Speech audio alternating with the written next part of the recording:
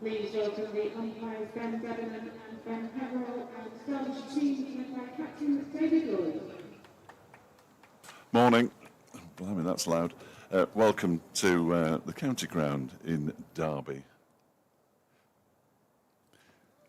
Myself, Dave Fletcher, and Nick Webb from BBC Wales for this game between Derbyshire and Glamorgan, the one you've all been waiting for all these months. 93 days since Derbyshire last played a red ball game of cricket here at the county ground. Had a game at Chesterfield, of course, but not here. Long time. Team-wise, I'm not going to go through changes because it's almost irrelevant.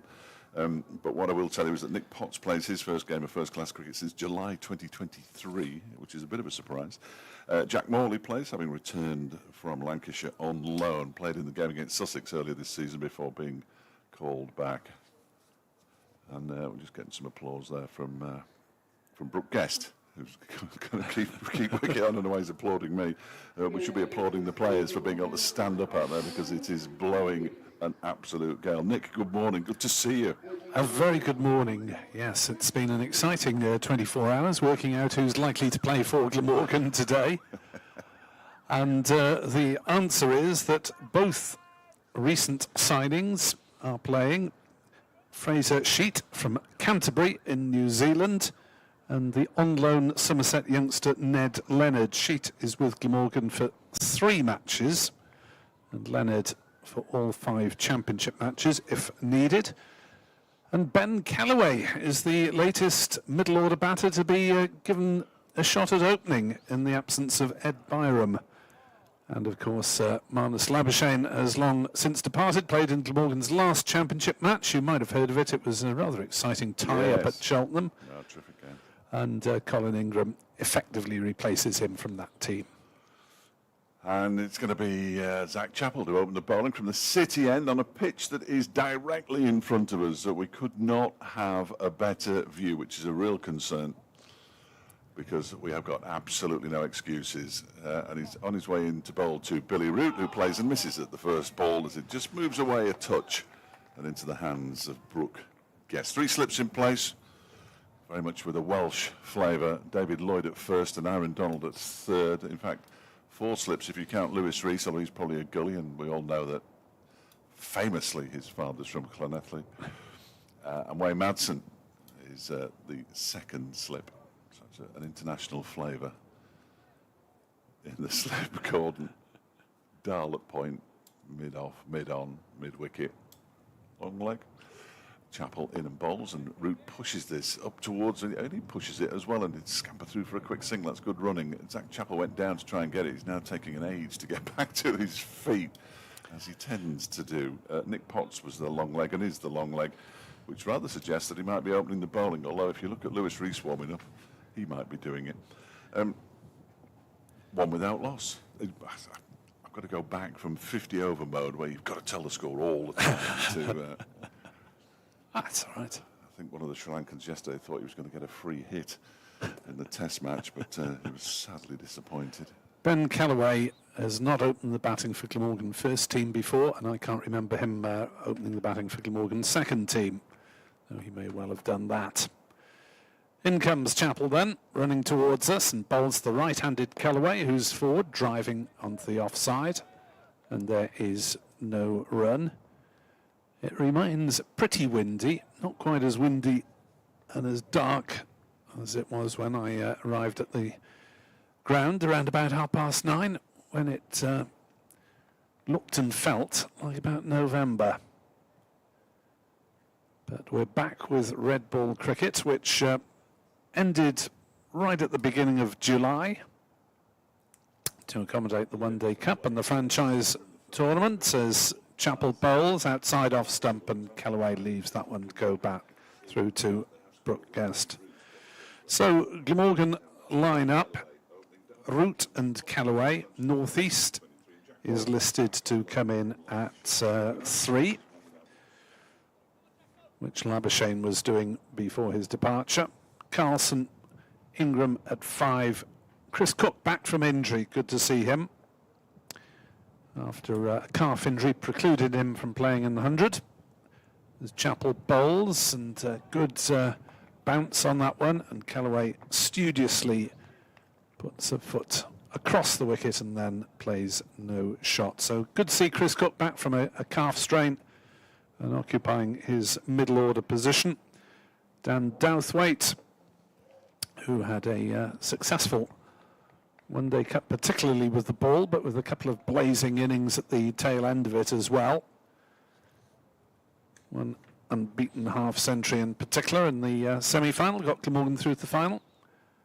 There's Chappell bowls, and Callaway is hit on the thigh. Ball bounces out on the offside, and there is no run. 1-0 at the end of the first over. Mason Crane is back from frolicking around in the Welsh Fire shirt.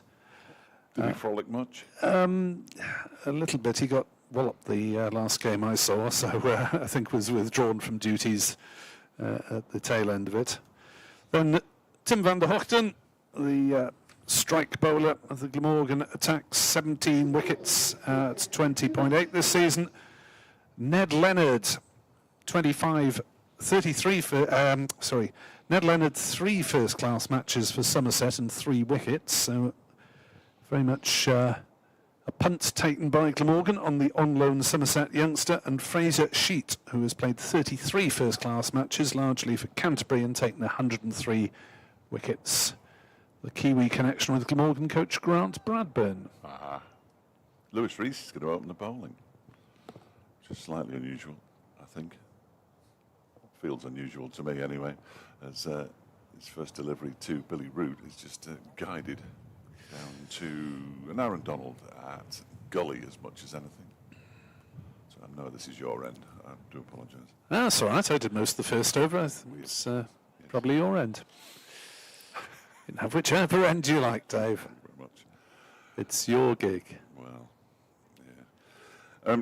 Yeah, the full Derbyshire lineup. Did you give it then? No, I didn't. No, I was wandering through the Glamorgan lineup between deliveries. Harry came back to open the batting. David Lloyd had been opening the batting in the Championship. But Harry Kane is back with Lewis Rees. Brooke Guest will be at 3 when Madsen back from Manchester at 4 as Rees runs away from us at the racecourse, sent down the leg side, taken by Brooke Guest, not a wide. No, it's the automatic response, isn't it, after 6 weeks or whatever it was. Well, congratulations on getting you Glamorgan through to the final, into the commentary inside 3 minutes. Anybody who had inside 3 minutes in the sweepstake, you could collect your prize from the club shop. Yeah, so I got 4 championship games to bore opposition leaders with the fact that Glamorgan are playing Somerset at Trent Bridge on the 22nd of September. Well, as Leicestershire found out, winning at Taunton isn't for everyone. Derbyshire having done it already this season as Rees is in to Root, strikes him on the pad going down the leg side, stifled appeals, mainly from behind the stumps, not from in front. David Lloyd, the skipper, will, according to my list, come in at 5 with Nye Donald at 6, then Anuj Dal. All-rounder Zach Chappell, as he likes to be referred to these days, and quite right too. Then Nick Potts, Jack Morley, and Pat Brown, who is only batting 11 because you can't bat at 12. Self-confessed, I hasten to add, as Rees is in again and bowls. That one is cracked into the offside, not too far away from Pat Brown. Actually, it's gone away to the cover boundary for 4, but it was in the air for a long, long time and not too far away from the. Might be a lot further than it looked from here, from Pat Brown's left hand. But it seemed a slightly risky shot, although once you get past the fielders, it's no longer a risk, but it was in the air for a long time, wasn't it? Yeah, he didn't seem to connect with it entirely cleanly off the middle of the bat, did he? But just about high enough over cover, and yeah, didn't really try to keep. I think he was trying to hit it up, to be fair, but maybe didn't get all he wanted. First inspection of First the ball. inspection of the ball. 11:07. No, you can't change it. You can't change it just because it's been hit under the heavy roller or something. Might be some dampness out there. It did rain overnight. It was raining yesterday, I think, but obviously I don't live in this area, so certainly raining where I was. As Rees bowls, he gets some swing there, and then it seemed to straighten, and it goes in between the bat and the pad of Billy Root and through to the keeper, wobbling all over the place. Oof. Might have been something to do with the wind as well. He seems to be bowling into the wind. Looking at those flags, it usually comes from the west away to our right, but it seems to be coming more from the south than the west, according to the two flags. Great to see the Glamorgan flag as well on the right-hand side of the members' pavilion on the far side of the ground, along with the Derbyshire one on the left. Tended in one-day cricket not to have both flags, which was a shame. As Rees bowls, that's too wide and going wider. And he looks disappointed in himself. Not a bad first over from Lewis Rees. Both bowlers have got a little bit of something. And it's 5 without loss after 2 overs. Just an interesting little quirk. This has got nothing to do with this game at all, really. But Yusuf bin Naeem, who played in the one-day cup a few times, wears the number 18 shirt, which used to be Alex Hughes's. So too does Jack Morley, and he's wearing the number 18 shirt out there today. So if they both end up playing, and I think he's here for 2 matches initially, Jack Morley on loan from Lancashire, we could have 2 18s out there. Does Morley's shirt actually have his own name on it, or, Yes. or the other chaps? Yes, no, it's his own from April. Chappell is in to bowl outside off stump, and Callaway leaves a tight leave, and that one wobbled around a little bit as well. It is doing something out there, isn't it? This pitch, the pitch is the further across to the right that we go, and we're quite a long way to the right today because it's right in front of us. The less they seem to do. Derbyshire played Lancashire on a pitch quite close to the players' pavilion side of the square. Bowled Lancashire out a 50-over game for 99 in 20 overs. Exciting times. Yes. Chappell is in to bowl outside off stump. Callaway leaves it alone. This is only Ben Callaway's 3rd first-class game, although he's been a regular in the shorter formats.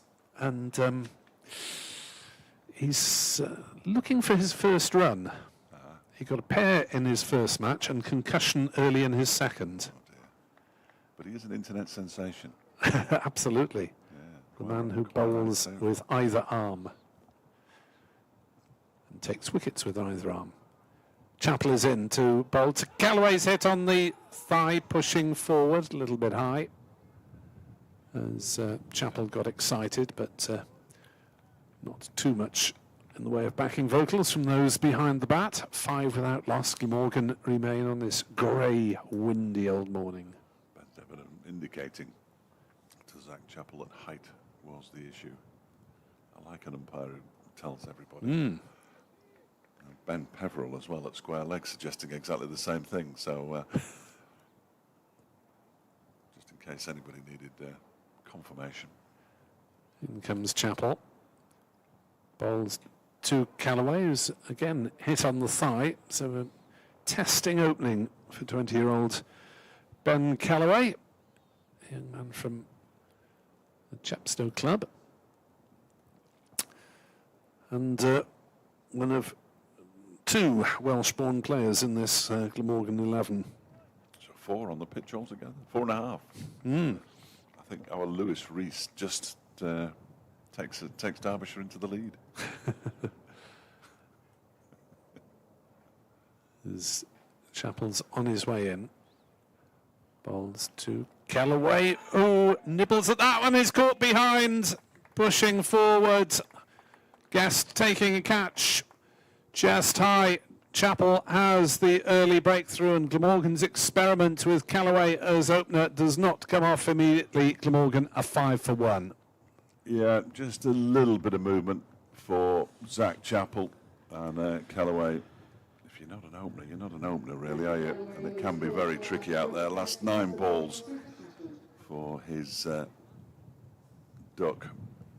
Derbyshire's strike early, which is what they would have wanted, having won the toss and put Glamorgan in. You can hear that wind, and the effects microphone is virtually on 0. So we can't really do too much about it, but have you just had a little look at the rip? Just sort of held its line, didn't it, really, as much as anything? Yeah, it was one he probably had to play at, but unfortunate for the young man.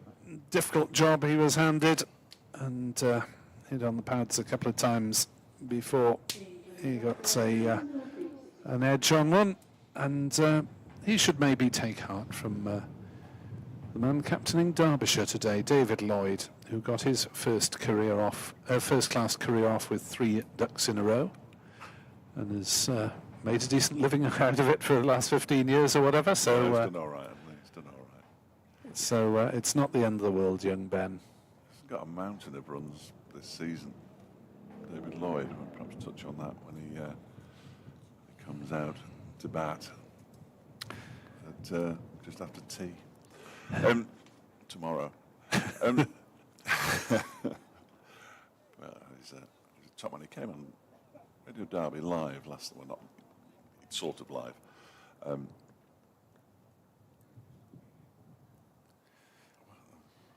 earth have I got up here? That isn't what I wanted at all. Sam Northeast is the new man at the wicket, and Zach Chappell is bowling to him with 3 slips and a gully, and Northeast is forward playing into the offside to cover, and there is no run. So Chappell takes his sweater from umpire Debenham with a wicket next to his name.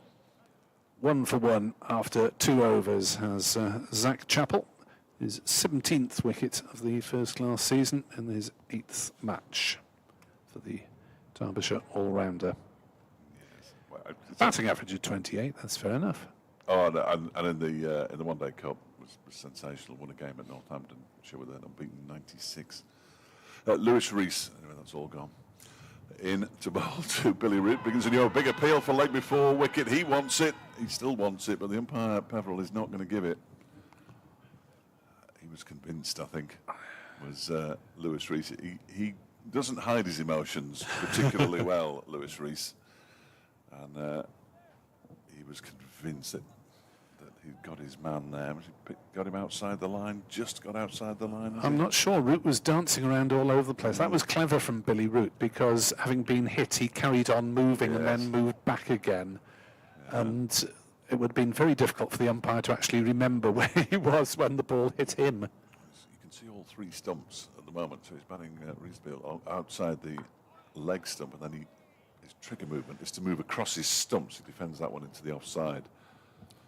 So yeah, it is tricky for umpires, isn't it?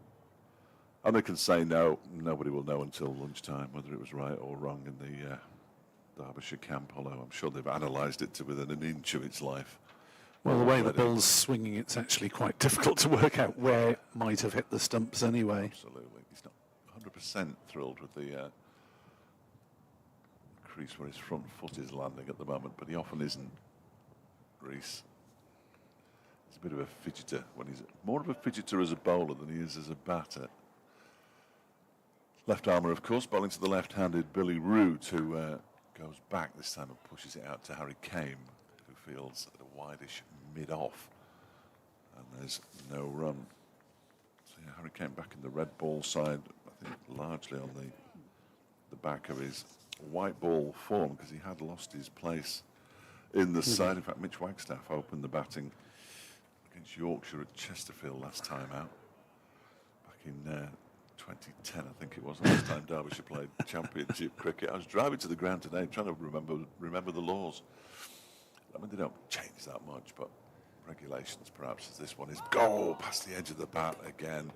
It moved early and then straightened. It's got to be something to do with the window line. It seems to have dropped, because it's not really warm enough, you wouldn't have said, for the ball to be swinging prodigiously.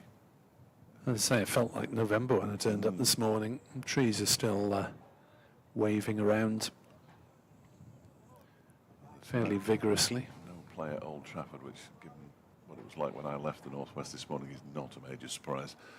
As Rees bowls outside the off stump, short and wide, cut away for 4 runs by Root. Nice shot. That was all the way along the floor, and Pat Brown this time just jogs very gently to go and collect the ball from the white sheeting away to our right-hand side, and in time-honoured fashion kneels down rather than putting holes in it with his spikes. Oh, they told by the ground staff to avoid trampling on it. Well, I think it's just cricketing etiquette, isn't it, really?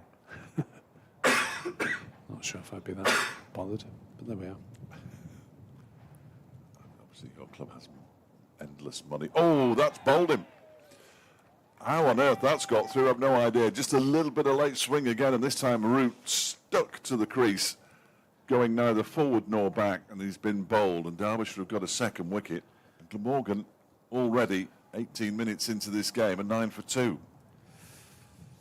Yeah, bit of in-swing there. Root played down the wrong line, played inside it, and he has to go.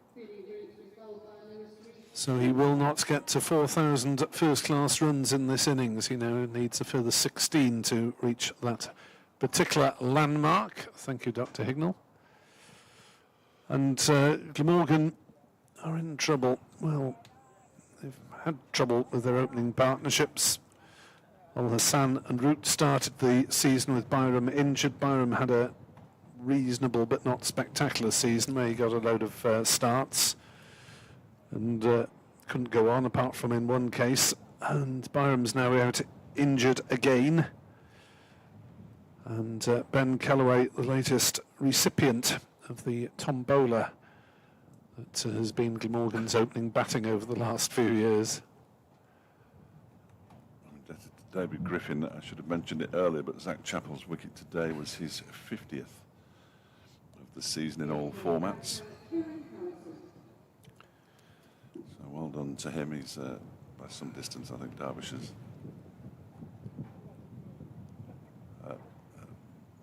leading wicket taker in all formats. It was also his 100th wicket in all formats for Derbyshire. So well done to him. He has been the shining light of the bowling attack, playing as he is with a dodgy calf and an iffy Achilles, as he never tires of telling me. And he's not a hypochondriac by any manner of means. He clearly is struggling a little bit. But, well, if first-class cricketers waited until they were fully fit, they'd probably never play, to be honest, would they? No, indeed. No, indeed. Yeah. As Chappell runs in towards us, bowls, and North East drives into the offside, but it's well stopped at cover, and there is no run. There are not that many people in the permanent temporary stand opposite us. No, I can't say I blame them, if I'm honest. Maybe a few dozen. What did you find crowds for the 50 over stuff like? Ours were very good, I thought. Some really decent crowds. Chappell is in to bowl. North East leaves as it moves away. Yeah, we've had noisy crowds for the semi-final. Certainly, they're actually applauding dot balls in the opposition innings. Excellent. There's probably only a couple of thousand in Sophia Gardens, which obviously is a 15,000 spectator stadium, which is the problem. But certainly, yeah, they went up. They were four-figure crowds in Neath as well for the two games there. Chappell bowls North East edges and is caught at slip by Wayne Madsen. Glamorgan a 9 for 3 and in all sorts of trouble. Straightforward catch as well, wasn't it? Straightforward catch for Wayne Madsen, right into the midriff at second slip. And I would just point Glamorgan listeners of our Glamorgan persuasion towards yesterday's beginning to the test match where Sri Lanka was 6 for 3. No need to panic just yet, but Zach Chappell picks up another wicket. And as I said, he has been the shining light, no question about it. 3 deliveries. Sam North East lasted. That was as straightforward a catch as you'd want, really, at second slip. Absolutely into the bread basket. And, well, Glamorgan all over the place, 9 for 3. And certainly not the start they'd have been hoping for. And, well, this is a Derbyshire attack with not that many first-class wickets between it this season. But they really are performing very well indeed. I have my list here, which I shall continue to keep up to date. 22 dropped catches this season in first-class cricket, which is far too many. Poor old Nye Donald, responsible for 7 of those. I only mentioned that in passing. Got nothing against Nye, clearly. He was with Jack Timon on BBC Radio Derby. Sadly, has come to an end for the time being. Now that football's back, football being the king. But he was doing 15-20 minutes a week, pre-recorded in little chunks, talking about all sorts of stuff. We found out an awful lot about Aaron Donald and his living arrangements. Because he shares a house with Zach Chappell. All right. So that's been very exciting. Certainly wants a career in the media. He probably wants my job. Having moved from wanting your job and then wanting Kevin James's job, he now wants mine. Well, he's welcome to mine in a few years anyway. As Chappell is in to bowl and Colin Ingram plays that one down into the gully. It's fielded by Anuj Dal and there is no run. So Derbyshire have got rid of one of Glamorgan's very much in-form batters, Sam Northeast. 902 runs, remains on 902 runs. He was averaging 69, but that's just gone down a bit. Colin Ingram has not actually played championship games for the last 3 rounds. Where's he been? Chappell is in to bowl to Ingram, who nudges that one away down to backward square to get off the mark, 10 for 3. I think he's been at home in the Vale of Glamorgan, as far as I know, yes. Not been in the Cayman Islands or anywhere like that. No. No. He, and it was maybe understandable that he was left out of the Leicestershire game at the end of May, in that Glamorgan had 3 overseas available at that time with Labuschagne and Mir Hamza, and then Ingram was rested for the 2 championship games in mid-season, with Glamorgan wanting to keeping fully firing for the one-day stuff. Chappell is in to bowl to Kieran Carlson, who nudges that one away to Anuj Dal at point. There is no run. Glamorgan are 10 for 3 after 5 overs here on BBC Sport Online. Yeah, looks like a good decision at the toss there from David Lloyd. I think it was a fairly obvious choice, mind. We seem to be quite fortunate. No play at Southampton or Birmingham, which isn't a million miles away. No play at Bristol either, or indeed Scarborough, which is perhaps slightly less surprising. I'd be surprised if they played. In fact, they've gone off. They've started at Scarborough. They're 12 for 1, Sussex against Yorkshire, but now they've gone off, and there's no play between Northamptonshire and Middlesex at Northwood, which I think is Merchant Taylors, isn't it? Northwood. Yes. Rather than anywhere else. 10 for 3, then Lewis Rees, 2 overs, 1 for 8. Zach Chappell, 3 overs, 2 for 2. Rees is on his way in now with those 2 slips and a gully. Bowls to Ingram, who defends this up towards Harry Kame at mid-off. So second division being particularly badly hit at the moment by the weather, which isn't necessarily a bad thing for either of these 2 sides. One who are desperate to get off the bottom and one who are clinging on to hopes of second place, or are they realistic hopes, would you say, Nick? Outside hopes, yeah. 19 points behind second place with 5 to play. It's not a huge deficit, is it? It's really a win and a bit. This next one is turned into the leg side by Ingram. I've just been reminded I have an 11:30 because they have a quiz for me. As they often do at 11:30, it'll be something to do with Welsh names or... Among the things postponed, New Order's gig in Cardiff tonight. Was that off? Due to weather. Oh dear. It's apparently been fairly bad this morning, but... the boys are from Manchester. Wow.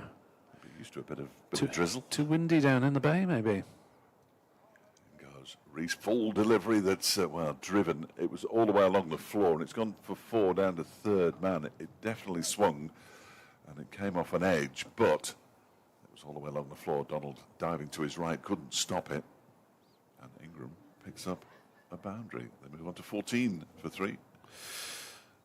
The Glamorgan Travellers post, we're needing a De Silva innings already this morning. Yes, you referred to Sri Lanka's unfortunate start last night, and maybe if you offered Glamorgan 236 or whatever the Tories scored, they'd take it at this moment.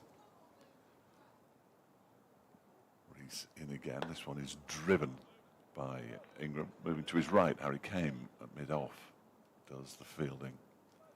Yeah, it was very strange yesterday watching the Sri Lankan tail wag furiously. I mean, it was very dark at one point, and the lights were on, and they could only play the spinners. And then when Sri Lanka finally were bowled out, they opened the bowling with spin at both ends in a desperate attempt to keep the game going. But they realised how foolhardy that was. Brought a quick on, and everybody went off as Rees pulls to Ingram, gets an inside edge this time out towards sort of backward square leg region. One of the bails at the far end is a different colour to that, all the others, and it looks like there's only one bail on to me. There can't be, obviously, but I like the pink bails. Where are the pink bails? Perhaps they're too light. Pink bails are too light, possibly. I'm getting another message. I'm feeling a message arriving from the studio. I might just have to do this delivery and then go. Here comes Rees. 14 for 3. Full delivery that's sort of floated up towards Ingram, who drives it down the ground for 4. Well, that really deserved that delivery from Lewis Rees. He's just looking for the Yorker, and well, he missed it really. And Glamorgan move on to 18 for 3. 6 overs gone this morning. A couple of wickets for Zach Chappell and 1 for Lewis Rees. Yes, it's the sort of day where my colleague on Rugby Beats, Phil Steele, who's up here watching, is a man of humour, and he's announcing the crowd changes the team rather than the team changes the crowd.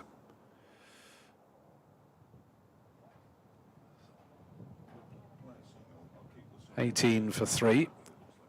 Ingram has 9. Root out for 9.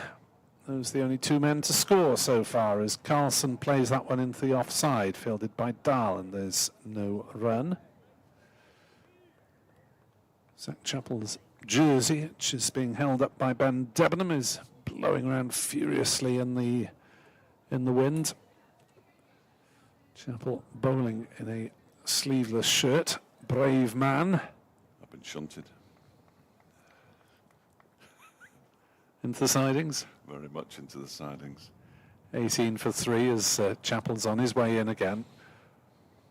Bowls, and Carlson is straightened up by that one, but plays it neatly enough out into the offside, where it's fielded by a scampering Dahl. And there is no run. Well, now that we're back to Championship cricket, I can once more encourage contributions via social media at NickWebb2017 on X Twitter and at Fletch Sport, as Chappell is on his way in, bowling to Carlson in the gale, and Carlson knocks this one on the leg side, but again straight to the fielder. Doesn't get off the mark. Or an email? Do you have an email? An electronic mail, Your Honour? Mail account. fletchcricket@gmail.com is probably the best. Some people use the email address that's on my X handle, but that's fine as well. I have alerts. Fletchcricket@gmail.com. Yeah. There we are. As Chappell's on his way, still with the 3 slips and a gully, bowls to Carlson, who drives into the offside. And there's no run. Carlson is the sort of player who likes to remain busy. He's not going to be passive and bowled at. His championship record this season is 618 runs as an average of 41.2. And 1 century. And quite a lot of 70s and 80s. As he faces up to Zach Chappell. And it's hit on the pads, out! Glamorgan 4 down, Carlson playing across it. Chappell has his 3rd. He is all over Glamorgan, and that toss has just proved so vital, as Carlson was turned inside out by that one. Just a question of whether it was sliding down leg side. I guess umpire must have thought it was hitting leg stump. Did play across the line slightly. And Carlson is the 3rd Glamorgan batter not to, as they say, trouble the scorers. Yes, although don't say that to a scorer. No, because obviously they have to write things down. Absolutely as much writing in a duck as there is in a... Not quite as much, because 100 would be an extra 2 numbers. Yeah, 18 for 4. This is beyond Derbyshire's wildest dreams, I would fancy. Just gone past 11:30 and already 4 of Glamorgan's batters and the top 4 are back in the pavilion away to our left-hand side. This could be Chris Cook. Hey. Says it on the sheet in front of me. It looks out, actually. I've just seen the replay on the big screen. It did look quite out. Although, bless him, Kieran Carlson wasn't 100% convinced. Well, what batter ever is, but apart from... Well, I was going to say, apart from the Sri Lankan chap who was hit on the boot by Shoaib Bashir yesterday, but he reviewed that even so, even though it was... The funniest one was the one who got the lifting ball from Wood and was caught, and it turned out to be a no ball. He was out 2 balls later, but he looked like he'd have been happy just to have gone anyway. Yes, all right, a walk. I have to go again, sorry.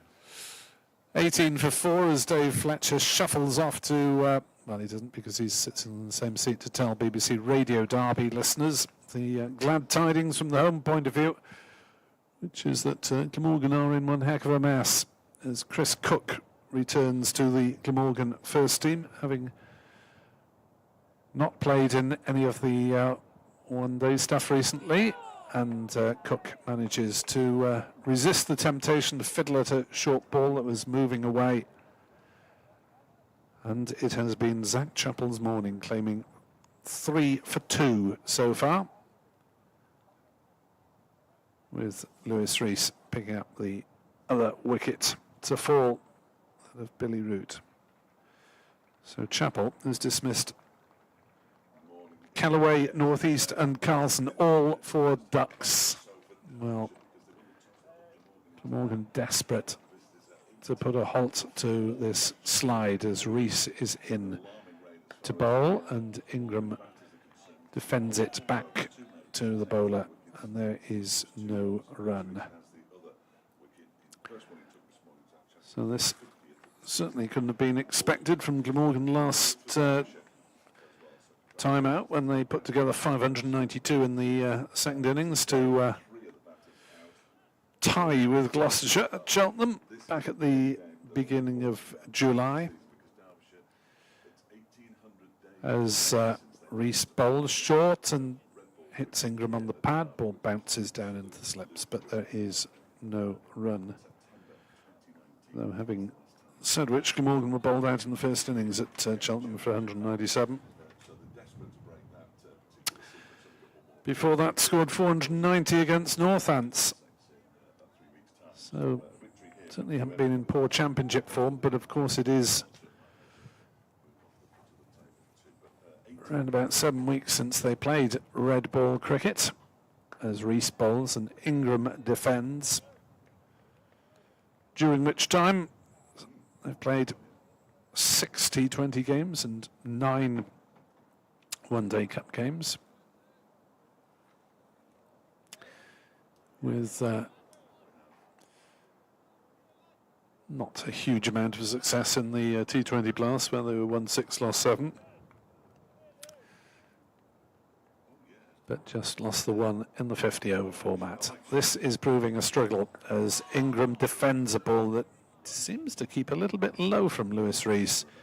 Played that one well from the crease, defending it in orthodox fashion. As Chris Cook leans on his bat at the non-striker's end. He was meant to be playing for Welsh Fire in the 100, but picked up a calf strain in the first week of that competition, and has not featured since. As Rees bowls and beats Ingram's outside edge as he pushes forward. This really is the storm from the Derbyshire bowlers to accompany the storm that has struck across large parts of England and Wales. And Glamorgan desperately hoping to weather it with something intact in this first innings. Batting to come, Douthwaite, Van der Hoogten, Crane, Leonard and Sheet. As Ingram is forward defending, back down the wicket to Rees. There is no run, 18 for 4. So after 8 overs of the Glamorgan innings, we've had 9 runs for Colin Ingram, 9 for Billy Root, who's out, and nothing for anyone else. And no sundries. Chappell is in to bowl, not surprisingly, having claimed 3 wickets for 2 runs in his first 4 overs. Rees, therefore, is 1 for 16 by process of elimination, as that's through outside off stump, and Cook shoulders arms as it goes through to Guest. Morgan just want some form of calm. Batting averages of the lower order: Douthwaite 29, Van der Hoogten 34, Crane 43, albeit with a few not out. So there is a bit of batting to come. But Glamorgan would want a big innings from one of these two if they can survive this initial blast as Cook chops one down into the gully. Chris Cook, whose testing of his return to fitness was a testimonial match at Hopkins down in the Rhondda Valley on Sunday. It's always good preparation, I think. They'll be all right. There aren't as many benefit matches as there used to be, though, are there? There used to be great occasions. No, I think they're probably just as many golf days and dinners, probably more dinners and lunches. As Cook is forward playing into the offside, into a gap, and Chris Cook becomes the first contributor to the Glamorgan course other than Root and Ingram. He is off the mark. It's 19 for 4. After celebrating the sun coming out. 8 overs. It's gone again now, but yes, there is, what, about 3% blue sky, but that is moving across the vista at such an incredible rate. I suppose if there is rain around, it won't last too long. no. And there hasn't been much rain, so it should dry up quite quickly. As Chappell bowls and Ingram knocks it away on the leg side. Fielded at mid-wicket, and there's no run. Well, I'm no groundsman, obviously, but that would be my guess. We won't be in a situation that we were in April where we didn't see a ball bowled in the game against Gloucestershire because it'd been raining solidly for about 2 months. Just nowhere for it to go, but much better now.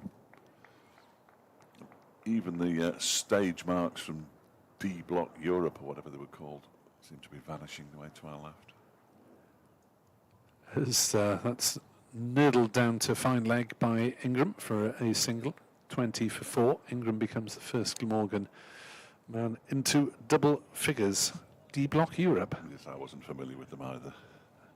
Are they some sort of Huge. Trance act? Trance and dance? I'm not sure. Electronic dance music? I think it's quite modern. Hip-hop?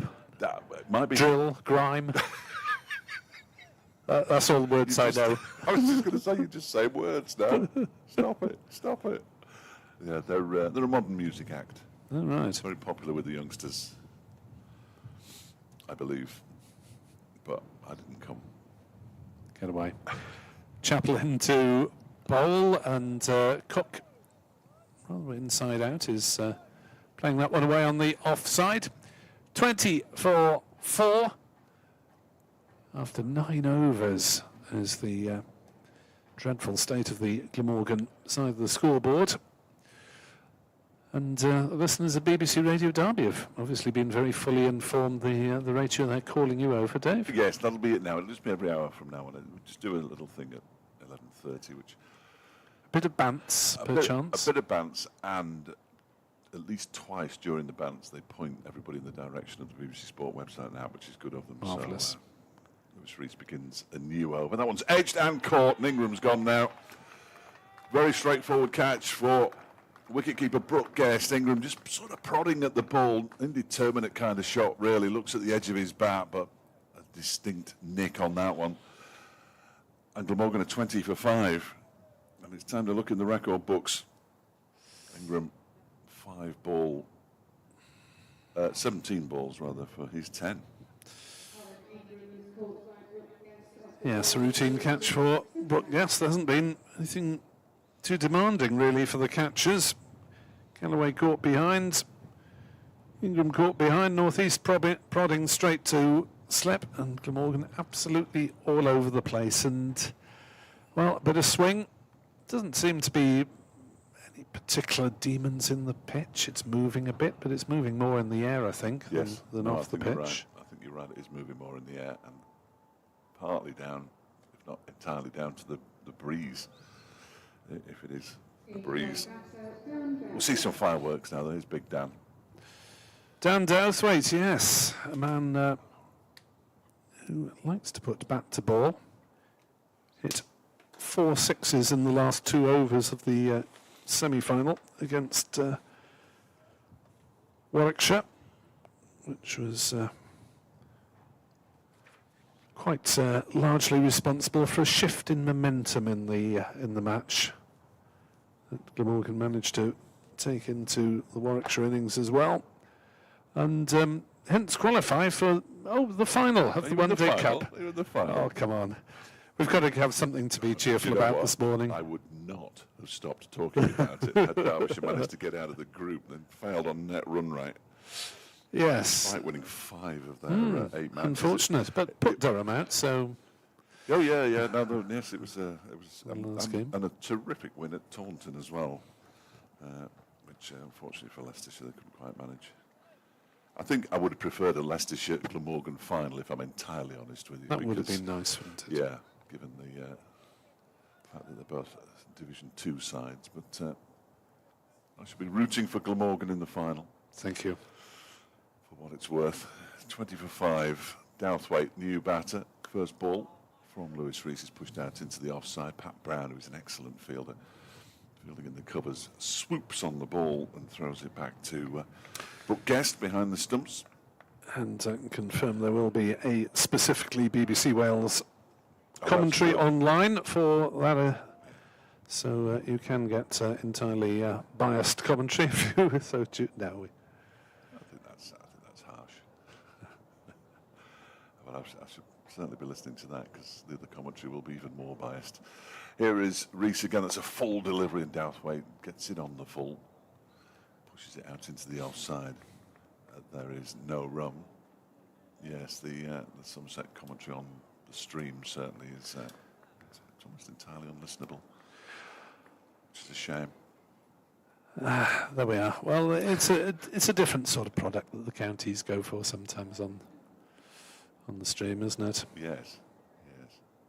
Isn't it just? I've got 49 as Glamorgan's lowest score against Derbyshire. In 1967 at Fire Gardens. Here is Lewis Rees, halfway through his 5th over, bowls to Douthwaite. Oh, that one just goes straight on with the arm almost. Goes across Douthwaite through to the wicketkeeper. He didn't have much idea where that ball was really. Lewis Rees 2 for 16. Big smile on his face as he turned and walked back to his mark. Well, Dr. Hignell has just sent me a list of Glamorgan's lowest scores in first-class cricket. Lovely. Lowest being 22. They're going to beat that comfortably. 100 years ago at Liverpool. Rees is in a bowl. That's too wide of the off stump. Douthwaite has nothing to do with it. Goes through to the keeper. Previous one to that one that I just mentioned, which I've forgotten already, 49. 49. Was 55 at the Arms Park in 1954. So we haven't found the lowest here yet. I'm sure David Griffin will tweet it at some point, but it'd be nice to find it. There we go. 1922. They made 63. I think that's the lowest. As I say, Griff will tweet. If it is a record, he will tweet at some point. So Reese is in again, bowls to Douthwaite, who leaves this one alone outside the off stump. That's the final ball of Lewis Reese's 5th over. 5 overs, 1 maiden, 2 maidens rather. That was a wicket maiden, 2 for 16. His figures, 10 overs gone, 5 overs from Chappell as well, 3 for 4 his figures, and you're not going to get the ball out of his hand for a while. And Glamorgan at 20 for 5 with Chris Cook on 1 and Dan Douthwaite yet to get off the mark. Yes, the most recent one of Glamorgan's shockers was back in 1997 when they were all out for 31 against Middlesex at Sophia Gardens. They'll get past that as well. When we're here at tea and these two are both on 100. Chappell is on his way in and bowls, and Cook pushes forward up to mid-on, and there's no run. Because I was joking earlier when I said we wouldn't see David Lloyd until tea time with the bat, clearly. Douthwaite does have a first-class century, but not a Glamorgan century. His only first-class 100 being for Cardiff University's against Sussex at Hove in 2019. As Chappell is into bowl, and Cook plays that one through the offside for 4 runs, I think, though it is slowing up and will just about cross the boundary line. Harry Kame gave it a chase, but not in a position to put the dive in. Glamorgan move on to 22 for 5, 24 for 5, and therefore it will not be their lowest score in first-class cricket. Phew, there's one ignominy avoided. I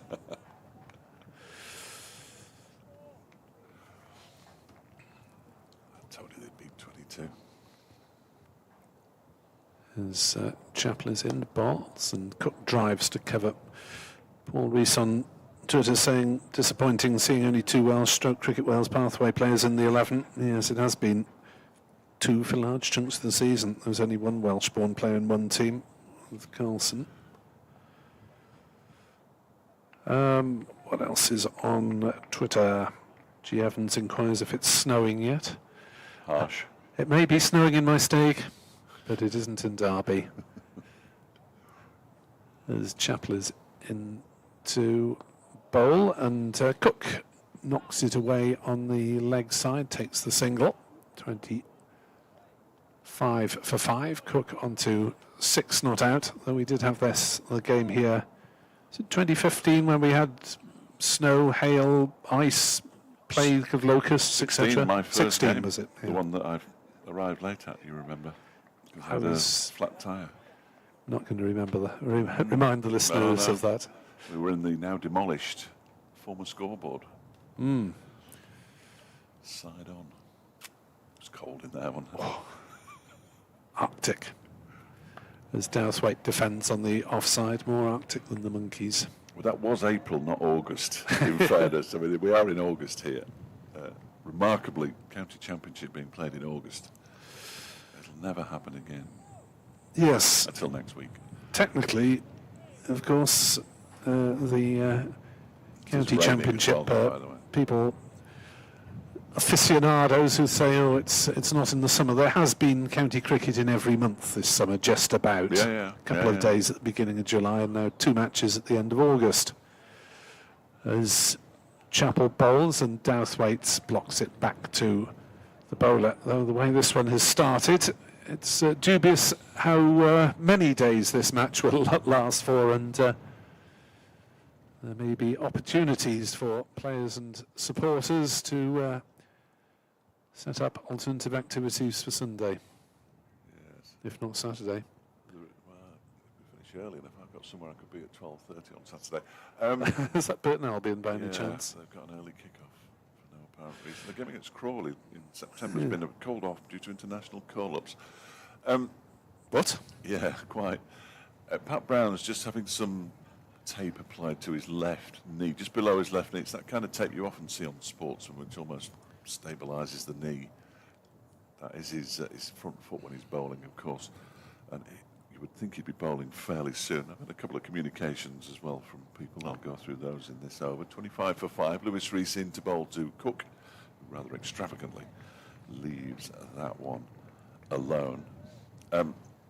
Renan on X says, what a pleasure to be able to watch my favourite team play on my TV in my favourite format again. Dream starts too. And Nick Buxton, a regular, Nick, he says he was about to moan about a medium pace attack taking 20 wickets in late August at a ground that doesn't yield positive results when the wickets started tumbling. I stand corrected, much like a man in orthopaedic shoes. Oh, very good. Here's Rees into bowl to Cook. Oh, just gets his bat on that one. That would have been an interesting decision for umpire Peveril, I fancy. Thank you, Nick. Good to hear from you. Good to hear from anybody, really, at my age.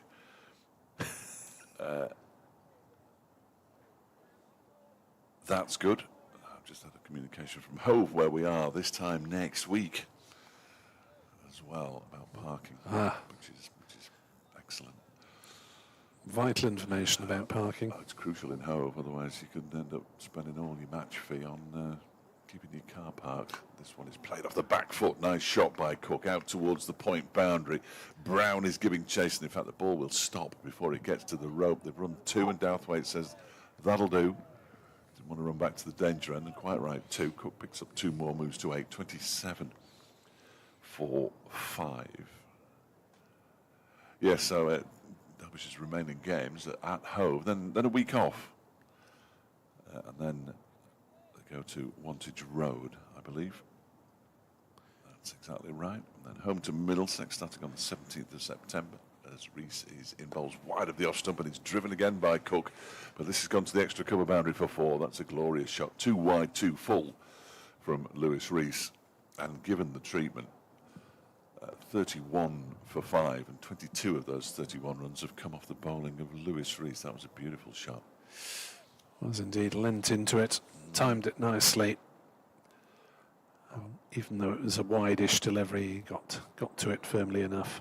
Our final game, or Derbyshire's final game, because they're not we or us or anything like that. On the 26th of September, they start a game at Grace Road. If it's as windy as this there, then we'll be lucky if we stay on top of that building. Here's Rees.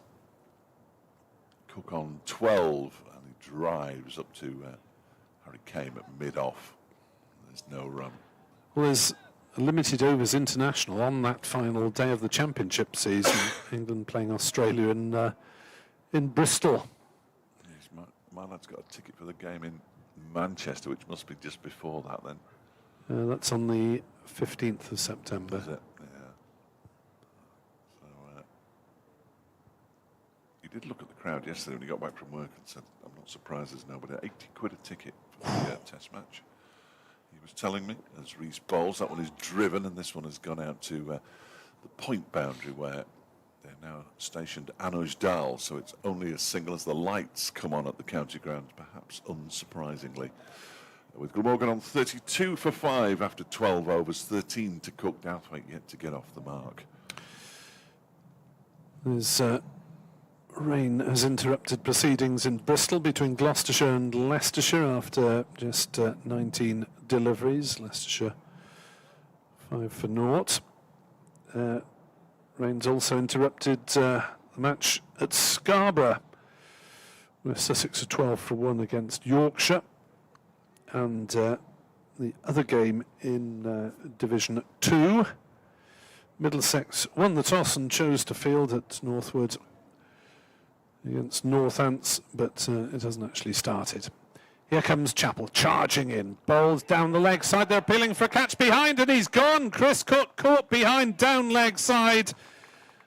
A feather of a glove. He doesn't look hugely happy with the decision, but he's got to go, and everything is going Derbyshire's way. Chris Cook has gone for 13, and Glamorgan are 32 for 6.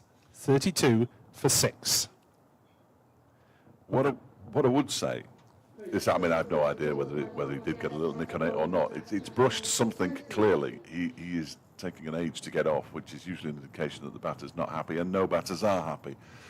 But it was reasonably unanimous from the Derbyshire fielders and from Zach Chappell. I'd have to see it again for a proper opinion, but given what's gone on before, 2 minutes to midday. I have 20-second updates. I've got absolutely no chance. Here's a replay on the big screen. We're not going to see anything from that, really. Nicely done, boys. If you could get the one from behind the bowler's arm for us, Matt, that would be much more. There we go. Oh, dear. Yeah, no. Well, it can only have hit his bat, is what I would say there. It's, really? If it brushed anything. Seemed quite a long way down the leg side to me. You have another look on that now. Well, it's not. We haven't got the It is wobbling a bit, that camera. level of input. I don't think Cook obviously thought it had flicked his pad rather than his bat or gloves on the way through. But Glamorgan 6 down in the 13th over of the day. Well.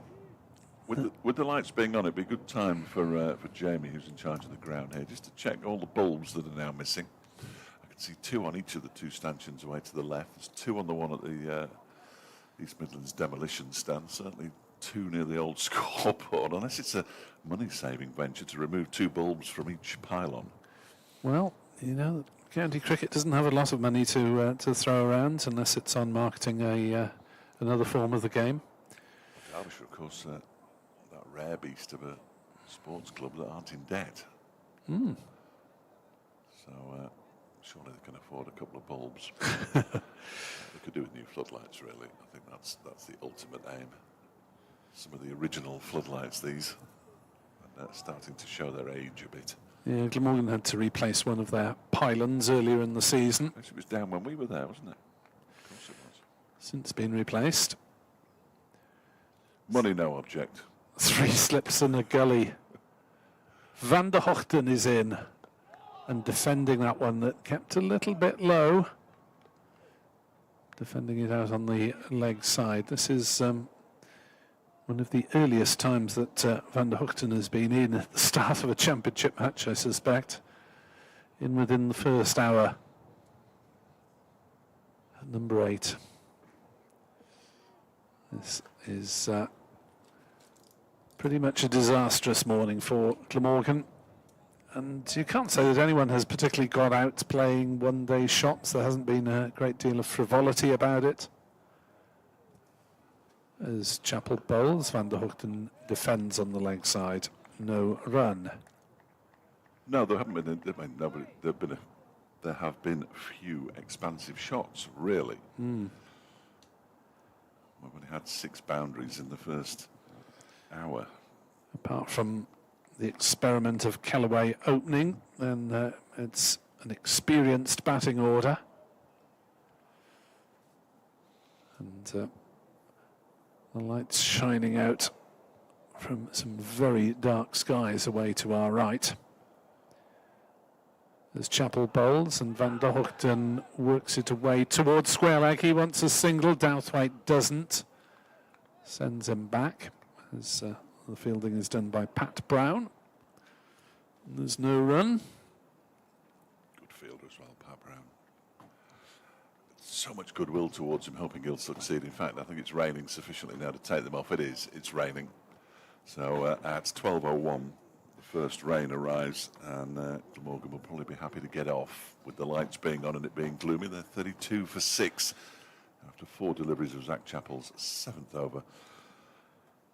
4 for 9, his figures.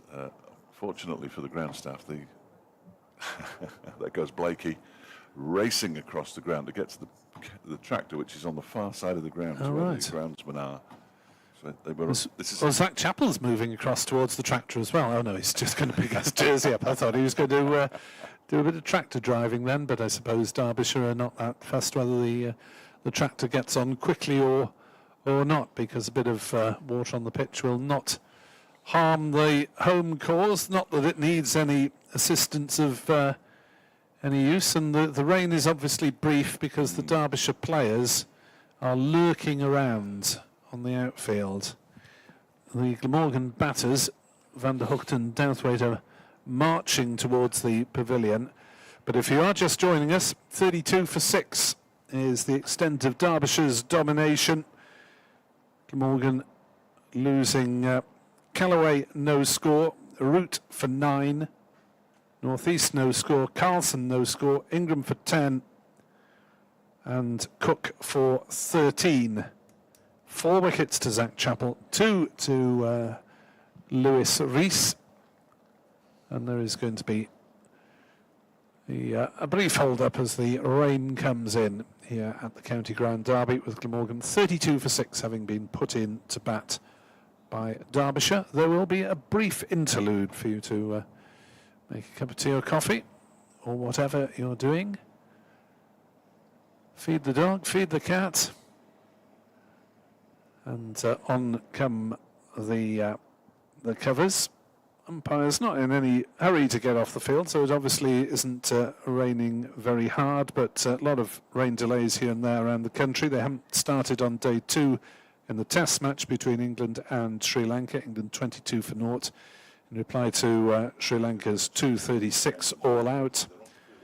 Bits and pieces of play in most of the county games, but in Division 2 we're now all off the field. They haven't started between Middlesex and Northants. Sussex 12 for 1 at Scarborough against Yorkshire. Leicestershire 5 for naught at Bristol against Gloucestershire. And we shall be back, hopefully, not too long. Glamorgan will retreat and lick their wounds, and Derbyshire will be keen to get back out there. 32 for 6 here on BBC Sport Online.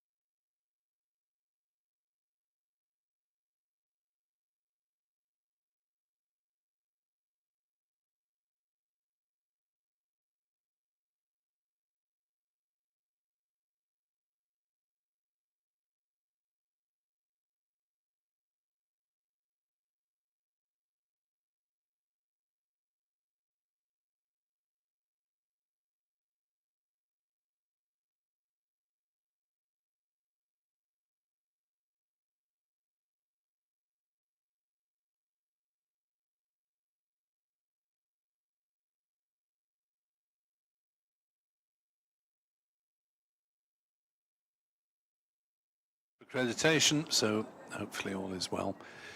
Here comes Chappell then running towards us, and bowls to Van der Hoogten, who, well, prods at that and then takes his bat out of the way. Yes. Whether it was a leave or a beaten the bat. You'll know to take your walking boots to Trent Bridge for the final of the home of cricket, because where they park you is a disgrace. So don't forget the walking boots. or get somebody else to carry your kit. Some way away, isn't it? Mm-hmm. So Zach Chappell, what's his best bowling in first-class cricket? 6 for 44. 6, yeah. Chappell is in to bowl, and Van der Hoogten plays it defensively out into the offside. There is no run. 32 for 6. We've had 3 ducks on the Glamorgan scorecard, and the only man to get in double figures, Ingram 10, and Chris Cook on his return to the side after injury 13. The other important information that you should all be equipped with listening in is that tea will be at 3:50 no matter what, and we have lost no overs, which means you can enjoy the cricket into the small hours of the morning. Oil Oracle on Twitter asks, is it the pitch, the batsman, or amazing bowling? Well, some good bowling, a little bit of conditions. I don't think there have been any particularly horrendous shots. No. They have been forced into making mistakes. Carlson a little unfortunate by general consent. Going down leg side? Potentially, that's what everybody's saying. Anuj Dal, first change of bowling of the match, bowls to Dan Douthwaite, who leaves alone outside the off stump. So just the third bowler used by Derbyshire, Anuj Dal.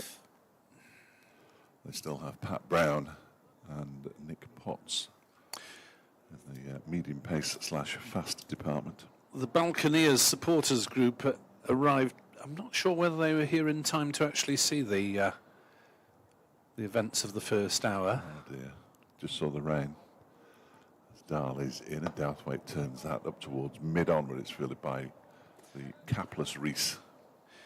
And regular contributor Ben Bonney, alias Gazagoat, tweeted me, I'm here now, they can start batting. I think he was a little late because of train delays as well, so probably missed Glamorgan losing the first 6 wickets.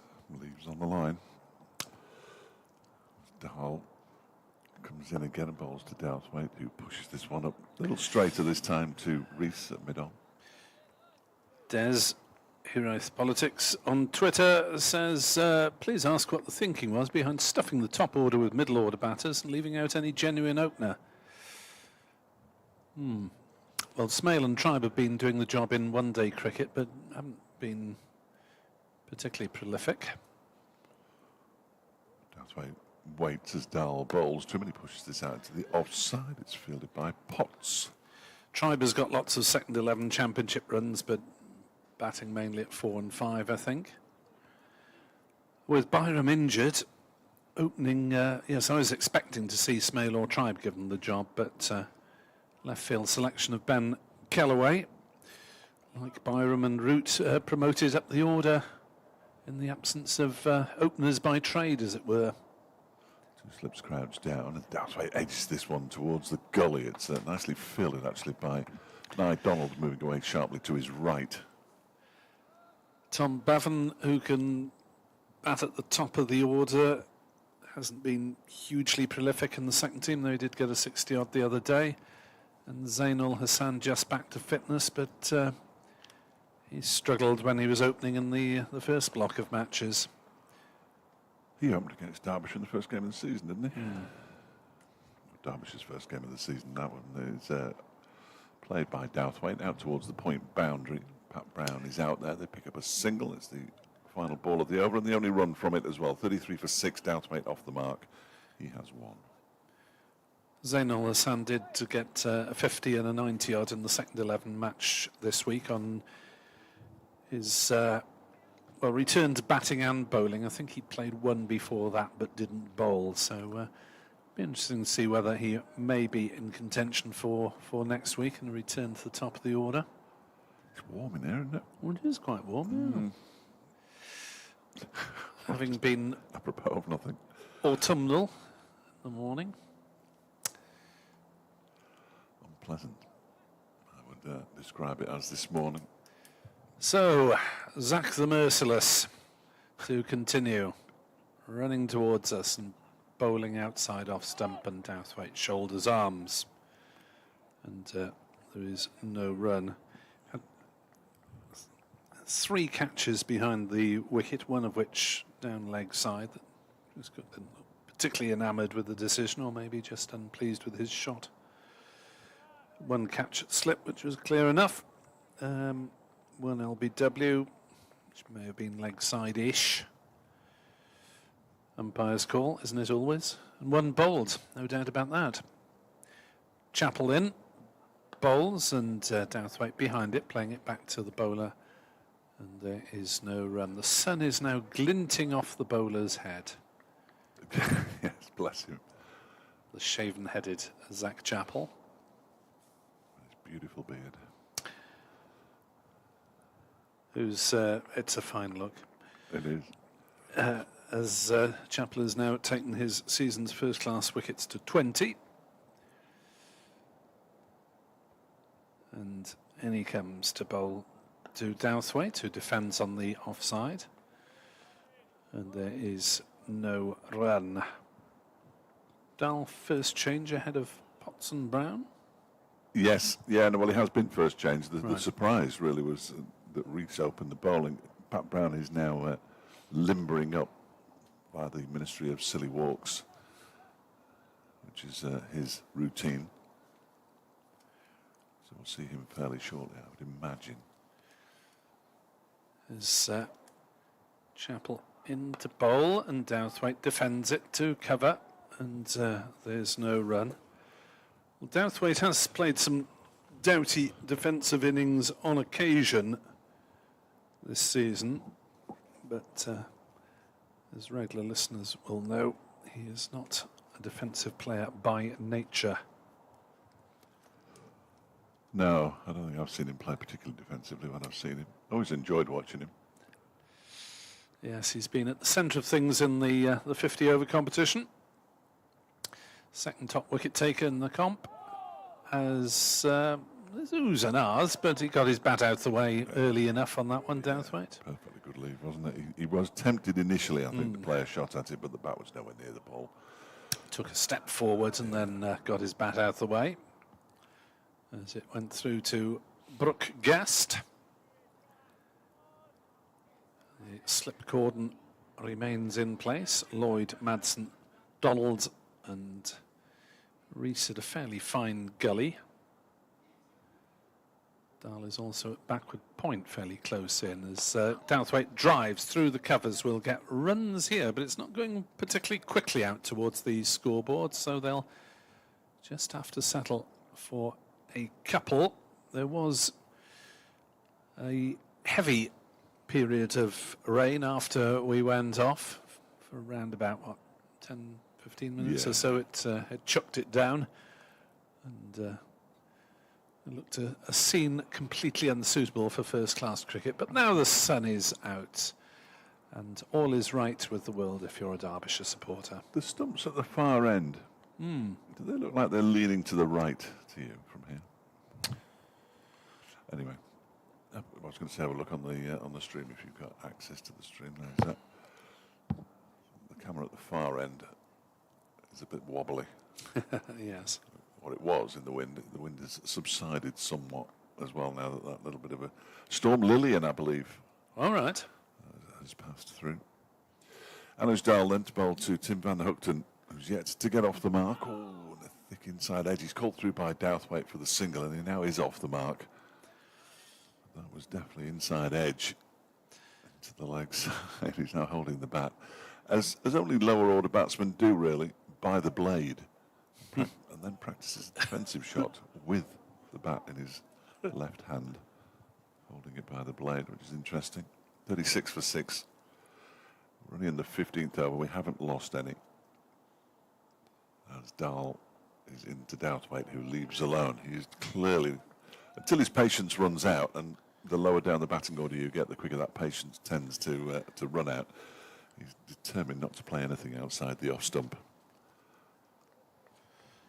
Still got Mason Crane to come, who has been useful with the bat this season. There's a couple of half centuries to his credit. I was very surprised when he scored his first one to learn it was his first one. Obviously, when I checked the records when he was getting near it.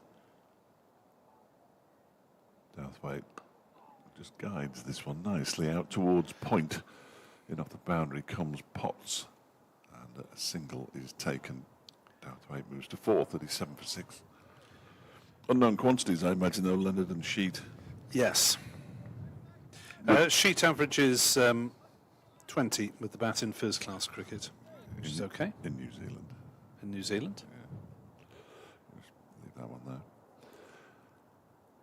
there. Here comes Dahl again, running away from us. And that one is turned into the leg side by Van der Hoogten.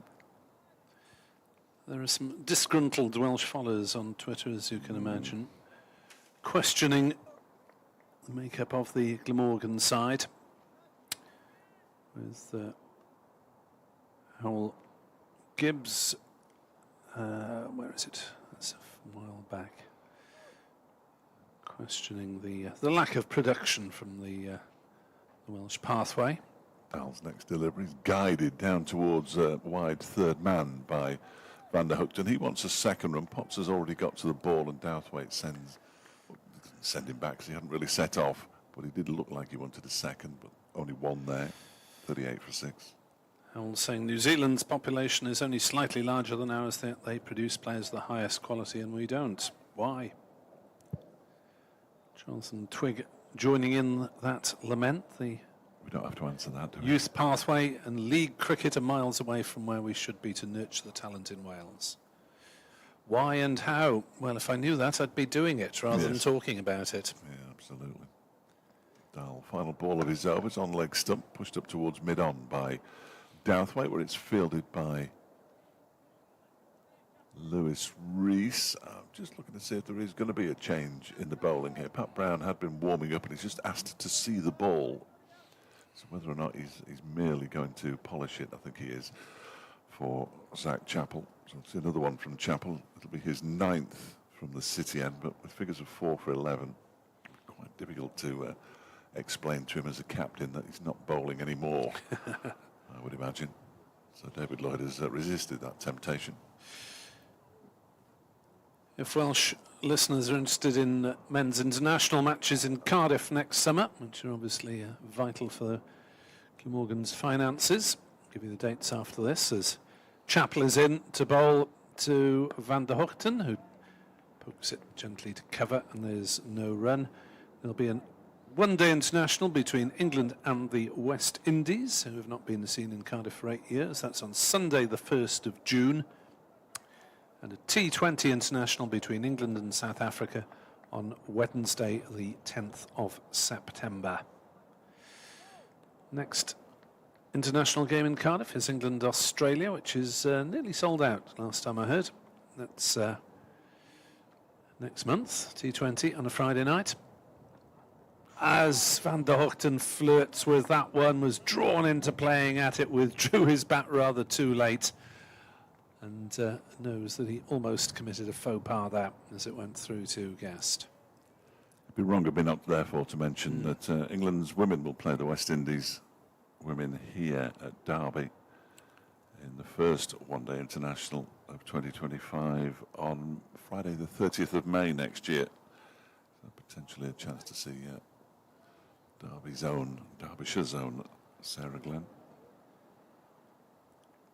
As Chappell bowls to Van der Hoogten. Oh, good ball, kept a little bit low. Van der Hoogten jabbed down on it, and the ball just trickles a few inches away from the crease where it's collected by Rees. Did well to keep that one out, didn't he? Really well. And talking of West Indies women, Hayley Matthews has been ripping it up for Welsh Fire, particularly with the ball rather than the bat, actually. Played a major part in getting them through to the final of the franchise stuff. As Chappell bowls to Van der Hoogten, another decent delivery, and he's playing that one gently out on the offside, and there's no run. Chappell in his 9th over, but of course either side of a lengthy rain break, so Maybe I'll bowl a very long spell on paper. Yeah, Pat Brown continues to warm up and stretch and that kind of thing, so perhaps he's just keeping himself ready. Sarah Glenn's side won it. I couldn't tell you who she was playing for, but I noticed she had a trophy in her hands after winning it. In comes Chappell, bowls to Van der Hoogten, and plays that one out towards mid-wicket, where the scampering Brown gets a hand to it and prevents it rolling away for any singles. Bess Heath, of course, from Chesterfield, but came through the pathway here at Derbyshire. Also on the fringes of England recognition. She has played for England, but not quite as cemented into her place as Sarah. 38 for 6. Chappell on his way. Bowls to Van der Hoogten, who's plays that one to cover defensively. Good over that from Chappell. At the end of it, Glamorgan 38 for 6, Van der Hoogten 2. Douthwaite has 4. Glamorgan are due to start hosting England women in 2026. They've got 5 international dates in the next 5 or 6 years after that. Of course, we've got international fixture allocations, by and large, through till 2031. That is the definition of forward planning. Yes, that's not like the ECB. Oh, they rip it all up and start again, as Orange Juice would say. I did. Here's Anuj Dal continuing from the racecourse then. That's left alone by Douthwaite. Kept low, moved. Just went straight, really, as much as anything. Not quite along the ground, Brooke guess, but not far off. Yes,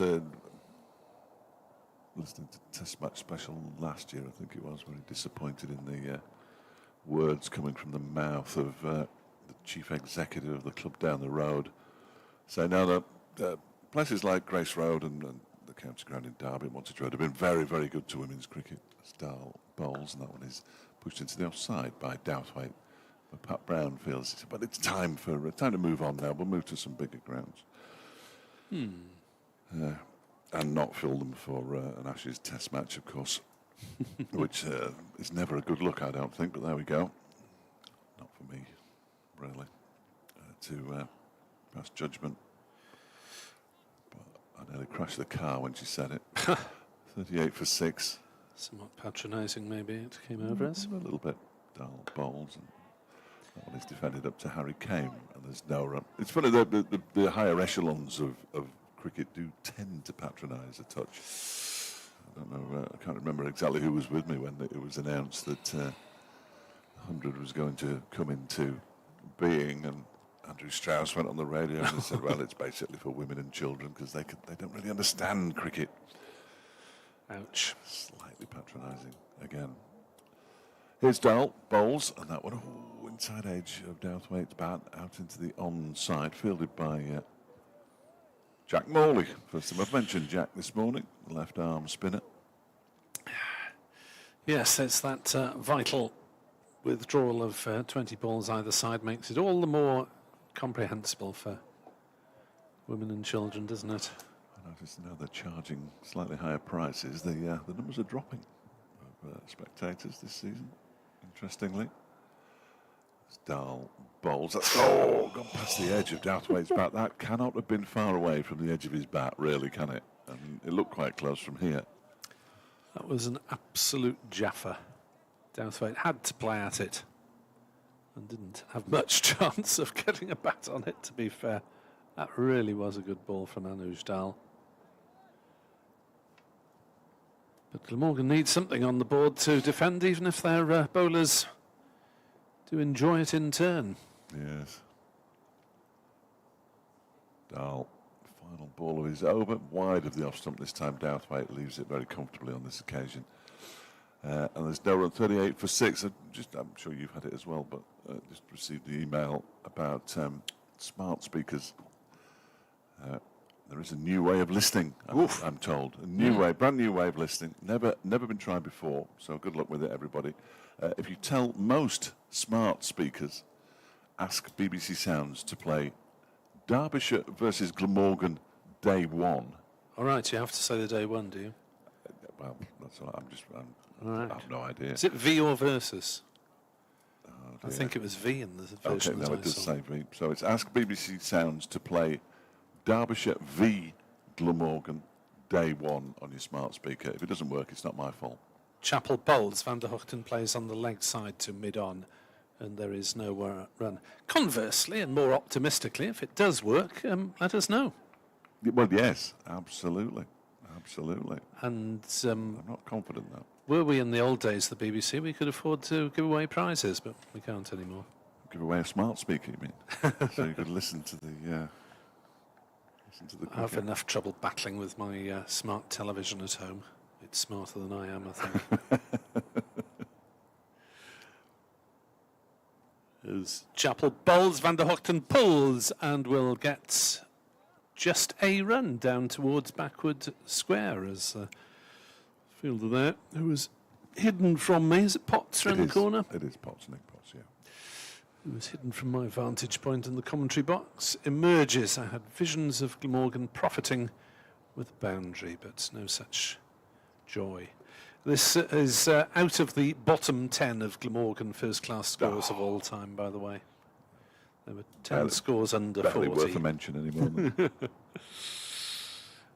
There's Chapel in to bowl. Douthwaite will get runs here down towards third man. Probably just a couple of them, maybe even one actually, because Dahl's retrieved that one very quickly. Slides, throws on the turn, and keeps them down to one. That one initially looked as though it might run away for four, but obviously the outfield is very slow at the moment. Look, it wasn't particularly quick first thing in that hour that we had before the rain, but it has, I think, slowed down even more now.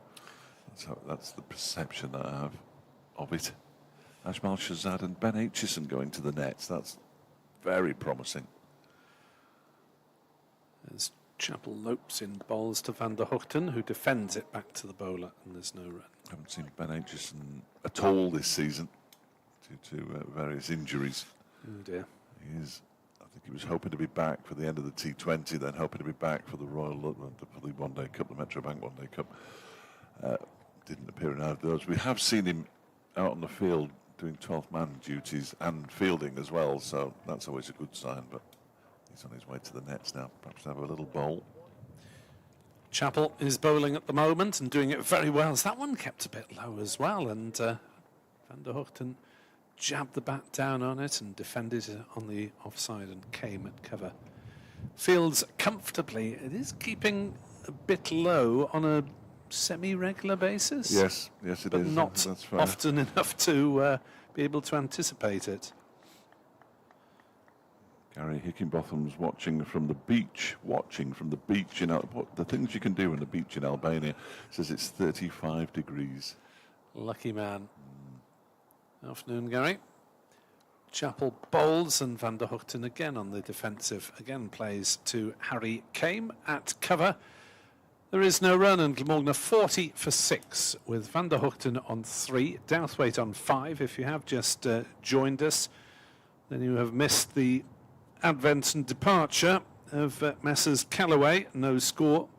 Route 9, Northeast, no score. Carlson, no score. Ingram 10, Cook 13, 4 of them to Zach Chaplin, 2 to Lewis Rees. Who hasn't bowled since lunch, because Anuj Dahl has replaced him at the racecourse end. I'm not too sure how much more of Zach Chappell we'll see either. Pat Brown warming up, but here is Dahl bowling to Dan Douthwaite, who defends the first ball straight back towards Anuj Dahl, who sticks out a left hand, doesn't take it cleanly. And if you look at next season's international fixtures, the international game for England men finishes on the 4th of August and doesn't resume then until September. Funny that. There's Dahl, balls to Douthwaite, who pushes it up to Lewis Rees. I'd missed that. That is interesting. The Trent Bridge Super Kings will be playing against Well, there's room for you to invest your well-earned millions in these franchises now, Dave. There was a big piece I saw with the chief executive of Lancashire and therefore the Manchester Originals saying that they were looking for IPL investment in addition, I think, to flogging it off. Here's Dahl, bowls. Oh, that's an inside edge. I thought for a moment it had got all the way through and removed the bails, but it's gone down to long leg off the inside of Douthwaite's bat. He picks up a single, 41 for 6. That was very tentative from Douthwaite, wasn't it? Could easily have played on there. Yeah, I think when you're 40 for 6, as they were before that single, you tend to be a little more tentative than normal. Dan Douthwaite walks out with 300 on the board. That ball's travelling to all parts. There's Dahl's ball to Van der Hoogten down the leg side. Neatly taken, moving across to his left by Brooke Guest behind the stumps.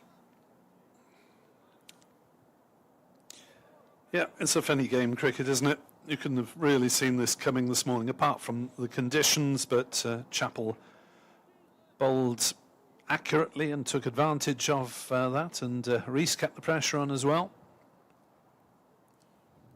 Slips crouch down as Dahl bowls to Van der Hoogten, pushes it up to mid-on when it's fielded by Rees. One of my favourite parts of the morning was after the players had left for rain. There's a lot of bits of kit away to our left-hand side because there's a huge expanse in front of the players' pavilion before you reach the boundary. There's all these little stumps and the little ramp things that they throw the ball onto to practice their catching. And the ground staff basically picked it all up and just tossed it away because they wanted to get the cover on as Dahl bowls and Van der Hoogten leaves. I'm fairly sure that that's Glamorgan's gear, that side. It's right in front of the big sheets, but they've managed to put most of it back where it belongs. It could be Derbyshire's, I've no idea really. Derbyshire tend to warm up slightly further this way, but that was the final ball of the over, incidentally. Danish Dahl's bowled 4 overs for 5, and Zach Chappell is indeed going to continue. It'll be his 11th over in a row from the City end. There was some difference of opinion before the start of the game, in that Glamorgan were doing some exercises to the right of the ground, and Derbyshire asked them to move over a bit more because they wanted to warm up there. Why they couldn't have warmed up at the other end of the ground, I'm not sure. Oh, I missed that. Chappell is in to bowl. Douthwaite punches that one through mid-wicket. That should run away to the members' pavilion for 4. It does. A rare boundary in recent overs as Douthwaite timed that one nicely. If you're wondering about the sound effects, well, there are not any spectators anywhere near our vantage point. No. It is a directional microphone, supposedly, and it's pointing sort of towards the middle, but with the wind as it was this morning, certainly we had to not have it up too much. 45 for 6 as Douthwaite drives that one through the offside. We'll pick up at least 1. There should be 2. There are 2. Kame gets there ahead of opening partner Rees. Gets the throw in. Douthwaite picks up 2 more, and he gallops on to 12 not out, and Glamorgan on to 47 for 6. I wonder if the Balconeers Welsh supporters group are preparing a slightly ironic or relieved round of applause should the score reach the half-century. Well, the boundary was only the 7th of the innings, I think, and the first since lunch, 2 balls ago.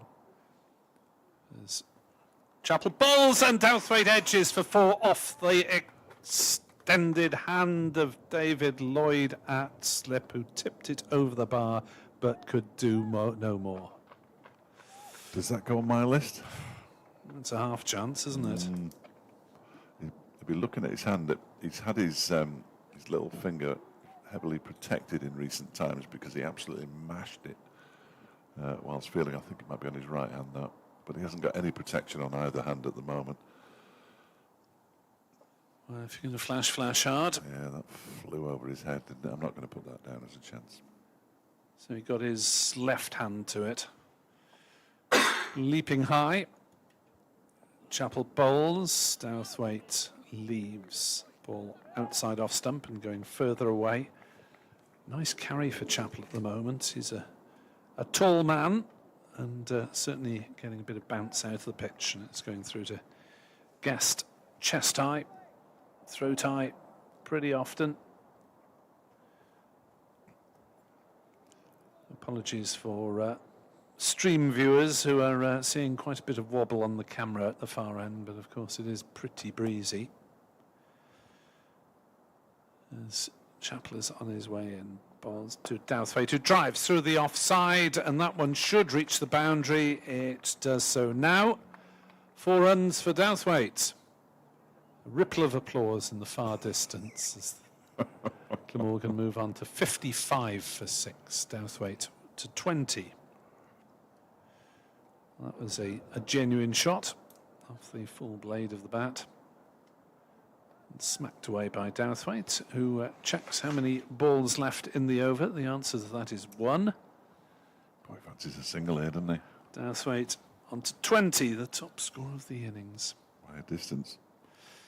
In comes Chapel again. Balls. Douthwaite drives into the offside, but finds mid-off. No run. 55 for 6. Douthwaite 20. Van der Hoogten 3. They kept the 3 slips in place. The only slight concession was the withdrawal of the gully fielder to reinforce the offside. 55 for 6. Glamorgan with a stand of all of 23 for this 7th wicket now. Gary's been back. He's not only watching on a beach in Albania in 35 degrees of heat, but he's taken on a new role, he says, as the cricket manager for Derbyshire's disability cricket, and on the lookout for new players at all levels. They run 3 teams.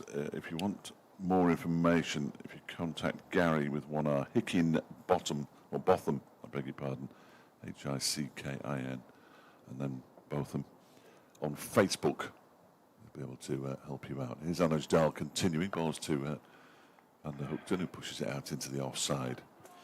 And there's no run as it's fielded by Pat Brown. Edward Cooper, one of the Balcony's supporters group officials, says they were somewhere between Strensham and Derby when the first hour's entertainment took place. We're here now. Can you see the improvement? Looking forward to a close finish on Sunday evening. It's quite an expanse, Strensham to Derby. Dahl bowls, and that one is left alone outside the off stump by Van der Hoogten. Yes, I mean, presumably he doesn't know quite where they were at the time each wicket fell. It was raining that heavily, he couldn't work out where they were, even by the road signs. Lewis Rees on his back, just stretching, well, his back. Flat on his back, arms wide out, and then just sort of moving his hips from side to side. And manages to get off the floor as well. That's a terrific effort. So the guy had been able to get up. 55 for 6 then. Van der Hoogten waits as Dahl bowls to him, and he goes back and pushes this one up to mid-off, where it's fielded by Harry Kame. It now started in Bristol. Leicestershire have been put into bat. Or had they started before and then... I think they bowled a couple of overs. Yeah, they're playing again. 17 without loss, Leicestershire. Northamptonshire 21 without loss in the 5th over against Middlesex at Merchant Taylors. Sussex 27 for 2 at Scarborough, where I didn't think they'd play at all today. As Dahl bowls and Van der Hoogten pushes up to Harry Kane on this occasion. He's at mid-off. There are games in Division 1 as well, but they're of no concern to us. I don't think, well, your first port of call, I suppose, for alternative entertainment is Burton Albion at 12:30 on Saturday. Yes. It's a shame, really, from your point of view, that it's an early kick-off. Yes, although it will be on the tally. As Dahl is in, that one swings away from Van der Hoogten and into the hands of Brooke Guest. Yes, there are 3 12:30 kick-offs in the Championship and a couple in League One, and 2 in League Two as well. All part of every club getting on the telly 20 times a season. Wow. Minimum. Good 20 heavens. times a season. I know, it's madness. Absolute madness. Well, every club in the 92? Or in the, every club in the Football League. Yeah, in the 72. Yeah, whatever it 72, is. yeah. Gosh. Yeah. There's a lot of commentators they've had to find. O'Donnell loses his run up there on his way in, so he'll have to go and start again. There is one game of interest in the first division, sort of interest. It's the Emerson Bracegirdle Derby at Chester Street. See if you can guess who's the happier of the two. Nottinghamshire put Durham into bat, and Durham 128 without loss. Dahl bowls edged and in between the slip and the gully and down to third man. It was on the floor. Donald tried to stop it with his left hand but couldn't reach it, and it's gone away for 4. Van der Hoogten gets his first boundary. He moves on to 7. Douthwaite has 20. That's the end of the 22nd over. And Glamorgan are 59 for 6. And it's Pat Brown time. Which is good, but his red ball record is not so good. He's got 1 wicket this season at 166, which isn't a lot. It's only his 3rd match. 1 for 97, his best bowling. He has been magnificent in the white ball game, as you would expect of Pat Brown. But he desperately wants to succeed in red ball cricket. And he's 26 tomorrow, I believe. Is he indeed? Oh, that's good. If I've written my notes correctly, Harry Kame is celebrating his 26th birthday on Tuesday next. Good. Should you come across either of them, to wish them Penglwydd hapus, as Brown is into bowl, and a short ball that Douthwaite gets up on his toes and defends well to cover, and there's no run. As far as Welsh football is concerned, Wrexham against Reading is a 3 o'clock Saturday. This is Newport County against Accrington in League 2, and I think it's Sunday is the derby. If yep, that's a 3 o'clock kick-off at the Swansea.com stadium as the Swans entertain the Bluebirds of Cardiff City. Brown bowls, and Douthwaite shapes to pull and then sort of flat bats it to mid-on. Wasn't as quick as he thought it was going to be, I don't think, was it? Did well to change his shot there to prevent it going up in the air. Yeah. So there'll be coverage of the South Wales Championship Derby on BBC Radio Wales. It's a 3 o'clock kick-off on Sunday.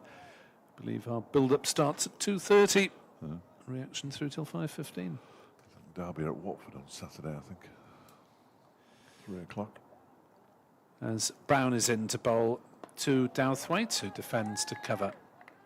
And there's no run. Derby are indeed at Watford. And as you say, so accurately, it's a 3 o'clock kick-off in that championship game. I pride myself on my accuracy. 59 for 6. Chappell's opening spell, 11 overs, 4 maidens, 4 for 27, and it was 1 spell either side of an hour off for rain. And lunch. Brown bowls, and Douthwaite plays that one firmly into the offside, but it's good diving stop by Anuj Dal at cover, and there is no run. 16-year-old Harry Moore is 12th manning at the moment. He's got the Dayglow tabard on. Not playing in this match. We do expect to see him make his championship debut at some point between now and the end of the season. Really made his mark in the One Day Cup. Played for England under 19s earlier this summer. Looks a proper prospect. As Douthwaite edges another one down into the gully, Donald stops well, and there is no run. A firm edge, but managed to get on top of it, play it down into the ground. In terms of the Glamorgan bowling resources, a lot of people have been saying, well, why are Glamorgan signing extra players temporarily and on loan? Aren't there players in the second team? Well, possibly the only one really miffed not to get a chance would be young Ben Morris, 20-year-old seamer.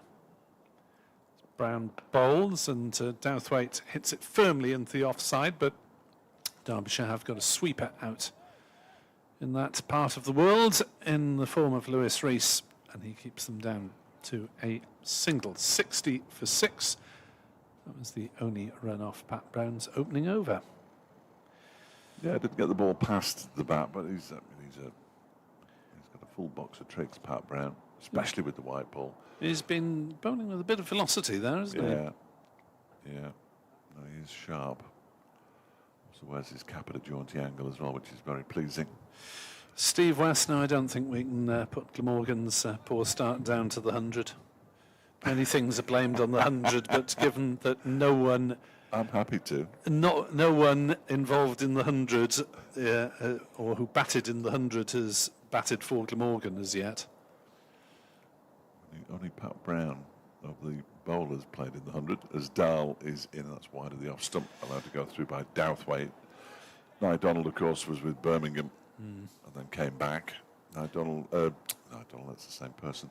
Pat Brown was in Leeds and came back and then went away again.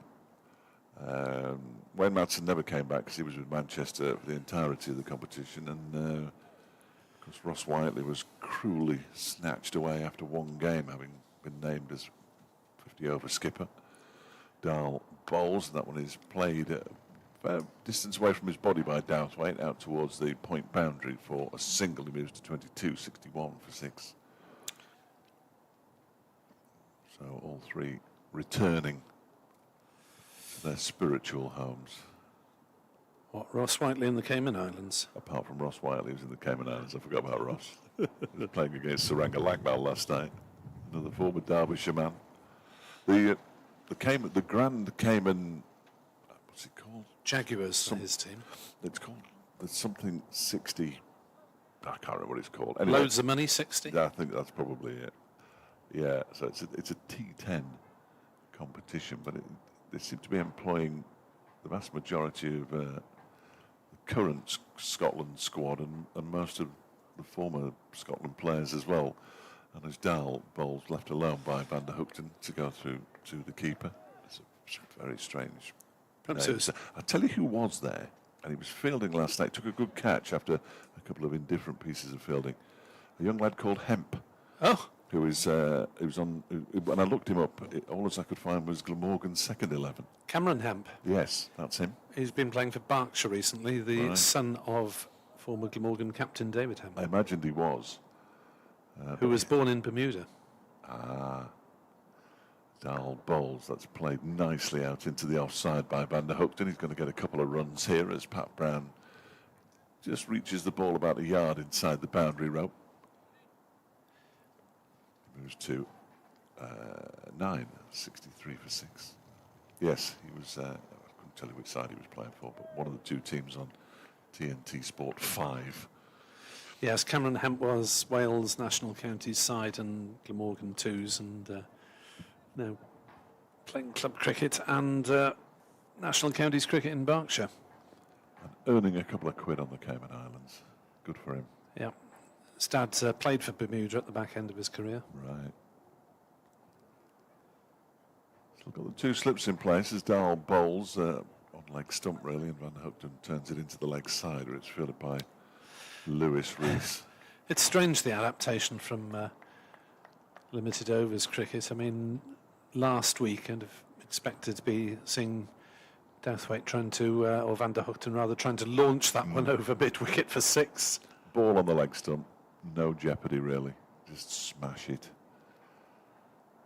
In white clothing, and it all changes. He's left that one alone outside the off stump. Swings away from Van der Hookten, who remains on 9. And Glamorgan, who were at lunch 32 for 6, and now 63 for 6. These two are doing a very good job for their side.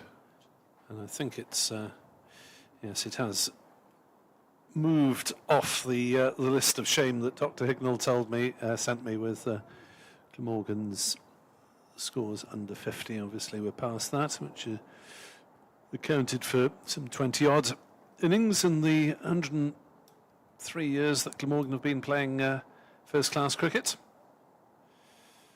Apparently, it is working. The BBC Sounds smart speaker thing via a well-known female name that is the equivalent to Alex. Oh, okay, so that, yes, well, let's see, I have the ones where you say the name of the thing that does the maps as well, and if you say it to them, it just says, what are you talking about?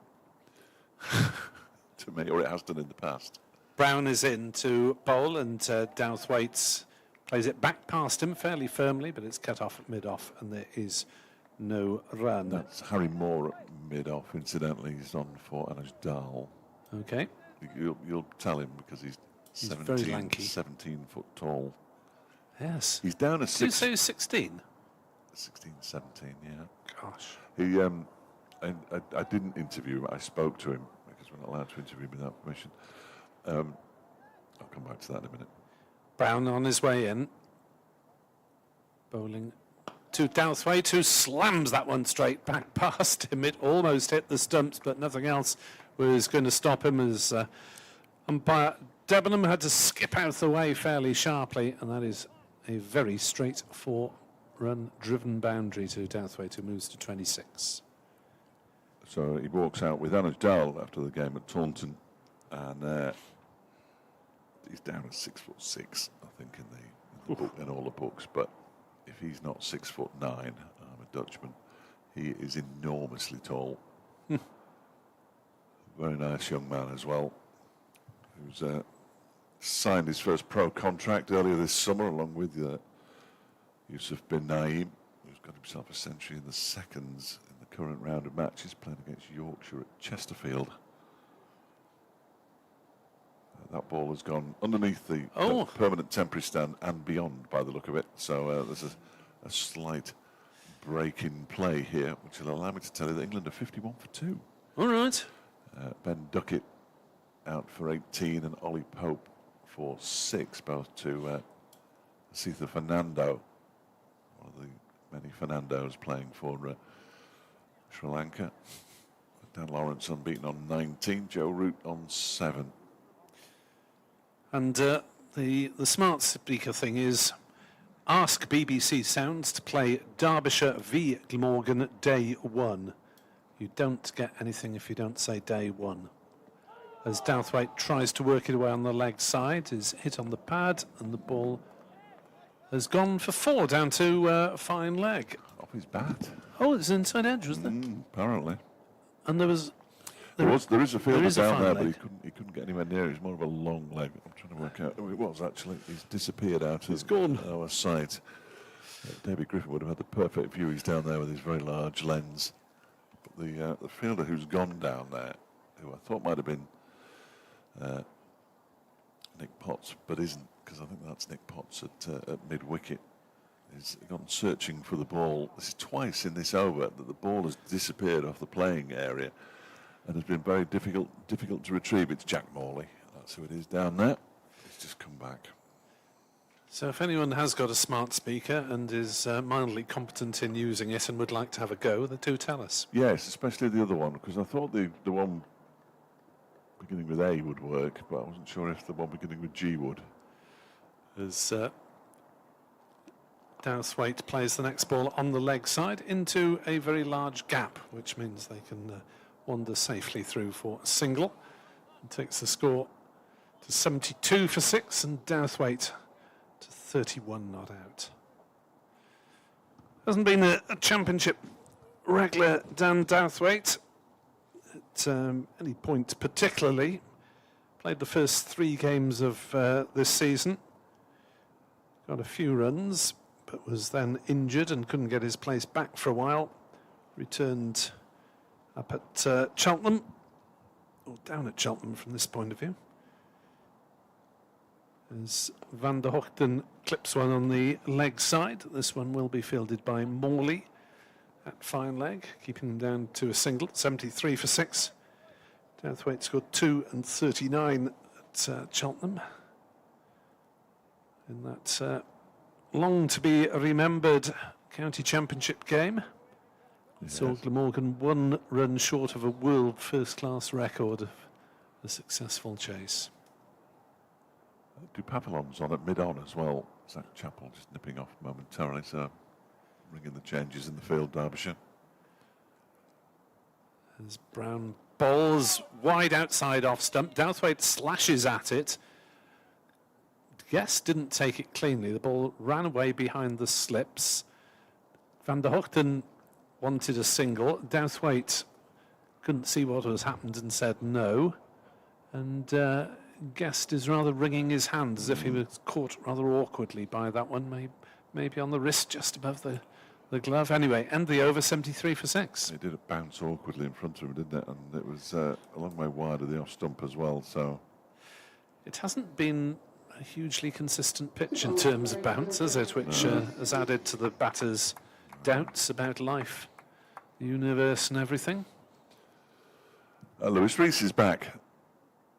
Bowled neatly this morning. 6 overs, 2 for 23. Got the ball to move in the air, certainly. I wonder if it's warmed up sufficiently for it to continue to warm up now. Interestingly,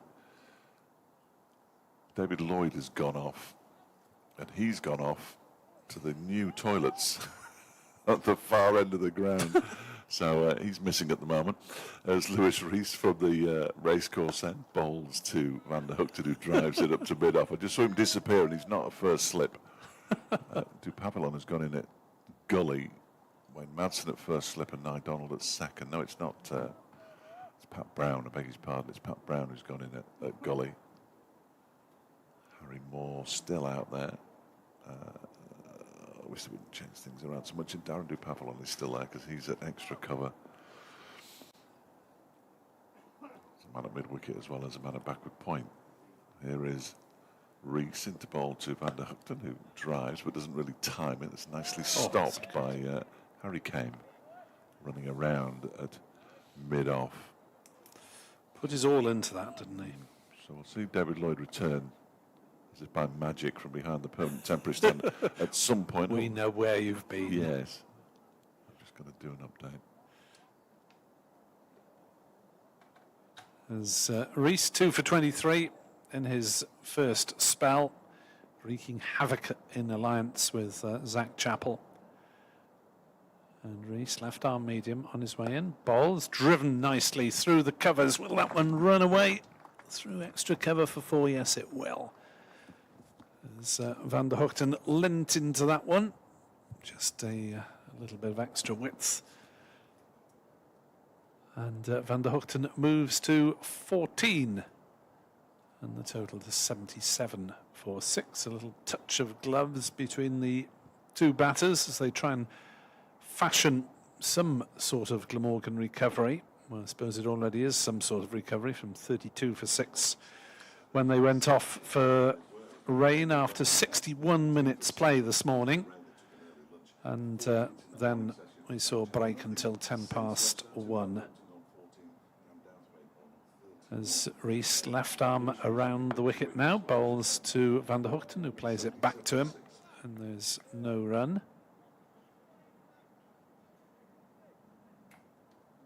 Van der Hoogten with a batting average this season of 34. It's been mightily impressive with the ball across all formats this season.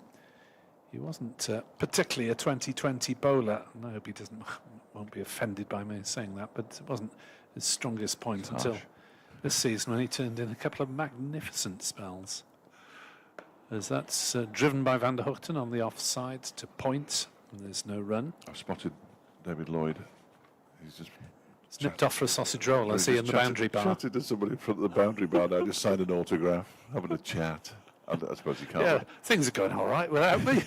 I don't suppose you could go on midway through. I'll have a cheese sandwich, please.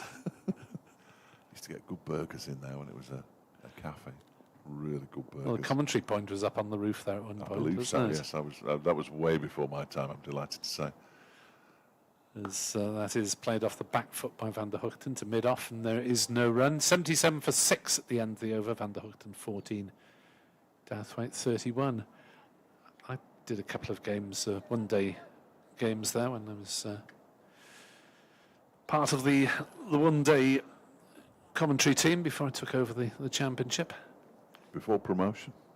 Before promotion in 2015 when I started doing all Glamorgan's games, and then this season have largely retired from T20 action. Have you? It's too exciting for me. Yes. Let the young persons enjoy it. I noticed, because I did tune in for a while on Sunday, you had Colsey with you. Yes. Yeah, he was with us Yes, for I a was few meant to say. T20s. Yeah.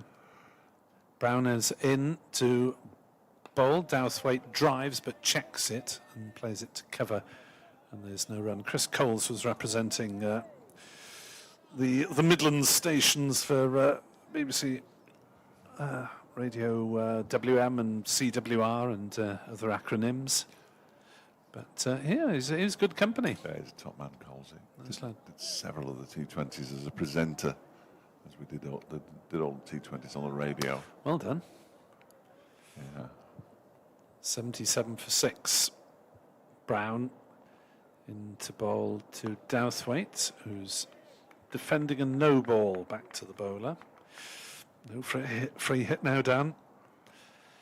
Well, let's hope he thinks there is. That could be good fun. 79 for 6. And that's the first sundries of the day. Good heavens. Brown on his way. Bowls. Douthwaite having to react quickly. He's getting good pace up, is Pat Brown, isn't he? Bowls noticeably more quickly than his colleagues. Yes. Oh, he is quicker. He is quicker. Hasn't beaten the bat yet. I'd like to see him beat the bat a couple of times, give him some encouragement. I'm not sure whether he does as much with the ball as a Chappell or a Rees. But like you say, he is a lot quicker. As he looks to get into the wickets column. And Douthwaite pulls it through mid-on, wide mid-on, for 4 runs up to the members' pavilion. And the ball bounces off the tractor wheel. And has it disappeared? No, it's easily visible to the nearest fielder. Douthwaite muscling that one away through wide mid-on. Almost tennis style for 4. Yeah. It was a short delivery, wasn't it? And it just sat up nicely. So perhaps there isn't quite as much pace in this pitch as we'd hoped. 35 to Douthwaite, 83 for 6. Brown bowls again on leg stump, whipped away by Douthwaite down towards Morley, who fields at fine leg and keeps them down to a single. You want to be careful you don't put your back out trying to see the fielders down there, Nick. I'm trying to work out which window it's easier to look at through, because I can just about pick them out through the next door window as well. Oh, don't mention my back. I was concerned about it. Yes. Sudden movements like that. Yeah, it's gone to a low-level soreness now. As Brown is in to bowl, and Van der Hoogten defends that one at the last minute back to the bowler. Yes, it's the first time I've missed commentating on a game, I think, with a back injury. Really? Wow. Oh, I hadn't realised that. I apologise. I don't want to bring up scratcher to sore. No. It was very sore, I can tell you. Yeah, the game at Birmingham, which there wasn't much of because of rain, but I was sitting very still on a chair at home watching that one. Van der Hoogten pulls that one, doesn't really get hold of it. Ball goes down towards backward square. Morley runs round from fine leg and fields. A single is taken. 85 for 6. Van der Hoogten 15. Douthwaite 36. Yeah, so I was unable to put myself forward for playing selection for that week, certainly, and wasn't picked the next week anyway, so there we are. Availability is everything. It is, but yes, our club has considerably better availability than in previous Augusts, which is surprising, because there have been occasions which they're begging every man, woman and child in the district to play on a August Saturday with people away on holidays, but for whatever reason it hasn't happened this year. Anybody with whites available this weekend? All right, anyone with a white T-shirt and train and jogging trousers, that'll do. No, actually, well, we're not. That's not the case these days, because we're in coloured kit. Oh, really? Mm. Wow. Lewis Rees from the racecourse sent bowling to Van der Hoogten, who just clips the ball on the leg stump away out towards square leg. A very stiff-looking Zach Chappell runs around the boundary And they go through for 2 runs. It's one thing I have in common with an Iron Donald, as well as being Welsh. I also wear the number 12. Can't beat being the 12th man. Yes. Chosen because A, it's my birthday, and B, it's probably where I'd come in the batting order. 7 for 6 with those 2 runs there as Rees is around the wicket once again, pushed into the offside this time by Van der Hookton to Nick Potts, who's very close to the action there. We were told that there are some injuries. Sam Connor's hamstring, Matt Lamb calf, back, other parts of his body. And Dupavlon was just described as having a niggle. So indeterminate niggle. He has been nursing an ankle injury, I know, as he was through the 50 over competition. So it's good to see him out there. The South African as Rees bowls, and that one is defended by Van der Hookton. Straight back to him. An emergency overseas once Mohammed Amir decided he wasn't going to come. Would rather play in the World Cup and fail in that than come to Derbyshire and fail here. I don't think we'll see him again. He played 3, as it turned out. I think it was T20s with limited success. As Rees is in, that one just again keeps a little bit low. Van der Hookton pushes it out to Pat Brown to cover, and there is no run. It's not necessarily what you'd expect of a first day wicket, the bounce at the moment, is it? No, it isn't, which is slightly concerning. If 4-day cricket is what you want to see. Although these two have pretty much negated the bowlers since lunch. 55, the partnership, as that one is pushed out into the offside by Van der Hookton. Fielded by Nye Donald, who's now fielding at short extra cover. Likes to be involved, an Iron. Sort of the vice captain for all formats. I'm not sure that he is, but he always seems to be the man who wants to tell the actual captain what's going on and what his thoughts are. Natural born leader, but without the armband. As Rees completes his 8th over, bowls to Van der Hookton. It's not fielded this time by Donald, who can't get down quickly enough, but it is fielded by Harry Kane. So end of the over, 87 for 6. With Van der Hookton on 17, Douthwaite has 36, the partnership worth 35. Derbyshire having signed the 2 Welshmen who've made big runs against them in recent years. Iron Donald hitting 234 and David Lloyd 313, and both men ending up in Derbyshire ranks. We're waiting for Dan Douthwaite to get to a century. We'll be snapping him up.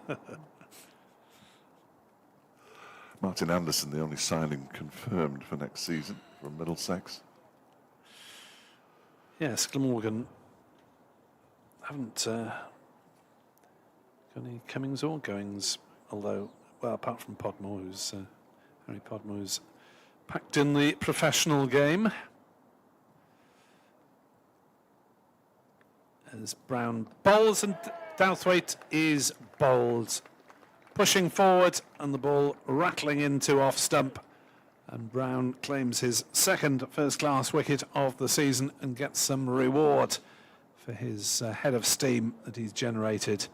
Douthwaite's gone for 36, and Glamorgan are 87 for 7 after a partnership of 55. Absolutely. For the 7th wicket. Good ball, though. We'll just put the signing of Dan Douthwaite on hold for a moment. Yeah, I think it was just beaten for pace there, wasn't he? Yeah. Just beaten for pace. He played a perfectly good and good-looking forward defensive shot, but unfortunately didn't get the bat in the right place quickly enough, and it might have come back a touch. It might just have been, he bowled it slightly wider of the crease, but either way, he didn't bowl it particularly wide of the crease.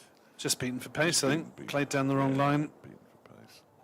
So, Back went the off stump. 57 deliveries, 6 fours for Dan Douthwaite, having added, as Nick said, 55 with Tim And the hook done for the 7th wicket. And a good job that those two did out there. It was 55. Can Derbyshire? David Griffin was going through the list of sides bowled out for under 100 in the county championship by Derbyshire here. And it's a long, long time before I started watching Derbyshire. All right. I think he said it was Essex. I can't remember the blinking year. It'll come to me when he tweets it, if it happens. And it's got to happen yet, so there's no reason why they shouldn't get another 13 or indeed more from here. Mason Crane is the new batter, with the debutants to come, Leonard and Sheet. Sheet with a first-class average of 20. Leonard, having played only 3 first-class games, too small a sample. I do hope they've got numbers on their backs.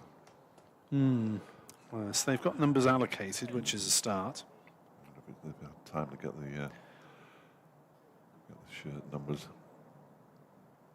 Here comes Brown then bowling to Mason Crane, down leg side. No contact made, through to the keeper. Well, the signings were only announced yesterday. How long they'd been in the pipeline, I'm not sure. There was speculation about talks with an overseas a couple of weeks ago, whether that was the deal that eventually transpired, I'm not sure. Ned Leonard signed on loan from Somerset, where chances in the first division have been necessarily limited as Brown bowls and Crane plays it out into the offside, sets out initially as if he wanted a single. Dahl dashes in and there's no run. So Ned Leonard has played 5 innings in first-class cricket. Has been dismissed 3 times and his highest score is 8. Average of 6.3.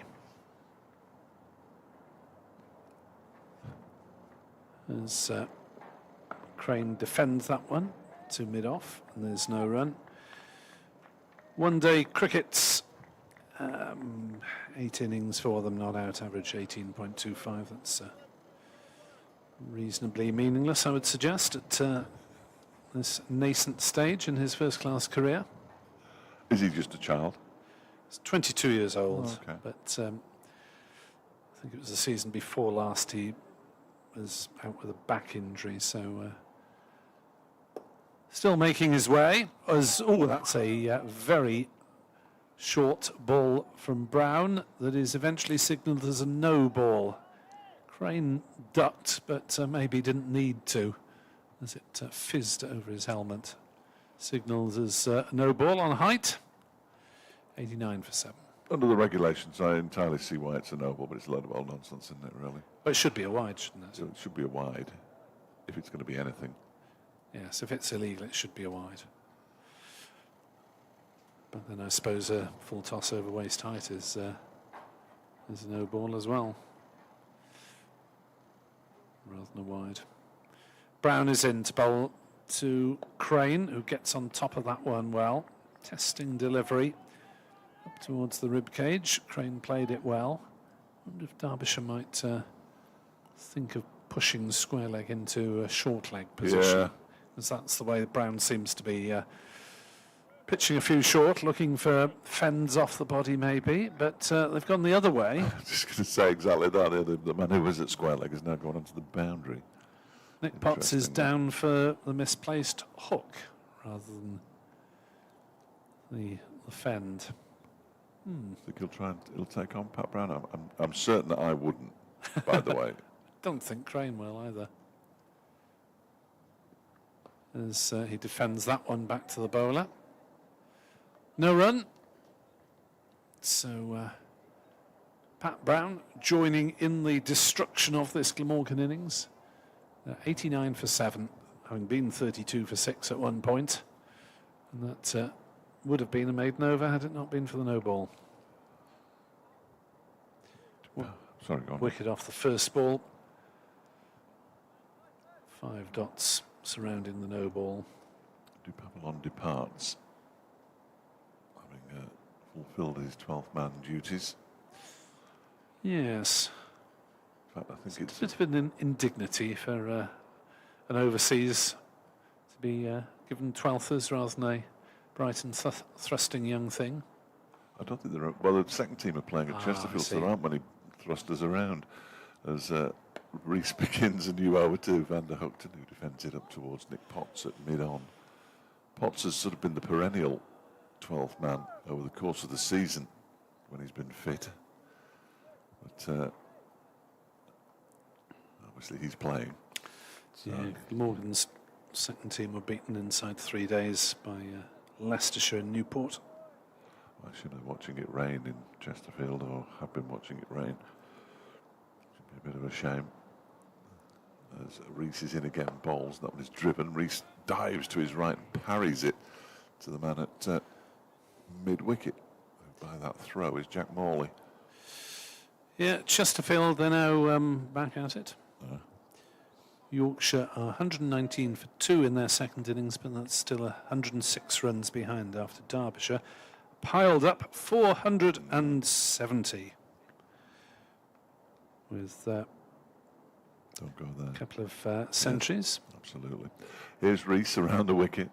Bowls to Van der Hoogten, who leaves alone outside the off stump.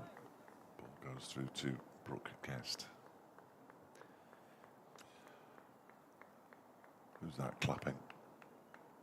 Jack Morley's the designated clapper. There's always one. On this occasion, it's Jack Morley, who's at mid-wicket. Maybe a few names to look out for in the future in that Derbyshire second 11. Yes. I think there probably is. Here's Rees in bowls. That one is played off the back foot out into the offside. Pat Brown quickly to his right does the fielding, collects the ball with both hands. Let's say time and again he is a very fine fielder. All games in the second division now currently in play, which is good news. Huzzah. Northamptonshire 49 for 2 against Middlesex at Merchant Taylors.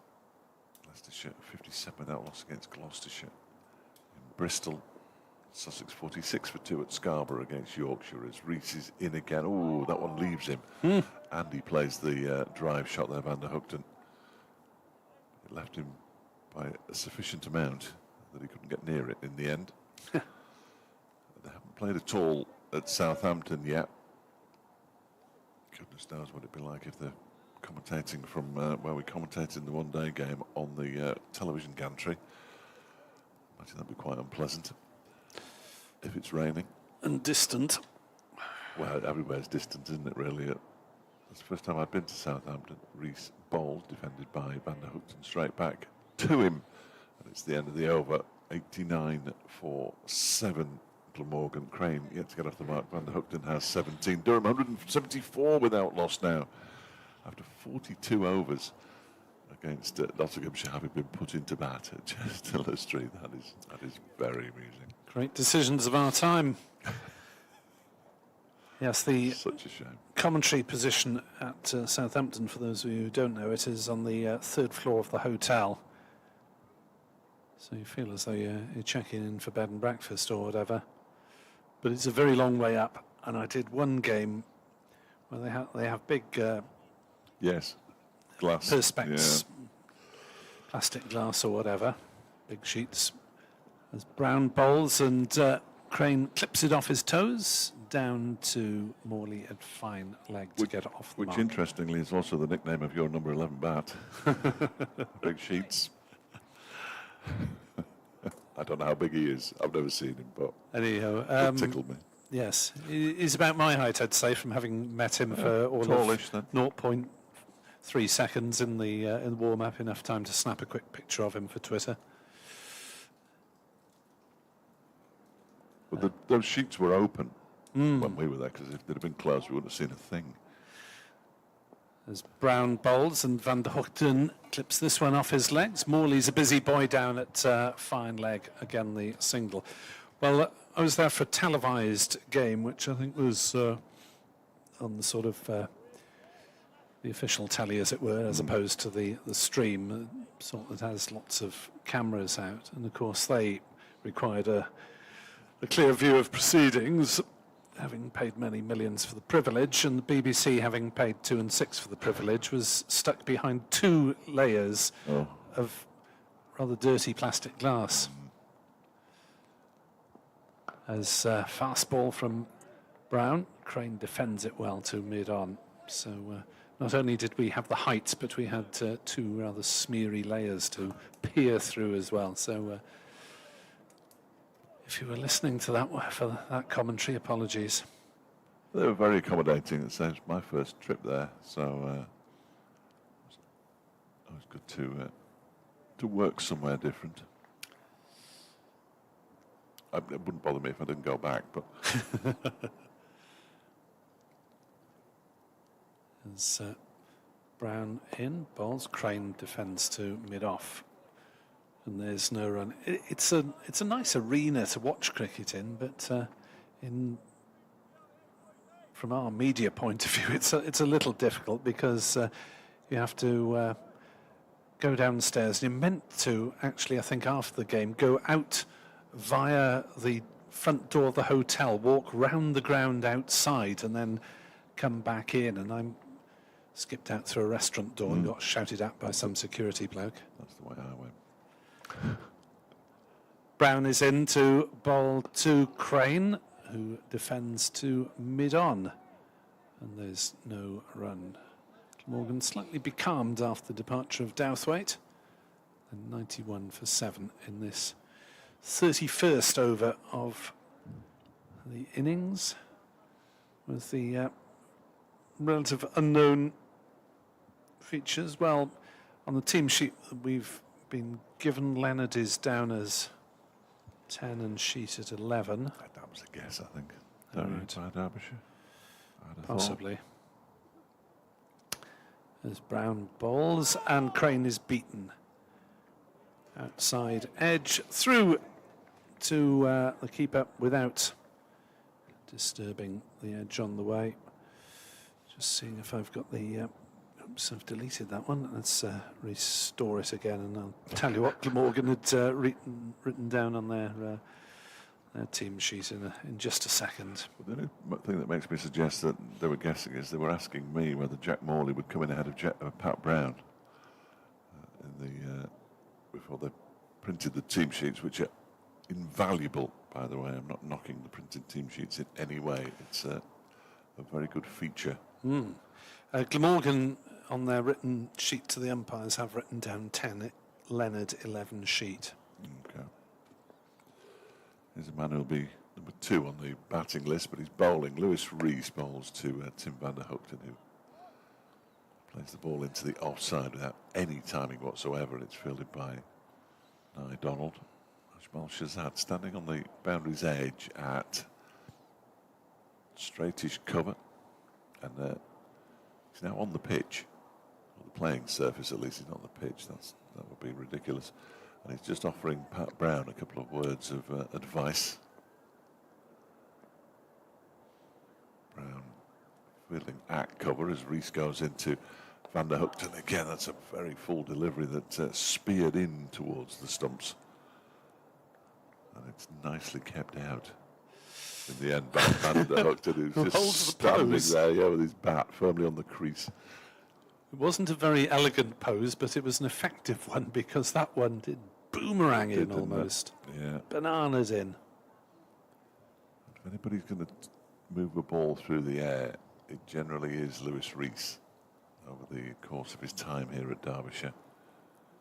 He's going to go round the wicket to Van der Hoogten. He's on 18, and he pushes this one out into the offside. It's fielded by Nye Donald. And there is no run. There's 1 or 2 unpleasant looking clouds in the distance, but above us at the moment it's not too bad. Looking away to the west, it doesn't look any worse than it is now. There is no more rain in the forecast, which almost certainly means it'll tip it down at some point. Until tonight, there's some heavy rain due to sweep through in the early hours of tomorrow morning. Rees is in. That one's whipped away off his pads by Van der Hoogten out towards Zach Chapel, whose throw is slightly eccentric. They go through for a single. 19 to Van der Hoogten, 92 for 7 now.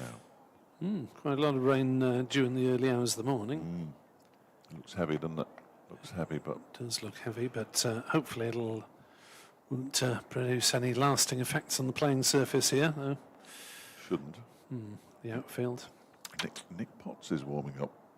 I haven't seen him bowl since July last year in first-class cricket. He won't want reminding of his figures that day. Goes against Durham. Rees is in. That one's on leg stump again. What on earth is the slips appealing for there? I've no idea. It is a leg by, but it probably wouldn't have hit another set down the leg side.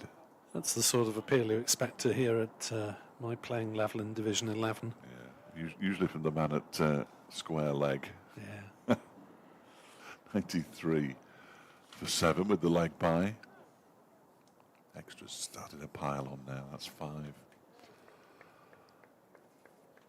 Van der Hoogten on 19, the second top score after Dan Douthwaite's 36.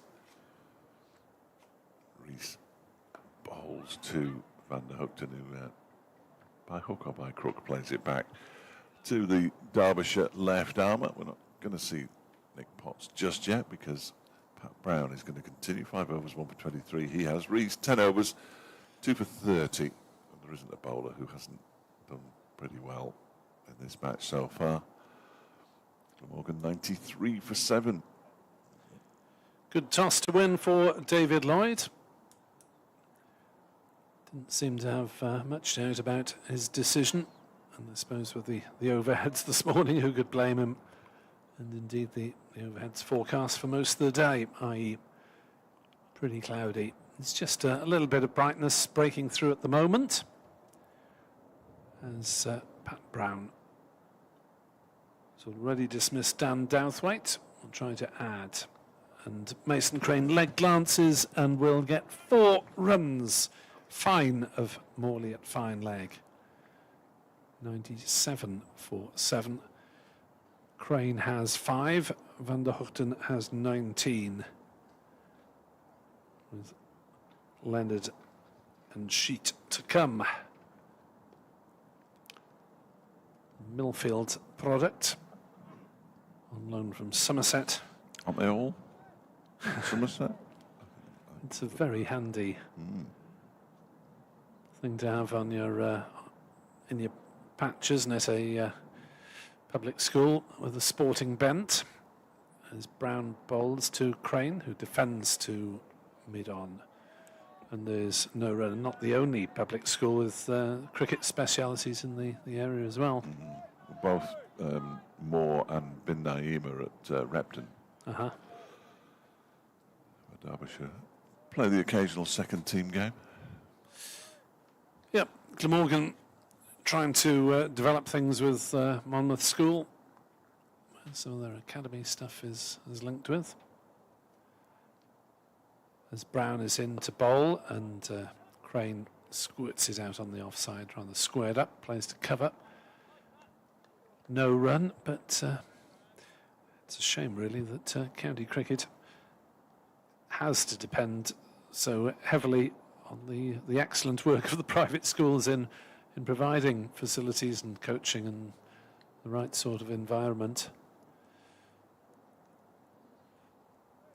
As Donald moves over from the offside to leg slip, I suppose logical since Brown has slipped 1 or 2 down there. Good catch there though, wasn't it? I was just thinking that. Brown bowls and Donald does take the catch, but it's not off the bat or glove. It looped up, Donald caught it. I thought it might have been off the gloves, but not so. Crane managed to get them out of the way. Yes, that wasn't the kind of catch I was thinking would be a good one to take. No, that was that was just a off the loopy thigh one. guard, Yeah, yes. if it's the one that But he actually glances off his hips, Yeah. he'll do well to stop it there, Donald. Well, it's still a bit of a deterrent from playing that shot on the leg side, though. 97 for 7. Crane being tested by the speed of Brown as he defends to mid-on. No run, and I suppose for Pat Brown and Nick Potts, if we see him, there could be a few better ways to come back into first-class cricket on the back of a successful, very successful first hour by your opening bowlers, with Chappell and Rees knocking over 6 wickets before noon today. As Brown is into bowl, Crane plays that into the offside and will get at least a single. Chappell is off in pursuit, and they will jog back for a second by the time Chappell pulls it up. 2/3 the way back to the boundary. 99 for 7. Crane moves to 7. Van der Hoogten remains on 19. That would sort of be tepid pursuit, wouldn't it, really, then? Rather than any other kind of pursuit. We're going to see Nick Potts. Well, he's bowled 11 overs, he's taken 4 wickets. He can be He does forgiven a less than Usain Bolt-like approach to that one. He does stiffen up very quickly, and he has been carrying a couple of injuries over the course of the season. What did he say to me at Northampton? I'm all right apart from my right calf and my left Achilles. So other than that, he's bob on. Nick Potts then. We haven't had anyone reporting successful smart speaker uses yet. No, and I don't think it works on the Google ones. But I'm hoping to be corrected. Anyone with Alexa, go on, ask her. Because you could say, hey Alexa, does this cricket thing work on Google? I don't know what kind would send it into a tailspin and probably be smoke coming out of your smart speaker. Ask BBC Sounds to play Derbyshire v Glamorgan Day 1. That's the correct enunciation. Not in a cod aristocratic voice, maybe. Beautifully done.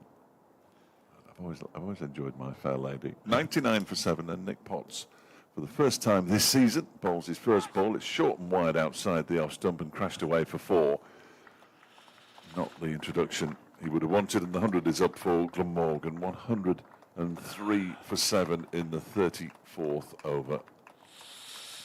That was the archetypal loosener, really, wasn't it, from Potts? Yeah, not ideal. He is sharp. Just needs to hone the accuracy. It was Harry Moore fielding on the point boundary. The tallest teenager in Derby. Possibly in the world. Potts is in again. Van der Hoogten this time gets another one wide of the off stump, and there's more work for Moore to do here. They've run 1. They're going to come back comfortably for a second. Moore effortlessly throws it in from the boundary straight to the gloves of Brooke Guest, but 2 more. Van der Hoogten moves to 25. He's in danger of threatening Dan Douthwaite's 36 if he's not careful, although he's already faced 4 balls more than Douthwaite faced. Crane at the other end on 7. 105 for 7. Harry Kane hands the ball back to Nick Potts, who sets off again. Towel sticking out the back of his trousers, and that's a better delivery.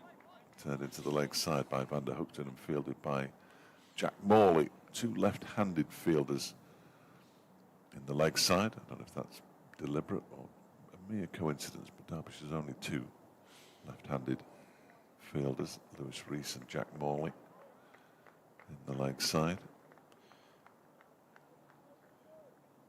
It wasn't Morley clapping that time, so somebody else has taken over. It's usually Harry Kane. He's the loudest. He's at mid-off as Potts is in again. Oh, that's a good delivery. There we go. He was tempted into playing a shot at that one, Van der Hoogten. Pulled his bat away almost at the moment it thudded into the wicket-keeper's gloves. Stuck it under his arm. Yeah, tried to look innocent.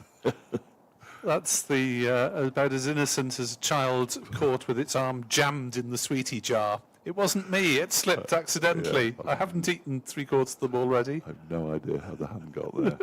That was a terrific delivery from Potts, though. That will raise his spirits. And he runs away from us again, and this time it's played off the back foot. Again, work for Moore to do away to our left-hand side. And again, they come back for 2 runs.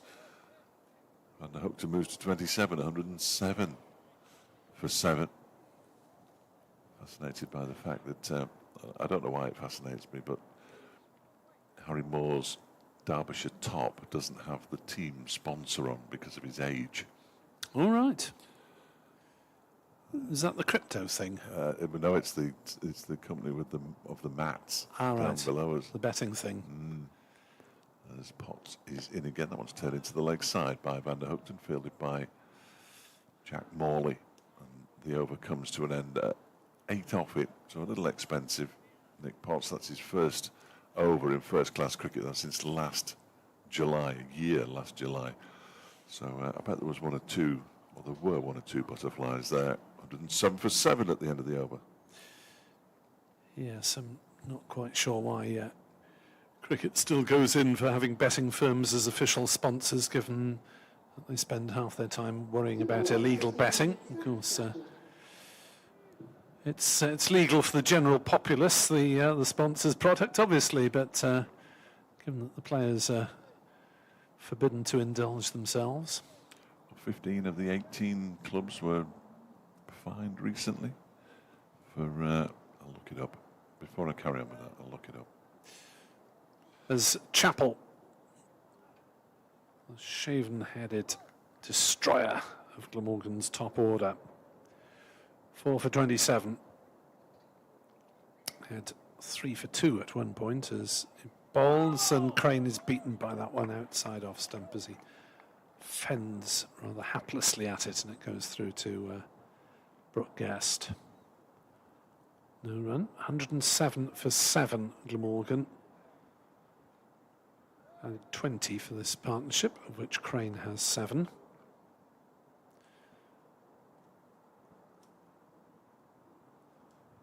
And he's been beaten for pace once already, Mason Crane. So this will really test the mettle of Glamorgan's 10 and Jack as Chappell is in to bowl, and Crane does get a firm bat on that one, but only as far as the bareheaded Reese at cover. Very rarely see professional cricketers without a cap or a sun hat or helmet, of course, when they're batting, fielding close. There's 2 of them out there at the moment, in the form of Reese at cover and 17-year-old Harry Moore, fielding at mid-wicket as a sub. There's Chappell in, bowls, and Crane defends that one in the offside. There is no run.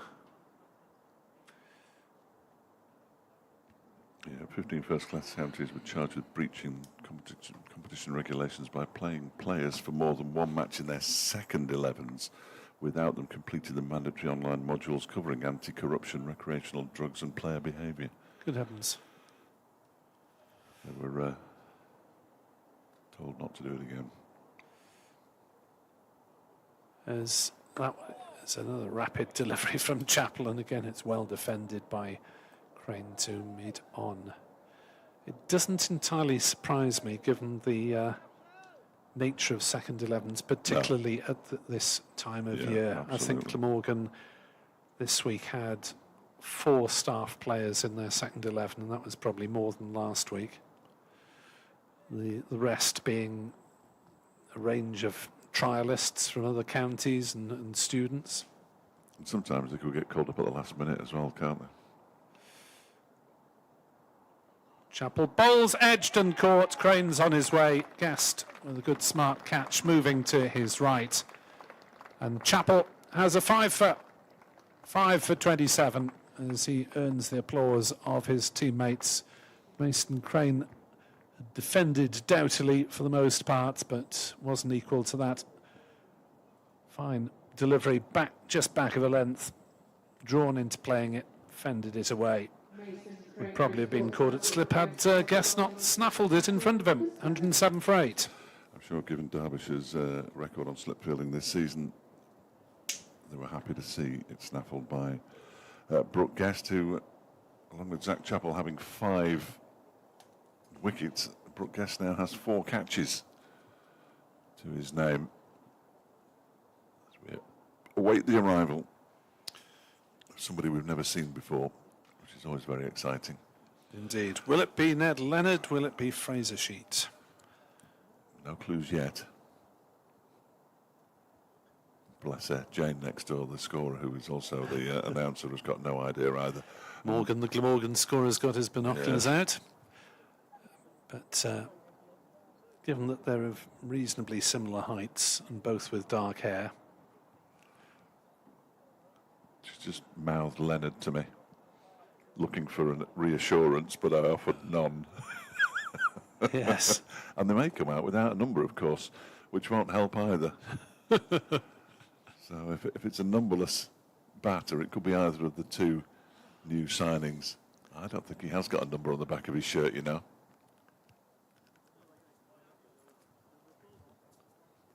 Van der Hoogten wanders over for a chat. Welcome to the game. Yes, whoever you are. Lovely to meet you, Ned Fraser. Yes, yeah. Watch out, it's bouncing a bit. Sheet, it is at 10 then, which Potentially. you would have thought. Although Leonard's gone up on the scoreboard, rather impressive. Well, he has got a number on, but Ah, it is Fraser Sheet. Well, it's number 29. it's number anyway. 29, yes. Yeah. So the Glamorgan printer has worked. Obviously, the signing was made sometime in advance of yesterday when it was actually announced. As we will see what he is made of. First class average of 20. As Chappell bowls, and he gets his first Glamorgan runs. I think a bit of bat involved, yes. Down to fine leg for 4. Nelson on the board, 111 for 8. And Sheet is underway with 4. Leonard has been credited with them on the scoreboard. And I'm just trying to sort the... Van der Hoogten Yeah, there we go. It'll be sorted any moment now. remains on 27, not out on the non-strikers end. You would have thought a guy averaging 20 in first-class cricket, Van der Hoogten, will not necessarily feel the need to protect him. Maybe he will try and farm the strike if he's still in when Leonard gets it. There's the applause. Somewhere in the next postcode as Zach Chappell arrives back on the boundary and receives the credit from his personal fan club down there. Somebody called Andrew Donald. He's Yes. forever bothering me. Oh, not him again. Forever bothering me. I'll come back to that in a moment because Nick Potts is about to begin a new over. Bowls down the leg side to Tim Van der Hoogten. That's taken by Brooke Guest. I can't put the sound up, obviously, because we're on the radio, but he's just showing off because he's got one of those posh smart speakers, which clearly works. He has tagged you in as well, Nick. Ah, so, thank you. Yes.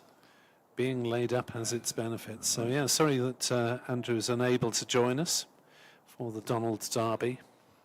Yes, I'm not sure. I'm hoping we'll see him, Andrew, before the end of the season. Came up to Chesterfield, had just a swift half with him. As Potts is in again. That one's pushed out into the offside by Van der Hoogten. There's no run as it's fielded by Arnold. I'm glad to see that someone's got their smart speaker working. Yes, it's not that. That's not the. That's the different kind of smart speaker to the ones that I have, though. All right. One of the little pebbly ones. I'm sure they're equally good, or otherwise. I know they listen. That's my only fear. Everything's connected in my life electronically. Potts bowls. Oh, quite an expansive looking drive from Van der Hoogten there. That's why you need to get the tin foil wrapped firmly around your helmet, Dave, to stop them listening to you. Stop them hearing my thoughts. Nobody wants to hear those.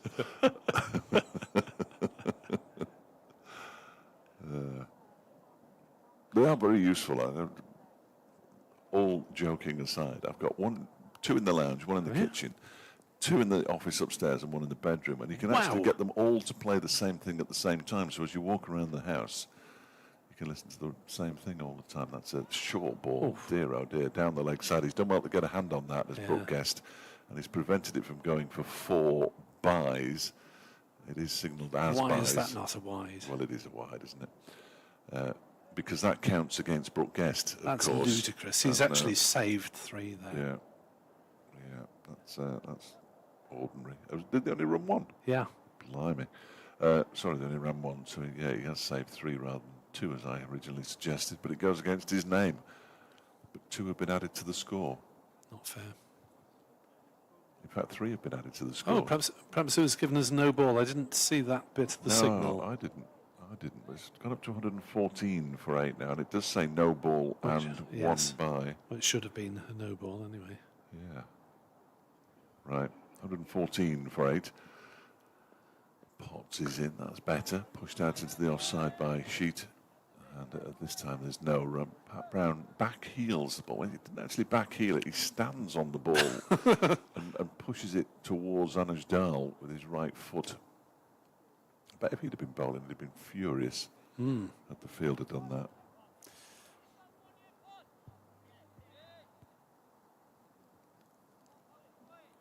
There's still plenty of opportunities to go out and socialise in the remainder of the season. Hove next week, Northampton in a fortnight after that. Good place, Northampton. Potts bowls, and that's defended by Sheet back to the bowler. And then Leicester, which is just down the road. Indeed. That's about as A good. short distance for Derbyshire supporters to travel and That's the best thing I can say about it. The join Mr. Fletcher in boosting the local economy. The home of Thomas Cook. All right. There's a big statue of Thomas Cook outside the train station. As Potts is in, and she rather unconvincingly defends that one back towards Potts. It's the end of the over. So apart from the no ball and the bye, the other 5 deliveries were dot balls. 114 for 8. Potts has bowled 2 overs for 10. Van der Hugton has 27. Sheet has 4. We move within an hour of the tea interval, which will be at 3:50 today. With only 60 overs to go in the day. So you take the 16 off for the hour, and they won't bowl 16, I can guarantee that. Say 15. There'll be a 45 over final session, which will take roughly 3 hours from 10 past 4. 10 past 4, which is 10 past 7. Which That's not going to happen on light grounds, is it, even with the floodlights on? you wouldn't have thought so. You wouldn't have The thought nights so. are drawing in, as they say, unfortunately. Yes. 114 for 8, Glamorgan, having been 32 for 6. Derbyshire have continued to ask questions throughout. Glamorgan have not had many answers as Chappell bowls to Van der Hugton, who plays it to mid-on, and there's no run. There's plenty of room on the leg side. Mid-on is the only man actually saving a single. Square leg is back on the boundary. Indeed, he's actually beyond the boundary as Pat Brown asks for something or other to be brought to him. It's Ajmal Shazad who's with him again. Bowling coach. Back from some franchise or other. And Zach Chappell is on his way in and bowls, and Van der Hugton does pull, and slightly uppishly, but bounced halfway back to the boundary, and it's run away for 4 runs beyond the reach of Mr. Brown. At square leg. 118 for 8. Morgan Chappell with 5 for 35. Potentially in line still for a first-class best if he can claim at least one of these remaining wickets. And not concede too many. He's in again. Balls to Van der Hugton, who defends into the leg side and the offside. And there's no run.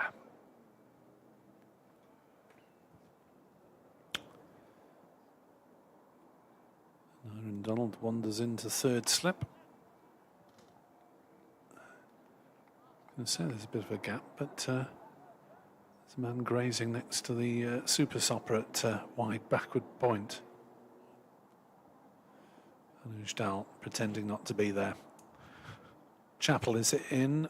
Van der Hoogten plays that one back to him, keeping the touch low again, as they have done on occasion. At both ends of the ground, really. A sorry tale is the Glamorgan scorecard. There were 3 ducks first up. Callaway, the latest experimental opener. Northeastern Carlson. Root went for 9, Ingram 10, Cook 13, 32 for 6 it was at the rain break, as Van der Hoogten leaves that one outside off stump. Since then, Glamorgan losing Douthwaite, bowled by Brown for 36, and Crane caught Guest, bowled Chapel for 7. Cooling down out there. Lewis Rees is going to put his big sweater back on.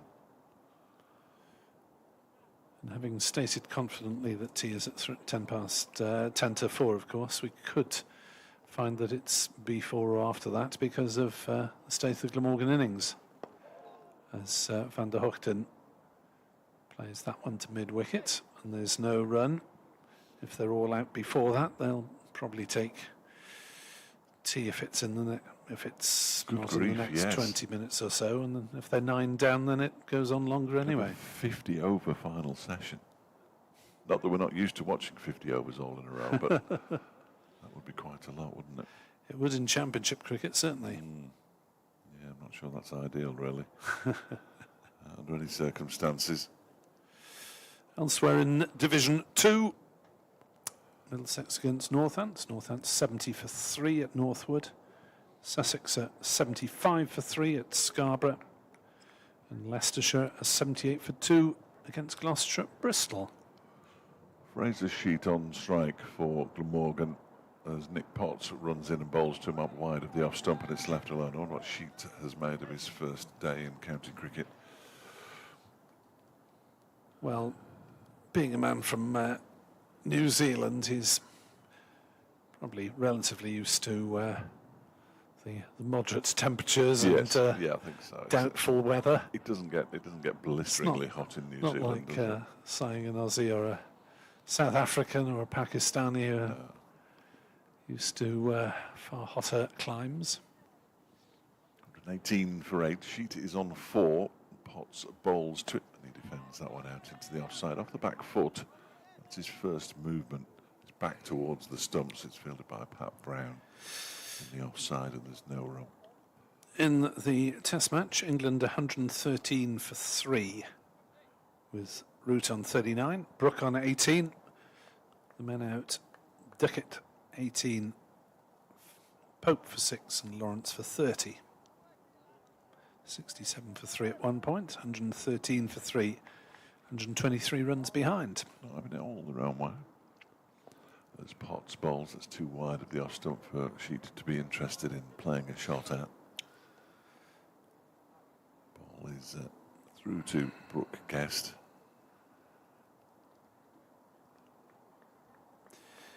Martin in Stoke-on-Trent says it does work on Alexa. You don't need to include the day. Well, we were told we had to include the day, Yes, but we were only following instructions. We're That's only all following we were orders. doing. That's all we were doing. But thank you for that, Martin.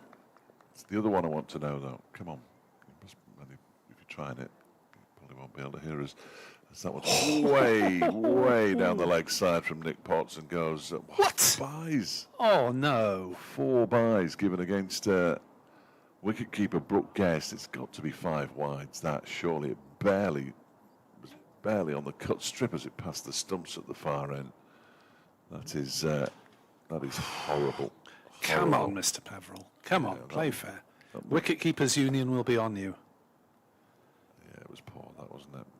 Bless him. He's got no chance, Brooke Guest. But there we are. 122 for 8. In goes Potts again. That's better, but it's too full. Yeah, it was nicely through the air, but too full and driven away to the point boundary for 4 by Sheet, who doubles his score, moves on to 8.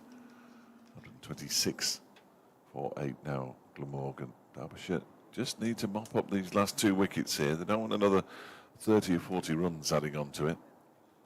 Sadly, for Glamorgan, it's the exact opposite, clearly. But Still doing a bit in the air, isn't it? yeah, that definitely movement there. But it turned it into a juicy half volley outside the off stump. Here comes Potts once more. Bowls to Sheet, who defends this one into the ground. It actually bounces behind him. And there is no run off the final ball, but there were 8 runs off the over, including 4 byes, which is a bit of a shame for Brooke Guest. 126 for 8. Van der Hoogten has 31, so it is 5 behind Dan Drouthwaite's leading score or top score of 36, and Sheet has 8. Yeah, it's none of the byes against Brooke Guest today are really anything he could have done anything about. And indeed, he's leapt to prevent a couple more. 126 for 8 then. Van der Hoogten 31. Sheet has 8. And it is the Dutch Aussie who is on strike. And ignoring that ball outside off stump first up from Chappell. Netherlands international on his father's birthplace. He himself from Sydney, or born there. Played a bit of first-class cricket in Australia before being signed by Glamorgan, and has been a regular feature in Glamorgan lineups for many years now. Chappell bowls. Van der Hoogten. Well, there was a long single I thought available there out to deep cover, which is strange because I didn't think he would be protecting the number 10. Thought there was a single out to deep cover. No one seemed particularly bothered. 126 for 8. It was only the second ball of the over. And well, I'm loath to struggling to understand this. Derbyshire are conceding singles to try and get the number 10 on strike, as Van der Hoogten will take the single up to mid-on. Baffling. 127 for 8. And Sheet with a batting average of 20, and with a couple of boundaries already to his credit, is a complete rabbit. Obviously, Derbyshire would rather bowl for the number 10 than the number 8.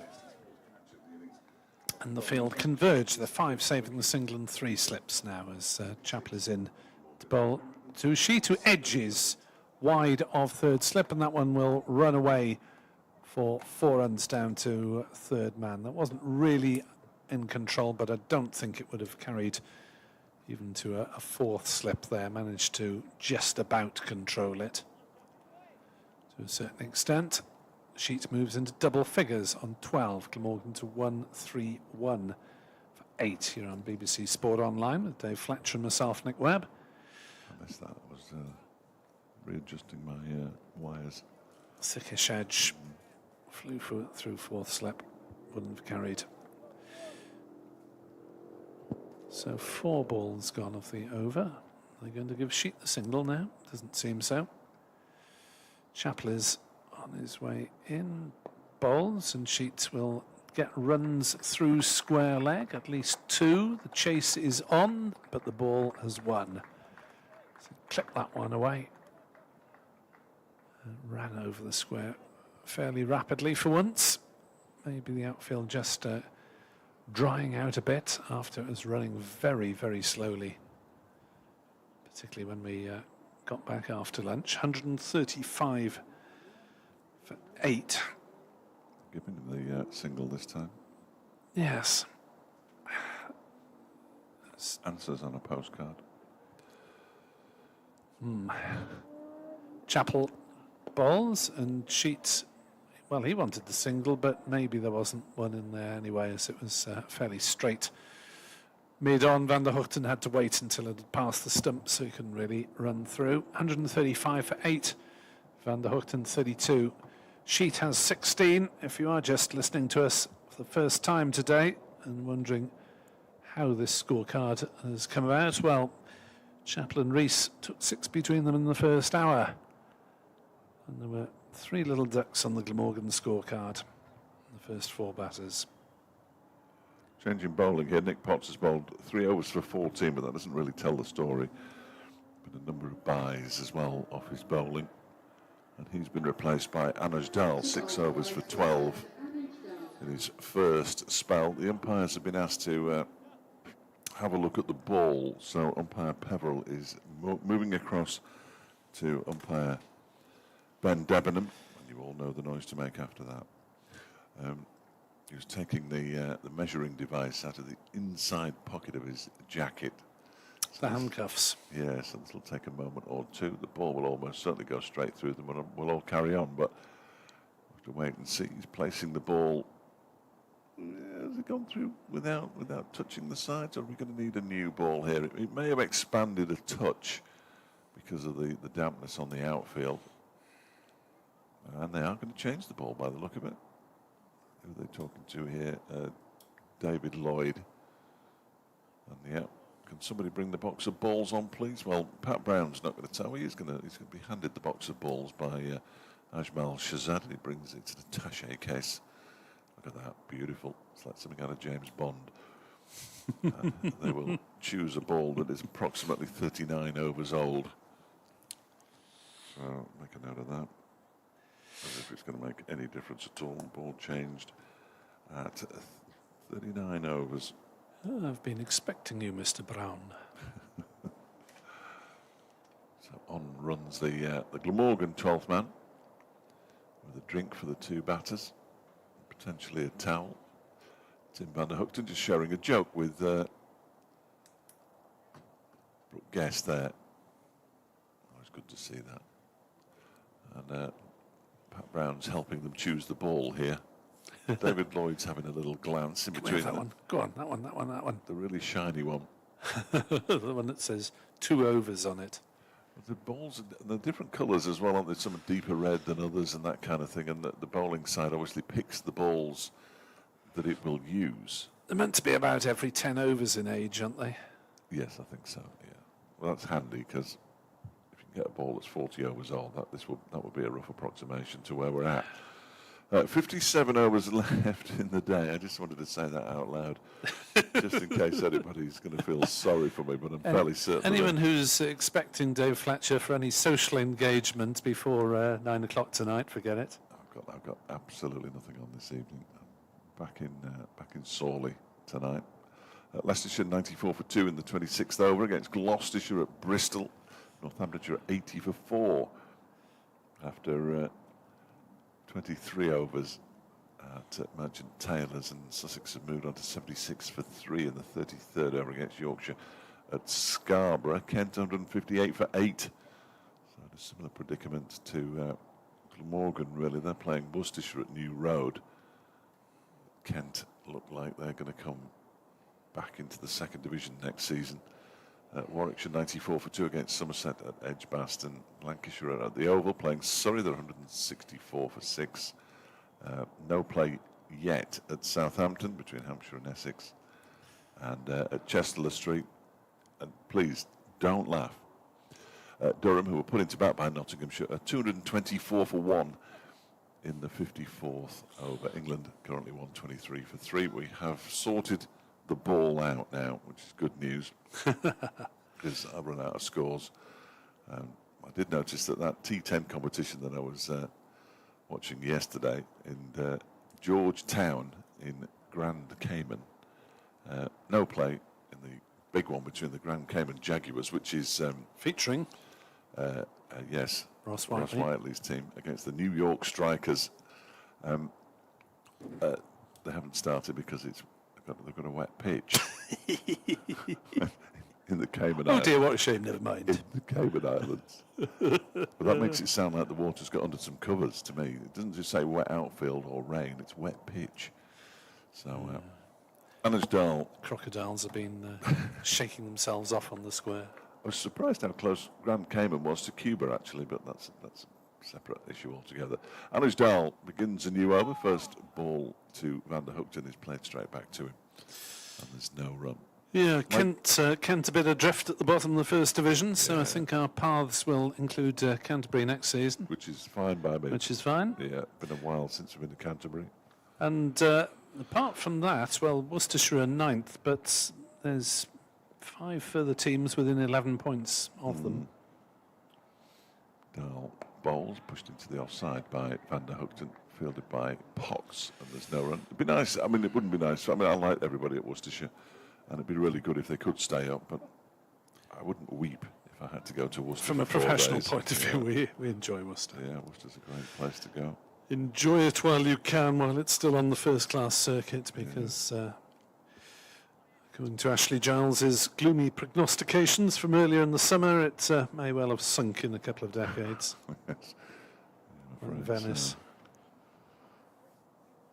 Dahl in again. That one's on the legs of Van der Hoogten, who clips it away down to long leg for a single. Fielded down there by Zach Chappell. And Anusdal's got some kind of signal there. I've no idea what it was. Both hands in the air with his fingers pointing to the sky. Unfortunately, none of the fielders seem to understand what he's talking about. So I'm going to bowl a bouncer. Well, it seems unlikely. With the greatest of respect to Anusdal, as a very fine cricketer, I'm not sure he's got the pace to bowl a bouncer. It's what we don't want is Lancashire. We certainly don't want Notts. I'm not sure we want Durham really either. So it's a long way. Well, it's not that far for me. I still don't want to go there.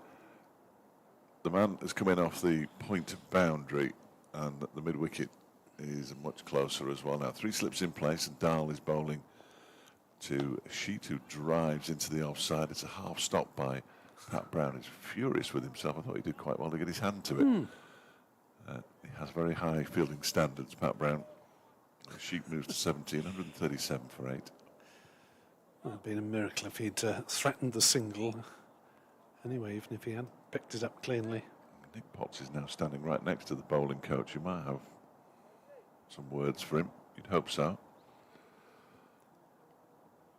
As Dahl is in, and bowls to Van der Hoogten, who pushes it out into the offside straight to Pat Brown on this occasion. Brown gets both hands to it. Picks up. I'm not entirely sure whether the lights are still on. Unless there's a regulation that says they have to stay on, which wouldn't... Don't think they like turning them on and off during the course of a session, necessarily. But they shouldn't really have been on at the start of the session, should they? That's the thing that... Anyway, 137 for 8. Dahl bowls. That one is off an edge down towards the gully region where it's fielded by Nye Donald. And Anusdal's 7th over comes to an end. 2 runs from it, 7 overs for 14. Anusdal has bowled now. And the weary-looking, but ever-willing Zach Chappell is going to continue from the City end. Well, he's got a 5 for 44 at the moment. Yeah, 6 for 44 is his best, so he's going to almost certainly have to get 2 more wickets to get career best figures. Unless he gets 2 quickly in this over, and that'll be that. As he is on his way in the 6'5" figure of Zach Chappell, and Sheet allows that one to go through outside off stump, and there is no run. I don't think Darren Dupapillon's got a lot of faith in the remaining 2 Glamorgan batters, because he's now in his training kit on the edge of the boundary. And he seems to have brought a tape measure out, which suggests he's going out for a bowl at some point. Yes, he hopes they'll knock him over quickly. But of course, we may have to go back out now if the last 2 did fall quickly, and have a bit of Derbyshire batting before tea. There's Chappell bowls outside off stump. Sheet is not tempted. Just raising the bat to make sure it's out of the way. 137 for 8, Glamorgan having been 32 for 6 in the first hour of the game. then had a bit of a downpour, an early lunch, no time lost. So I think it was 29 minutes, and you can have half an hour added to the end. As she plays that one slightly uncertainly down to fine leg. I think it was where it was intended, but it was safe enough in the end. 138 for 8. Sheet 18 not out. Somebody in Derbyshire, gilet and white. So I'm assuming it's Ben Aitchison that he's walking away from me now. Looks like he's on the 12th man duties.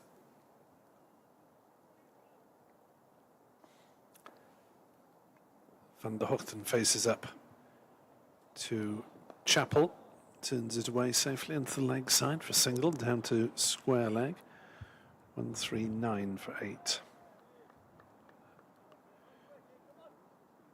Sheet has actually got 2 first-class half-centuries, so quite why Derbyshire were trying to Didn't make sense. give Van der Hochten singles to bowl at the number 10, I'm not sure. But Derbyshire have done most things well today. Or at least in the first hour, significantly better than Glamorgan. As Chappell bowls a short ball that he's hit up into the air, and Sheet will go. He is caught at mid-wicket. Couldn't resist the short delivery and didn't play it very well. And Sheet is out for 18 off 18 balls. It's 139 for 9. Yes. He didn't get that right at all, did he? Fraser Sheet, I'm afraid. Comfortable catch for Pat Brown. At mid-wicket, ball looping up into the air. Zach Chappell now has 6 wickets to his name and the possibility of new career best. So this is Derbyshire best now? I think. What on earth kind of question is that to ask you like? Possibly. I believe that his previous best was elsewhere. For Leicestershire, I would imagine. Yeah, 6 for 44 Leicestershire v Northants 2018. So therefore this must be his Derbyshire best, unless he took 6 for 45. I don't remember him doing that. 18 offers many balls for Fraser Sheet. Yeah, 4 fours in there, so he didn't hang around. On Glamorgan debut. I suppose there's any point in hanging around. So what are the regulations now? Certainly if these two are still batting at 10-2, we won't have tea. But if they're out now, We'd almost, Derbyshire will certainly bat, won't they? I would have thought so. Yeah. I think you've got at least 9 wickets today. He's struggling to have got more than 9. Yeah. Where's Billy Root? I don't remember getting any of the others. Having a shocker. Yes. Well, Chappell to Pat Brown's wicket. Oh well. Chappell is into bowl, and Ned Leonard defends his first ball in Glamorgan colours. Back to the bowler. 139 for 9. Van der Hochten on 34. More applause for Zach Chappell. Yeah. He's a popular man anyway, being mad as a box of frogs. And there was a pre-season game here against, I think it was against Saka. He was pulling off some dance moves out in the field. No music on, but there were some dance moves. There's a standing ovation from one spectator in the East Midlands demolition stand over there. But might just have been stretching his legs, I suppose. But he's bowled exceptionally well as Zach Chappell. Joe Root's gone for 42. England 131 for 4. Still 105 in arrears. And as Down begins a new over to Tim Van der Hochten, who defends it straight back to him there. Now they're definitely giving Van der Hochten a single here, despite the fact they've got 2 slips in place. They'd rather be bowling at Ned Leonard. There aren't many Neds, are there? Eckersley. That's the only other one I can think of, though. It's a great name. I do like a Ned. There must be some others, but I can't think. There aren't many Tims with 2 M's, really. As Dahl bowls to Tim with 2 M's. Van der Hoogten, who defends it straight back to him. Yes, Mr. Leonard is actually Edward Owen Leonard. Edward Leonard's a bit of a mouthful, though, isn't it? Yes. Born in Hammersmith, No? 2002. Up west? Is that where Hammersmith is? I don't know. It's in the west of London. Yeah, strikes me it should be up west. As Dahl bowls to Van der Hoogten, who defends that straight to the ground. And Dahl fields off his own bowling. As many Welsh people will know, it's slap bang at the end of the M4. Is it? So sort of Brentford area. Just past Brentford, if you go through Brentford and keep going. Hammersmith is where you get to, which was quite useful when my daughter was at university in London and lived in Hammersmith, as I didn't have too much steering to do. The whole that's just turned into the leg side by Dahl, who gets in a bit of a tangle with Leonard, who apologises, but there was always a single there. 140 for 9. Van der Hoogten moves to 35 to within 1 of equalling the highest score of the innings. Since I don't have a sat-nav on my car, drive down the M4 and then stop was quite handy, really. It's got its own line, of course, Hammersmith. Yeah. In the underground. It's quite a nice one as well. Yeah. Art Deco. Relatively new trains. Are they? Yeah. Okay. I'm not a regular visitor to London, really. The whole bowl. Oh dear. There's Leonard having a swish at that one outside the off stump. It was number 11-ish sort of shot, wasn't it? No foot movement. Plenty in the shoulders. It's out there somewhere, like the truth. The fielders at mid-wicket and at point have gone out to the boundary. I'm not sure he's going to hit it there, and even if he does, I'm not sure whether Van der Hoogten would take the single. No, last ball of the over. Yeah. Not. Dahl is in, and that one is driven into the ground. There was a nice sound off the bat, but into the ground and straight back to Dahl. 1 run from that over, then 140 for 9, Glamorgan. An opportunity for Zach Chappell to take his 7th wicket and finish with career best figures. Van der Hoogten is on 35. Leonard yet to get off the mark. Yes, I go to London to watch the odd game of football, to work at the odd game of football, but for precious little else. Do you drive into the metropolis for that, or do you get straight down? Yeah. Got a clever, sneaky little parking space at Leighton Orient that I don't want to discuss on air, of course. Charlton's a little bit trickier, but there's 1 or 2 little places you can go if you get there early enough. Van der Hoogten faces up to Zach Chappell and plays that one down to 3rd man. Now they've taken a single down off the first ball of the over. Interesting. So, whatever, just take the runs. Yeah. Maybe can't afford to mess around that much, or relatively confident that Leonard can hang around. I don't know what David Lloyd just said to Leonard, but he definitely said something to him. Who are you? That's harsh. Van der Hoogten moves equal with Dan Douthwaite as top scorer on 36 with that single. 3 slips settle as Chappell bowls to Leonard, who's hurried by that, but plays it neatly enough to mid-on, no run. Dawes, who I assume back in the office, wants more train chat. He's a big fan of the train chat.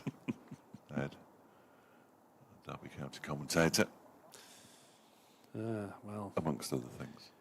Get into the delay repay business. Oof. I don't really understand all that. As Chappell bowls and Leonard defends.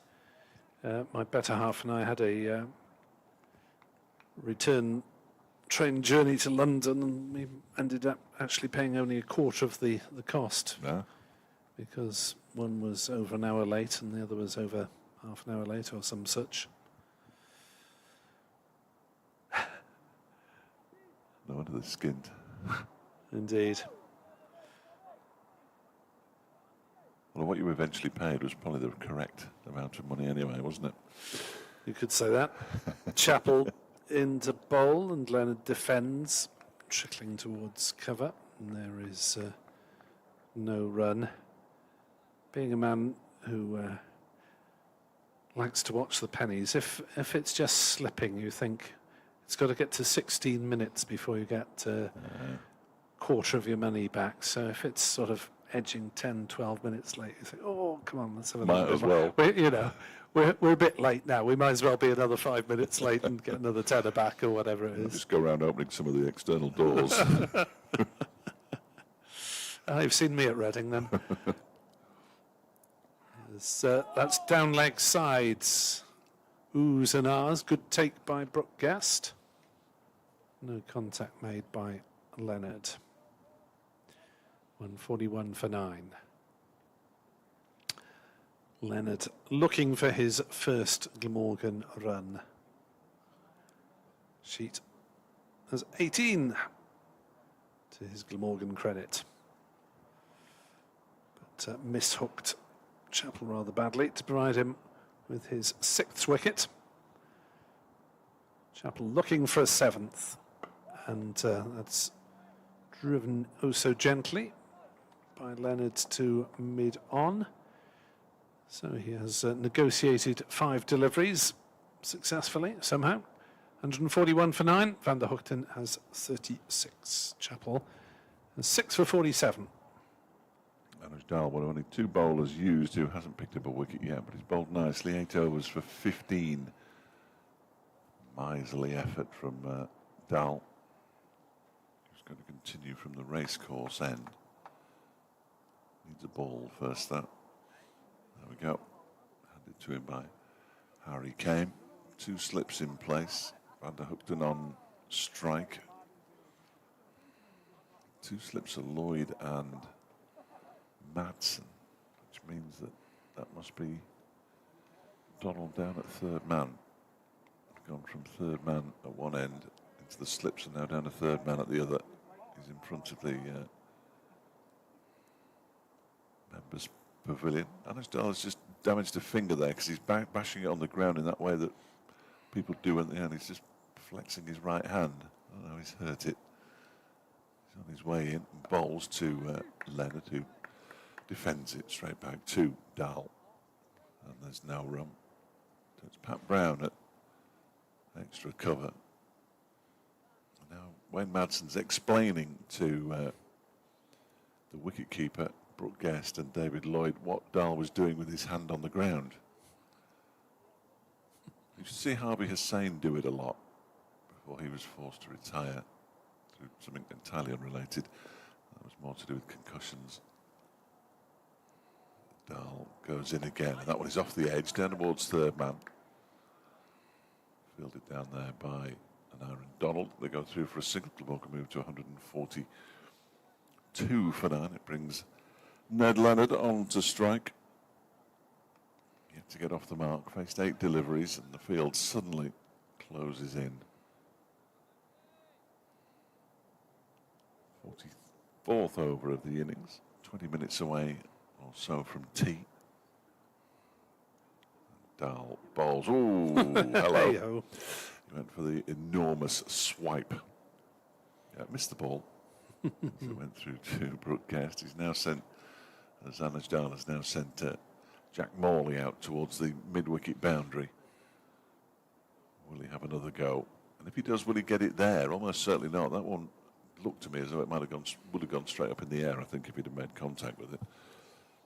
Unless he got an edge, in which case it would have flown over the slipcord. Now 3rd man is now retreating to the boundary. Point was retreating, but now he's come back. So I think that's more likely the area that it might go. Here is Dal in and bowls, and this time down the leg side. He tries to help it on its way around the corner, Leonard, but doesn't make any contact. That's 10 deliveries faced and hasn't got off the mark yet. He's played some quite aggressive shots, though.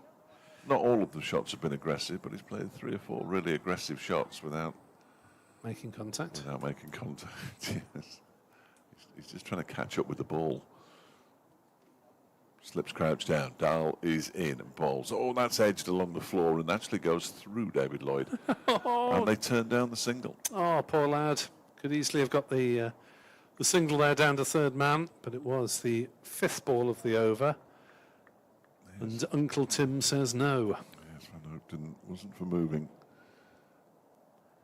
No, you stay there, Sunshine. Block out one more ball, and then I might get one to hit in the next over. He's got a single here wherever he wants it, as Ned Leonard. Anywhere he wants it at all. Not sure whether Van der Hoogten looks like he's ready to run, though, as Dahl goes in and bowls to him, and it turns it into the leg side. There is his first run for Glamorgan. They've taken the single off the final ball of the over, much to the disgust of Nick Webb sitting next to me. That just does not make sense. It doesn't make a lot of sense. They didn't take the single off the 5th ball of the over, where Van der Hoogten would have had a chance at scoring a single in turn and keeping the strike. And then they've taken the single off the last ball of the over, which definitely puts Leonard on the strike. Slightly muddled thinking, possibly. I don't know. 143 for 9 anyway. Leonard has 1 from his 12 deliveries faced.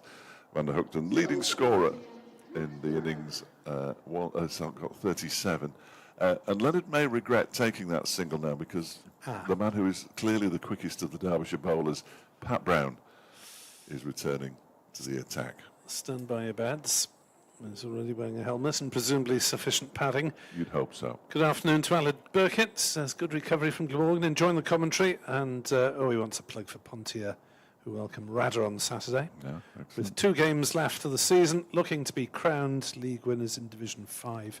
Bliner hot on our tail, 10 points behind. Sounds exciting. Oh, yes.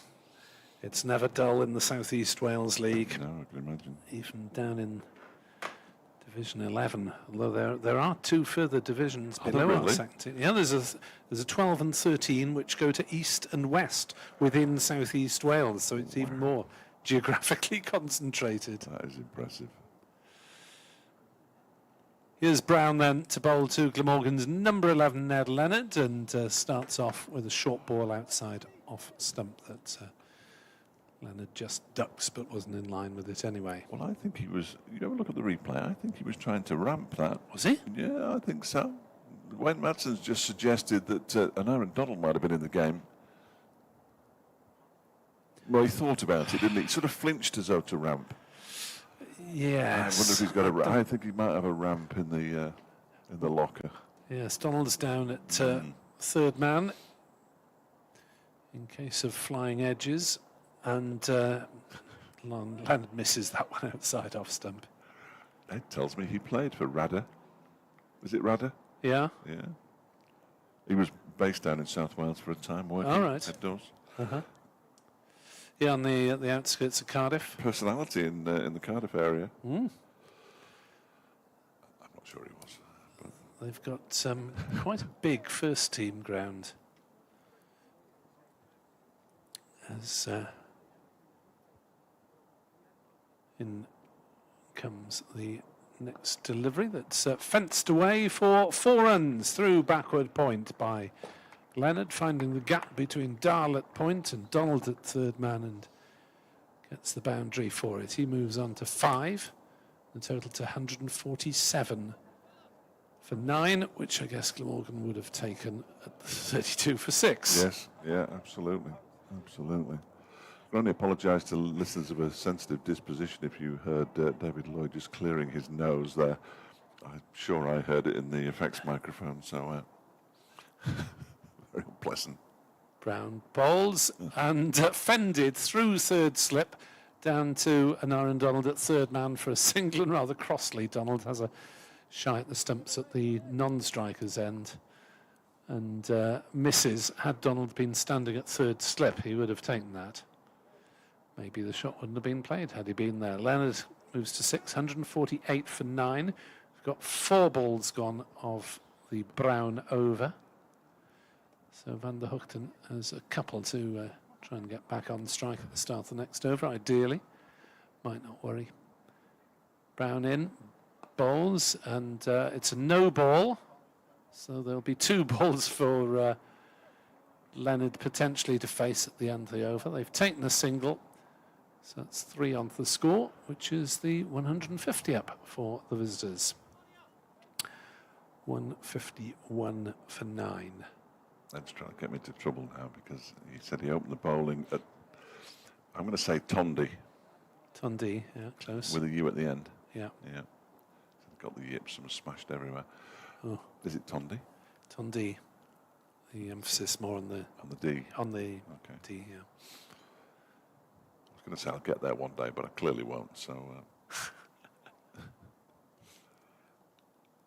That's going to be caught, is it? No, just short of Donald at third man. It was evasive action being taken by Leonard. He somehow got the bat on it, and the ball flew 3/4 of the way down towards an Aaron Donald at third man. But he had to try and get there, but in the end had to pull out the full-blooded attempt at making a catch because he might have worn it in the teeth. Yes. Had he gone through with it and wisely just about pulled out in time. 152 for 9. Leonard moves somehow to 7. This is scheduled to be the last ball of the over, and Van der Hoogten plays it through the offside. Will they take the 2? Yes, they will. So Van der Hoogten's given up protecting the number 11 and just say we'll take the runs when they come. Van der Hoogten has 40. Leonard has 7. 154 for 9. Yes, I played at Tondi a few years back, and we thought we'd done quite well to restrict them to about 200, and then we bowled out for 30 odd, which wasn't fun. No. And I think I was batting fairly low down, and I thought, all right, we're just gonna block the heck out of this and keep them out here for a while. But the number 11 then got run out. Very embarrassing. Here's Alice Dahl, 154 for 9. Bowls to Leonard, who tried to turn that into the leg side, gets an edge down into the slips on the floor. Nicely fielded by Wayne Madsen. He's living dangerously. There's Leonard. Ridden his luck, isn't he? And fair throws into enough. further doubt the tea interval. Well, I think that the 4 minutes and we'll have the tea interval if the wicket falls, as Dahl is in and bowls. That one is turned into the leg side by Leonard for a very comfortable single. Too many fielders in the leg side. One on the boundary, who is Jack Morley, and one at mid-on, who is Lewis Rees. So it remains the possibility of a final session lasting 49 overs or so. Woohoo!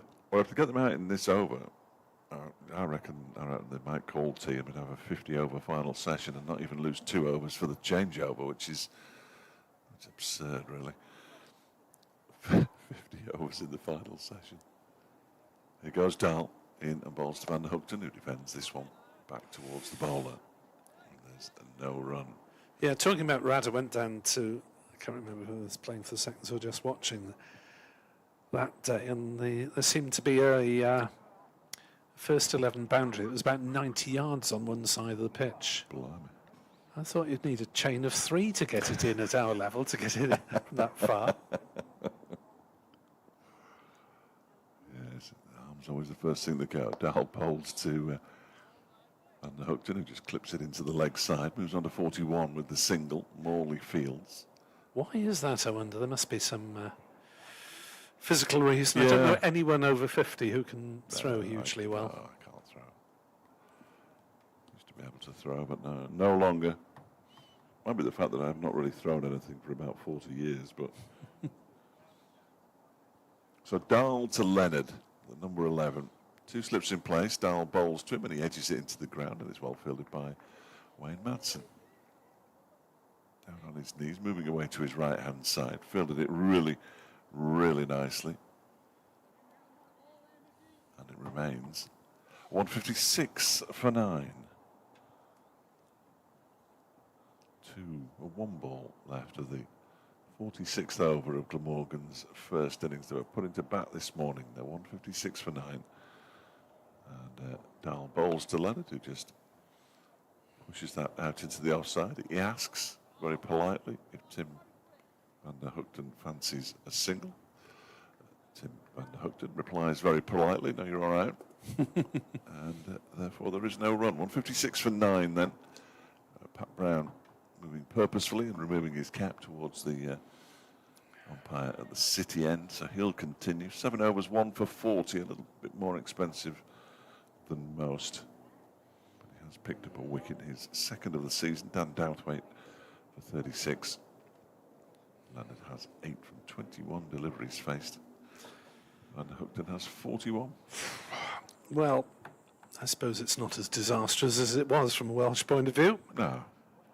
But it's not a match-winning position by any means. Good of them to make a game of it. As Brown bowls a short ball that Van der Hookten hooks, and has that one gone all the way? No, just bounced inside the ropes at a fine leg. And Van der Hookten moves on to 45 and the total on to 160 for 9. Not in total control of that one, but effective nonetheless. Very fine. Potts down at long leg. Too far round to get anywhere near the ball before it bounced. Not to get anywhere near the ball before it went over the rope. So plenty of singles. There are 3 men not saving the single, 2 slips and the rest on the boundary. As Van der Hookten plays that one into the offside. Brown makes a half-hearted attempt to stop it with his foot, but doesn't really bother, given that the batters are making no attempt whatsoever, and it trickles up to Morley at mid-off. He's one of 3 men not saving the single. 2 slips, 4 back on the ropes or thereabouts. As Brown steams in, bowls. Good ball, well played by Van der Hookten, firmly back to the bowler. And there is no run. Now Donald is still just down to our right at third man for the catch as much as to save runs, I think. Brown steaming in, but 1 for 44 in his 8th over. His second first-class wicket of the season. So he looks to add a 3rd. Bowls to Van der Hookten, who plays that nicely down towards backward point. Jog through for a single.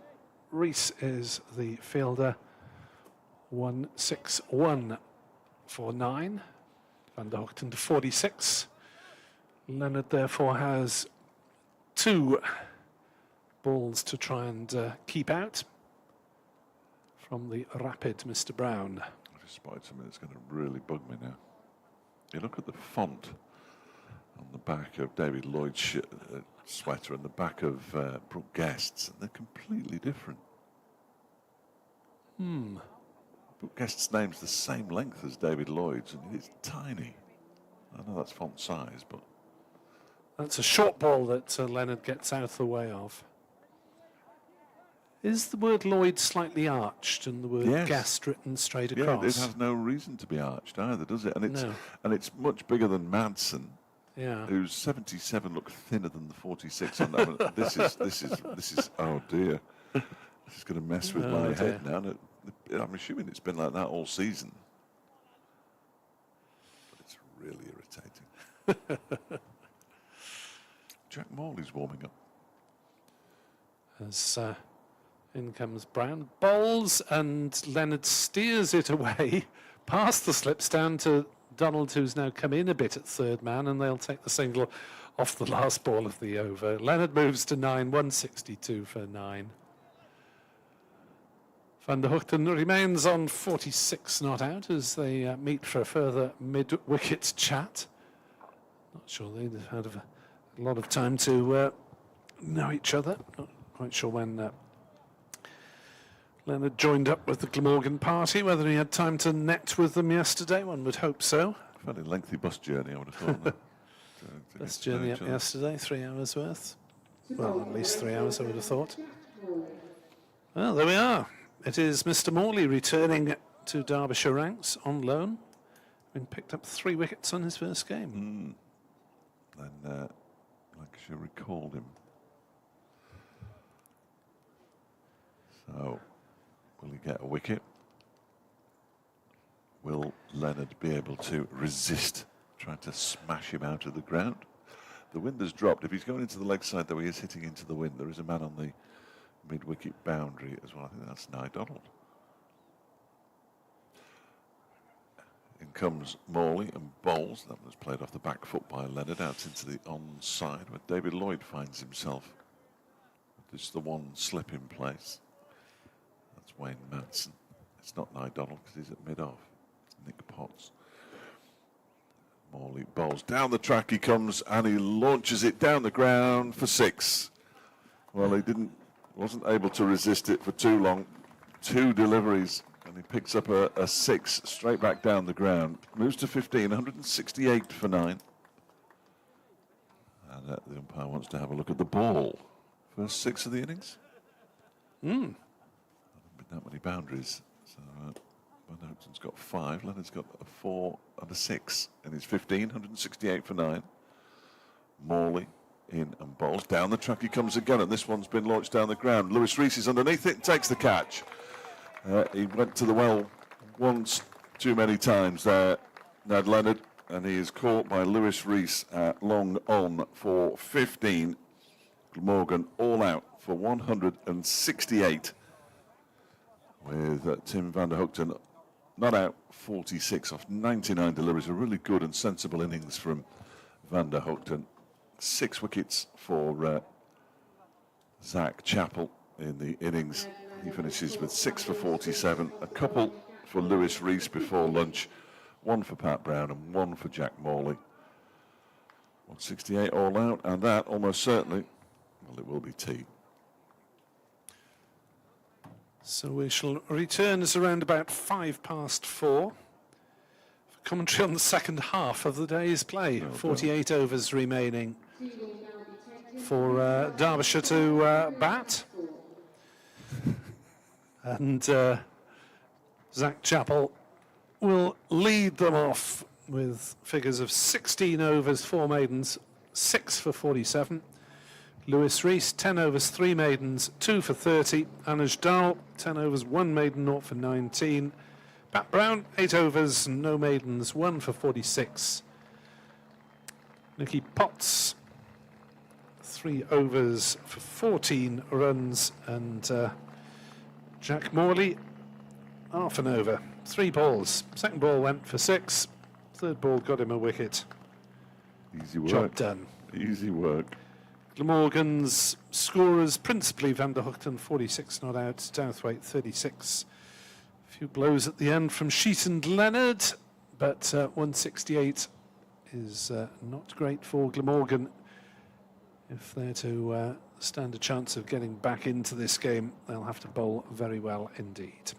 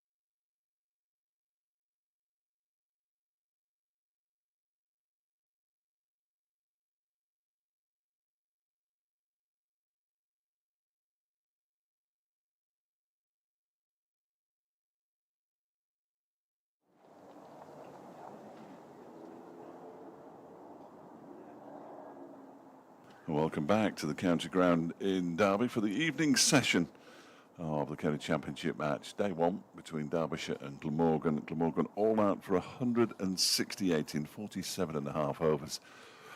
Because of the way the intervals have fallen, and despite the fact that they went off a rain at midday, we haven't lost any overs at all, and we still have 48 overs. It's going to be a 48 over session. The lights have just been switched off here. The floodlights have been on since before midday, and it's brightening up, for goodness sake. So whether we get all 48 remains to be seen, but it's a good 3 hours worth, clearly, of cricket between now and the close of play.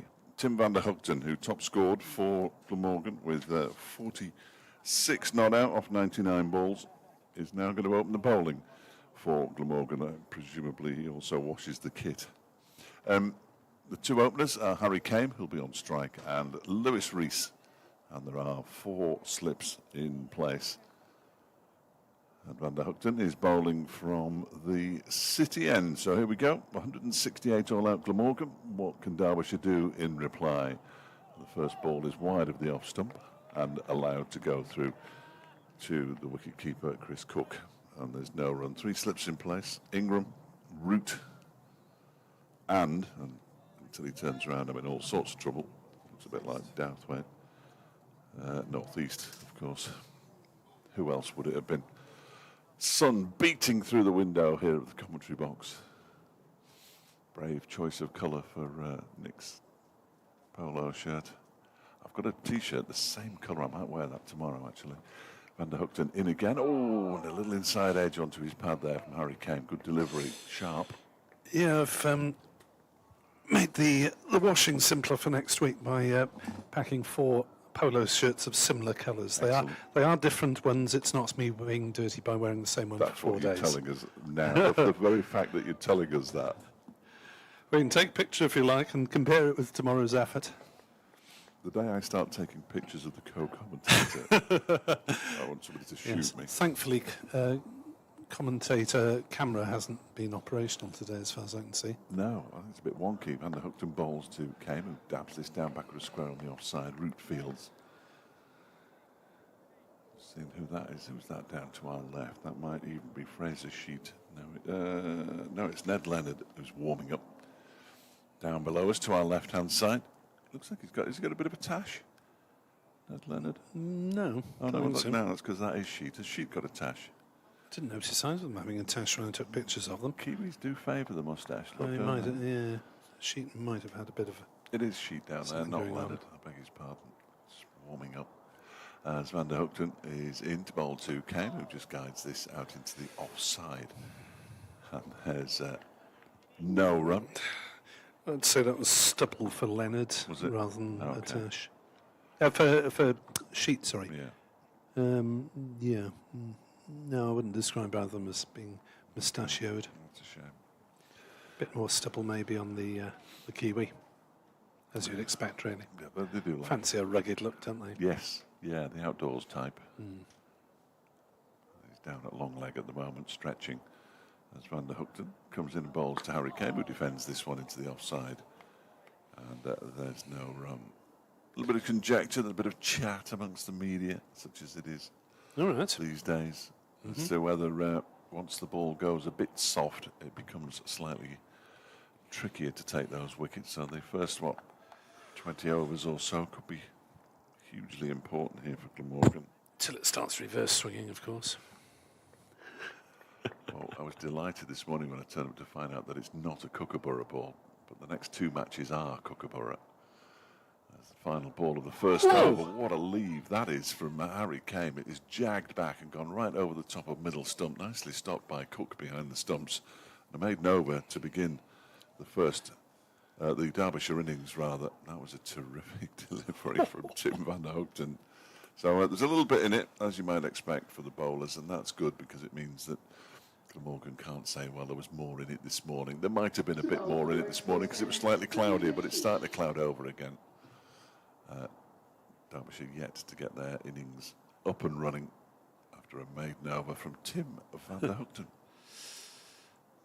Well, there's not quite the same wind around as there was No, that's this true. morning. No, it's true. But Glamorgan's opening bowlers should be able to nip it around a bit. As the Canterbury opening bowler, Fraser Sheet. We'll see if he can make an impression with the ball. Hung around a bit, scored 18 off 18 deliveries. Little partnership for the 9th wicket, as his first ball is clipped firmly to mid-wicket by Lewis Rees.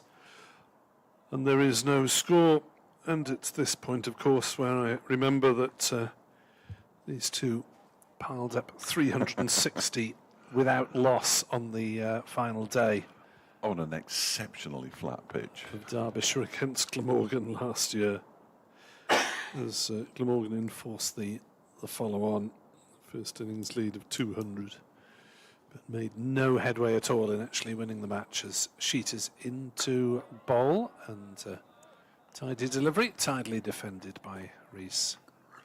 Well, in this match, Derbyshire need 19 to avoid the follow-on. So they should be capable of doing that. Yes, bit of a sensation if they don't. They wouldn't it just? There'd be a steward's inquiry, I think. A shaft or two of sunlight making itself felt. Welcome warmth of the crowd who braved the conditions today. Sheet is on his way in, bowls, and that one's kept low and reached Cook on the second bounce. He didn't take it cleanly. Got his pads firmly in the way.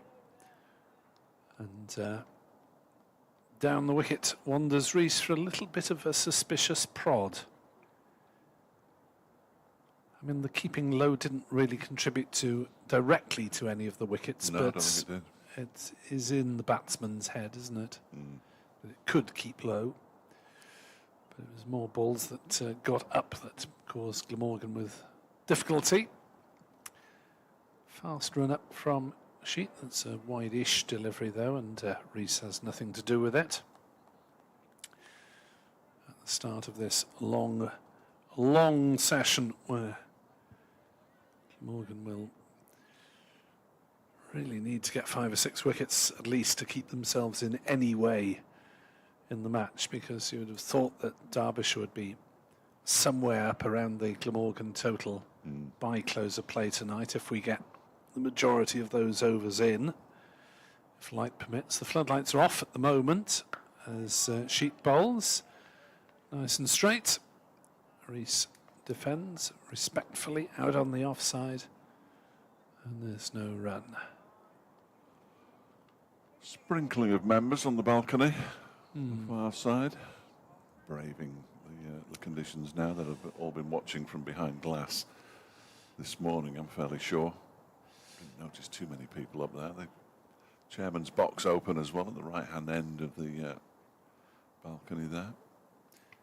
Sheet sets off to finish his first over, and again Rees is forward, defending out on the offside, and Sheet has started his brief Glamorgan career with a maiden in Derbyshire 0-0 after 2 overs here on BBC Sport Online with Dave Fletcher and myself, Nick Webb. Didn't have time to check whether we're due to be joined by any third persons at any point in the game.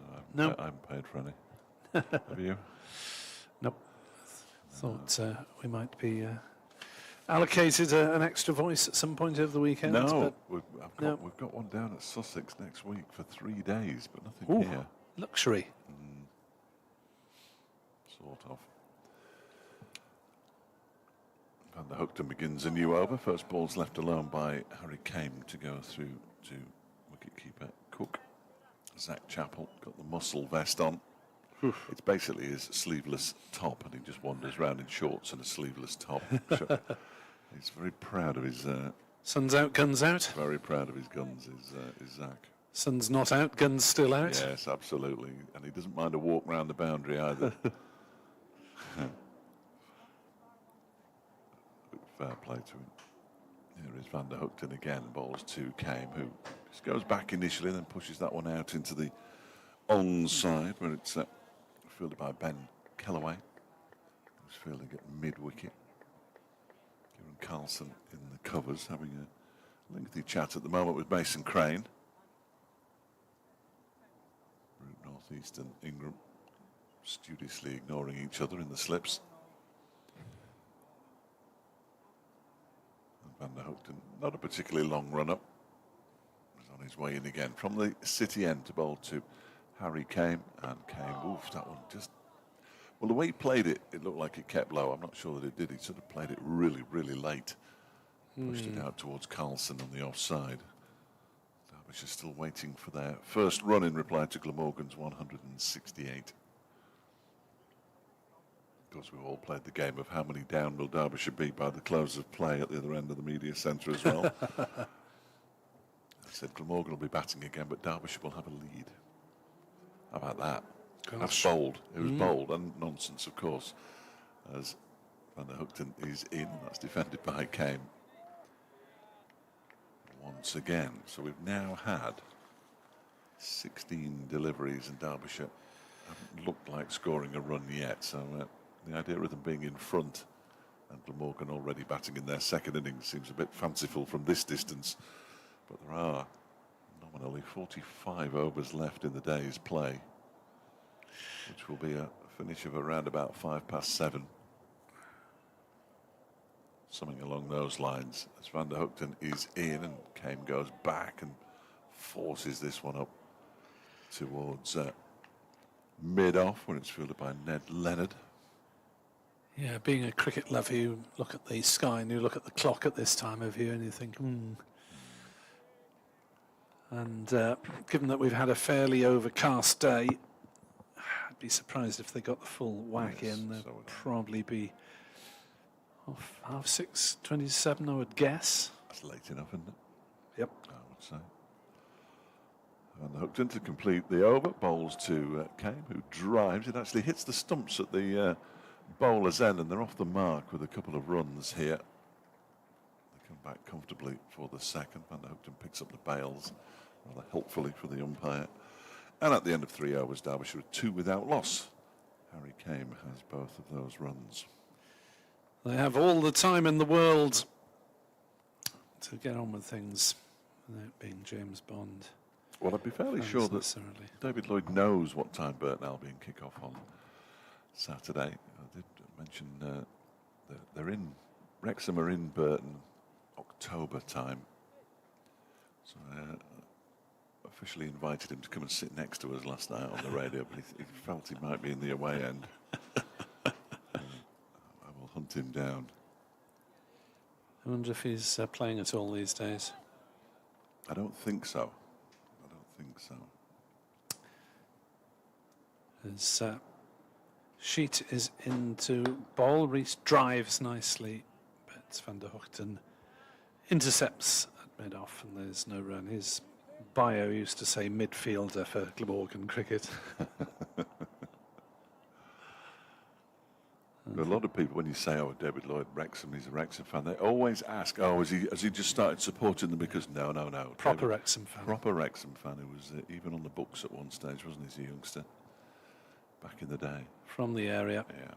Little lad. Flint. As that's outside off stump and allowed to go through. With 1 or 2 Fs, I'm not bothered. Well, yes. I'm sure, I don't know why Flint's in my head. Is it? Or St Asaph. St Asaph he was born. Yes. But I think he grew up in the Wrexham area. Right. Went to posh school in Shrewsbury. Oh, did he? Tell by his accent. As Sheet bowls and Rees defends on the leg side. Callaway as the fielder, and there is no run. I hadn't realised he'd done that. As Kame is now down the wicket and having a suspicious prod as well. As the sun breaks through now, and it is as bright today as it has been, which isn't saying an awful lot. But on the other hand, there's some fairly darkish cloud heading towards us from our right as Sheet bowls up in the block hole, driven firmly. Sheet gets a hand to it and deflects the ball onto the non-striker, Harry Kane, with no degree of force whatsoever. So Glamorgan operating with 3 slips. There's a backward point, cover, mid-off, mid-on, mid-wicket and fine leg. Bit of a gap if he gets it. No third man has driven on the onside, and Rees is off the mark with a single up to Leonard at wide mid-on.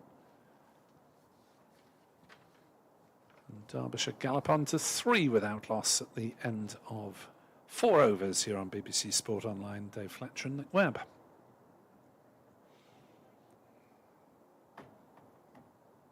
You might have gone a bit early there, Nick.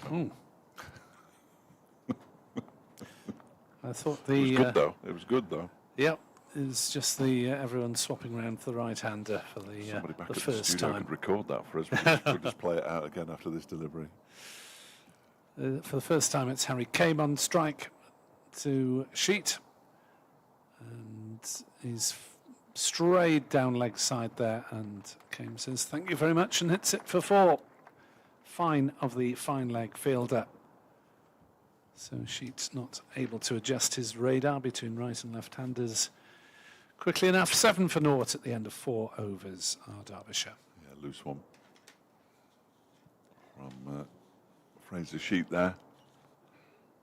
And Harry Kane wasn't about to miss out. Runs, not necessarily at a premium, but they've been hard to come by over the course of the day. So if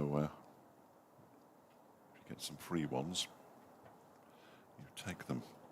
That's exactly what Harry Kane did there. Van der Hoekten with 3 slips in place. We're bowling for the first time to the left-handed Lewis Rees, and poor old Fraser Sheet forgot where he should have been. Ironic round of applause from Billy Root. He went to where he's been for the entirety of the innings so far, and found out that the batters had swapped ends. One's a right-hander and Lewis Rees is left. Harry Kane right. Van der Hoekten around a wicket to Rees. Turns that one into the leg side. Mason Crane does the fielding. There's no run. He can't plead jet lag, Fraser Sheet, because he's been playing club cricket in Sussex for Reigate Priory, I believe. Oh no, hang on. Oops. I can read my notes. He's been playing for Reigate in Surrey and Middleton in Sussex over the last couple of summers. Okay. Here comes Van der Hoekten again. Round the wicket to Rees. Strikes him in the pad. There's an appeal for leg before wicket. Wasn't a full-throated one by any manner of means. And umpire Ben Debenham was entirely unmoved. Yeah, there must be a lot of Kiwis playing over here throughout the summers then, because Derbyshire were looking for a second overseas in the T20 and settled on Cam Fletcher, who was playing locally. He played for Glamorgan last year. Did he? So briefly. Yeah, so there's a lot of players who were floating around as Van der Hoekten bowls to Rees, and he turns that into the leg side. He didn't play much because he picked up an injury. There was some bafflement on the grounds that Colin Ingram, who picked up a strain, is obviously a top-order batter, being replaced by Fletcher, who's more of a middle-order batter come wicket-keeper, which wasn't exactly like for like, and his Glamorgan career lasted about a week. Well, he was going to keep wicket down at New Road in the penultimate match of the T20 as Van der Hoekten bowls to Rees, who edges this one into the ground. And they're going to go through for a single. It was Billy Root who did well to get a hand on it and take the sting out of the ball. It was by no means a catching opportunity. So Cam Fletcher was going to keep wicket down at New Road and suffered an injury in the warm-up. In fact, around the time of the toss, and there was all sorts of confusion and panic because Brooke Guest had been told he wasn't playing. Then they brought in Mitch Wagstaff for his leg spin instead, and allowed an Aaron Donald to keep wicket as his next delivery from Van der Hoekten goes past the edge of Harry Kane's bat. Good delivery. not too far away from the edge at all. And Nye, who hadn't warmed up wicket keeping and hadn't kept wicket at all in the early part of the season, did do a bit last season on loan briefly in the T20. Forgot to take the concrete out of his gloves. I don't think he took one cleanly. Bless him. I know the feeling. Yeah. And Guest was back the next match. Van der Hoogten bowls wide of the off stump, left alone by it. Came to go through to Cook. And that's the end of the over. Van der Hoogten 3 overs for 3 runs. 8 without loss. Derbyshire 6 to Came and 2 to Rees. Although then he went off to play for Birmingham in the franchise stuff and kept wicket. And kept wicket pretty well. Unfortunately, he couldn't get enough runs to keep his place in the side. Jamie Smith returned from England duty, and that was the end of Nye. I think they've just asked for the lights to be put back on again because they can see what's coming. Some dark stuff.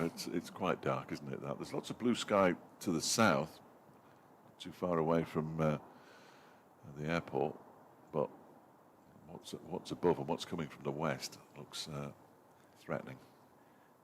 As Sheet starts a new over from this racecourse end, and that's worked away off his legs by Rees down towards fine leg. They'll run the first one quickly, but no second is available as the throw comes in. Certainly it is getting darker by the moment here at Derby. Well, they only switched the lights off just before they came out to bat at the end of the tea interval. They'll probably be wishing they hadn't. Sheet on his way in to bowl to Came, and that's through outside off stump and allowed to go through. Cook taking it very low down with the bright yellow gloves, his trademark this season. Looking pretty straight down the wicket, almost over the umpire's head. As Sheet is bowling. It's looked tidy so far. But can he make the breakthrough that Glamorgan, well, they need more than one. They need to keep taking wickets in this session. That's outside off stump, and Came is not tempted into driving at it. Although it's dark, it doesn't quite have the same feeling of wildness that it did this morning, didn't it? With the wind around, and looked as though it could pour down at any moment. I think Lillian has gone through. It's Hurricane Zach, wasn't it? Is that we got the tail end of Hurricane Zach? Is that right? Glamorgan got the sorry, the full force of Hurricane Zach, didn't they? I'm with you now. 3 slips and a gully now. Third man has been removed. Fine leg is out as Sheet is driven down the ground by Came. Good scrambling stop by Van der Hoogten to back up his fellow opening bowler. I think if we had an actual Hurricane Zach or even Storm Zach, it means we've had 26 storms, doesn't it? Because they're named alphabetically. Yeah, when they restart them, is it in the autumn? I'm not sure. And they're named by so some of them are named by island and some of them are named by, because it's where they first hit land, isn't it? As that's a full-length ball driven by Came. No great momentum. Ball bobbles down to Van der Hoogten at mid-on, and there's no run. There is still a breeze from the west if you look at the flags on top of the members' pavilion, but like you say, it just doesn't feel as wild. Are there different names for the storms depending on whether they first make land in Ireland or Great Britain? I didn't know that. I thought the British and the Irish authorities are sort of agreed on names before the start of the year. No. Sheet is in to bowl outside off stump. Came has nothing to do with it. 9 for no wicket. Now you ask that question, I'm starting to doubt my... Well, you may well be right. It's not, I might be. It's unlikely, but I might be. It's not a subject that I've given huge thought for over the years. How do storms get their names? This is the one. in 2024 they were named after prominent scientists. Who knew? When the criteria for naming a storm are met, either the Met Office, Met Éireann, or the Dutch Weather Agency, then name a storm. So it depends where it lands, but So they've you're already agreed on what the protocol is for. I think what the protocol is for naming them.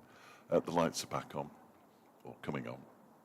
As Van der Hoogten begins a new over, bowling to Lewis Rees. That one's down the leg side. He makes sure he gets his bat a long way out of the way. Colin Ingram, as fielders tend to do when they're a little bit fed up, catches the ball as Cook tosses it to him and then races towards the stumps. They used to alternate between male and female names, but that is no longer the case, apparently. In comes Van der Hoogten and bowls. That one is pushed into the offside by Lewis Rees towards Kieran Carlson. He has the look of a wild man about him. Yeah, even from this distance. he hasn't been down the barbers this season, put it like that. No, He's growing it out a bit. something I admire in a human being. And it also makes him relatively easy to spot, which is good. Van der Hoogten is in and bowls. That one is on the pads of Lewis Rees. He tries to flick it into the leg side. It actually thuds into his pad. It's fielded by Mason Crane, and there's no run. There are very few spectators on the grandstand away to our left-hand side now. Very few indeed. Is that because the wind's coming in their face, do you think? Straight into their faces. Plus, the sun, when it gets around, if it ever comes out again, will be shining straight into their eyes. That's the least of their problems at the moment, I think. As Van der Hoogten bowls to Rees, turns that one into the leg side, straight to Mason Crane again.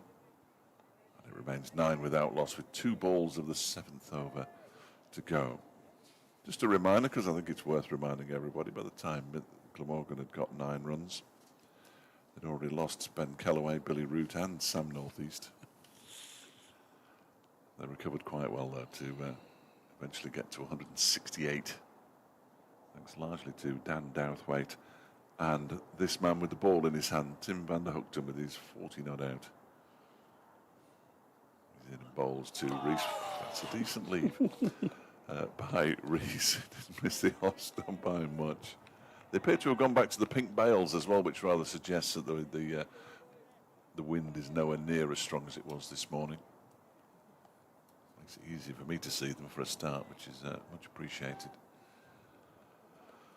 Old man enjoys pink bails. No play at all today at Southampton. Hampshire against Essex. Durham 293 for 3 against Nottinghamshire, having been put into bat, let's not forget. And the second division, in fact, they're moving on a pace at Worcester in Division 1. As Van der Hoogten is in and bowls. That one is clipped nicely into the leg side by Lewis Rees. Again, I'm not sure he's got the legs to get all the way there. It'll be chased by Leonard, who restricts them to a couple. His throw lands almost directly in between the 2 sets of stumps, but it was released as early as he possibly could. End of the over, 7 gone 11 without loss. Worcestershire are 52 without loss, only trailing Kent by 119 at New Road. Northamptonshire 129 for 7 against Middlesex at Merchant Taylors. Leicestershire 153 for 4 against Gloucestershire at Bristol. Those 2 matches around about the 40 over mark, and approaching 50 overs at Scarborough, West Sussex are 119 for 4. That'll never replace entertainment. Blimey. What are you saying blimey for? 119 for right. 4 off the thick end of 50 overs. Yep. That is slow, isn't it? Oh, that's proper cricket. They'll rather be loving it in Scarborough. Sheets to continue with a short ball that's guided away for 4 runs to the third man boundary by Harry Kame, who moves into double figures on 10, 15 without loss. Played the first 3 matches of the season, played down at Sapphire Gardens. In fact, he bowled in each innings. Harry Kame. 25, 3, 0, 37 and 8 were scores that managed to dislodge him from the side. But they thought Glamorgan better bring him back after last year's heroics. 360 together for Rees and Kame on the final day. You must get that idea in your mind that we had a really good time last year, you would imagine. Sheet in bowls to Kame on leg stump, knocked away for at least a single down to backward square. They turn and take on the fielder, and that spooked Dan Douthwaite because he tried to pick up quickly to put Kame in danger, but actually knocked it on. Couldn't pick up cleanly, and therefore it was a comfortable 2-17 without loss. Just took his eye off the ball, didn't he? Yeah, it's a physically and metaphorically. Yeah, just thought about the throw before he'd thought about the picking up. Sheet bowls and pushed up to mid-on by Kame. No run. 17 for no wicket in reply to 168 all out, which is really nothing at all to defend, you would have thought, if they make any sort of start, Derbyshire. So an important passage of the game as Glamorgan looked for early wickets but haven't got them so far in the first 7.5 overs. And now overcast skies here in Derby as Sheet bowls, swings it away but starting too wide, and through it goes to Chris Cook. He's done that a couple of times, hasn't he? Set it off quite wide and it has swung away, but when he bowls at the stumps, doesn't tend to swing quite as much. Yes, Derbyshire were certainly getting all sorts of movement in the air and off the pitch early on.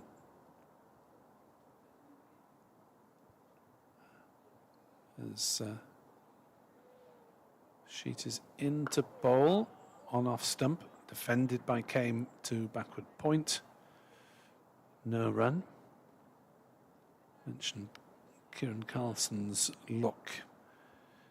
You have to be very careful with photographs of Kieran Carlson. You can't use archive ones really, because his hairstyles tend to change several times in the course of a season. He's Not sure there'll be many from this game anywhere other than on the hard drive of David Griffin's computer.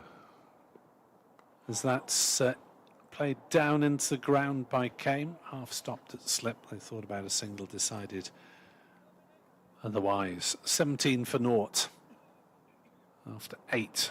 It's the naught element that's so important with so much time left in this game, and Derbyshire batting by halfway through the first day. So much time left in this game, so much time left today. If the weather holds, 40 overs still to be bowled today. As Nick was saying, I'm not sure either, but I'd be surprised if we got all 40. Given the weather that's been around, we've sort of got away with it a bit today with late starts at various grounds and interruptions and all the rest of it. We did have rain at about midday, but they were able to take an early lunch at 12:30 to prevent any overs from being lost, and it's been okay since. And even not losing 2 overs for the change of innings as Glamorgan were bowled out within 10 minutes of the official tea interval. Means supporters who are here to the bitter end will get full value for money. They'll also be suffering from frostbite. 17 without loss. Tim van der Hoogten bowls to Lewis Rees, who pushes this out into the offside. They're going to go through for a quick single, and they get there. That was a really well taken single as Ben Kellaway came running in, picked the ball up, but by that time the batters had pretty much reached their opposite end. And Rees moves on to 6-18 without loss. I think it's worth saying that by the time Glamorgan had got to 18, they'd also lost Kieran Carlson. They were 4 down. That was after half an hour. Oh, are you going to continue with this till they get to 32? Yes. Here it is. Bowling to Harry Kane. I'll let you mention the cup final as many times as you like. What, not the one-day cup final where Glamorgan have That's the very one. earned the right to face Somerset at Trent Bridge on In Saturday. a bid to try and win it for the second time in 3 years? 4 years? Well, 21 and 3 years. Yeah. The Cup Kings of English domestic cricket, Glamorgan. I can see the T-shirts now. And I might get some printed. It's only down the road, Trent Bridge. I could nip over there on the day. As Tim van der Hoek to bowls, and Harry Kane has a wild swing at this one. Then he practices a completely different shot, which is what batters do. But that was an expansive attempt at a drive from Kane, played down entirely the wrong line. Fortunately for him, Fraser Sheet is just doing some, I think they call it callous, what do they call it? calisthenics. That's the one. I can't say that word. He's doing something anyway down to our left-hand side. 18 without loss. Van der Hoekten halfway through the over. Bowls to Kane, pushes it out into the offside. Carlson fields. And there is no run. There's also a test match going on. There are 2 more test matches to come, I believe. I think it's a 3-match series. There's 2 games, one at the Oval and one at Lord's, so they're spreading it around. First one at Manchester, England now 188 for 5, and still trailing by 48 runs. Joe Root was out earlier. Harry Brook, the latest man out, for 56. Chris Wokes has joined Jamie Smith, who's on 31 off 42. As Van der Hoekten bowls, that's played off the back foot by Harry Kane up towards mid-off. Leonard does the fielding. Smith's 31 off 42 includes just 2 4s and 1 6. The boy can't help himself. He's got a test average at the moment of 59.5, which is pretty impressive in the early stages of his career. 4th match. 3 wickets for now for Asitha Fernando.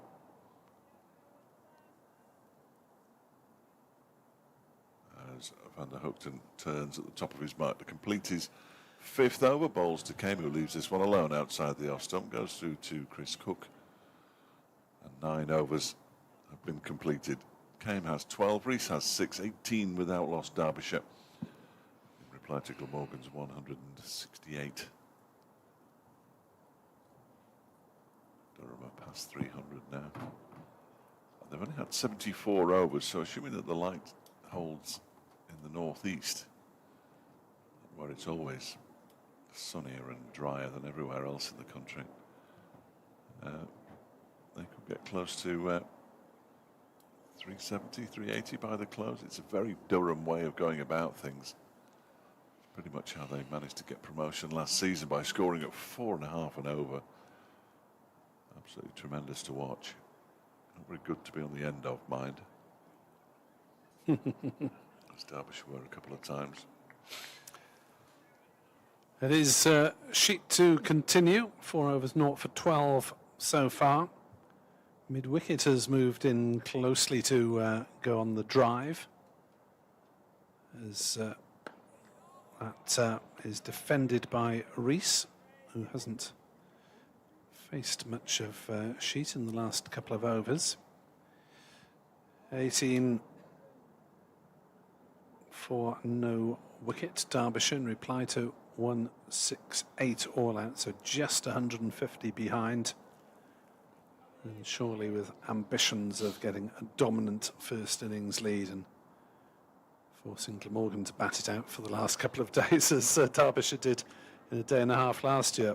Cut nicely by Rees. That surely will go for 4. Crane is chasing it hard. No, it's not.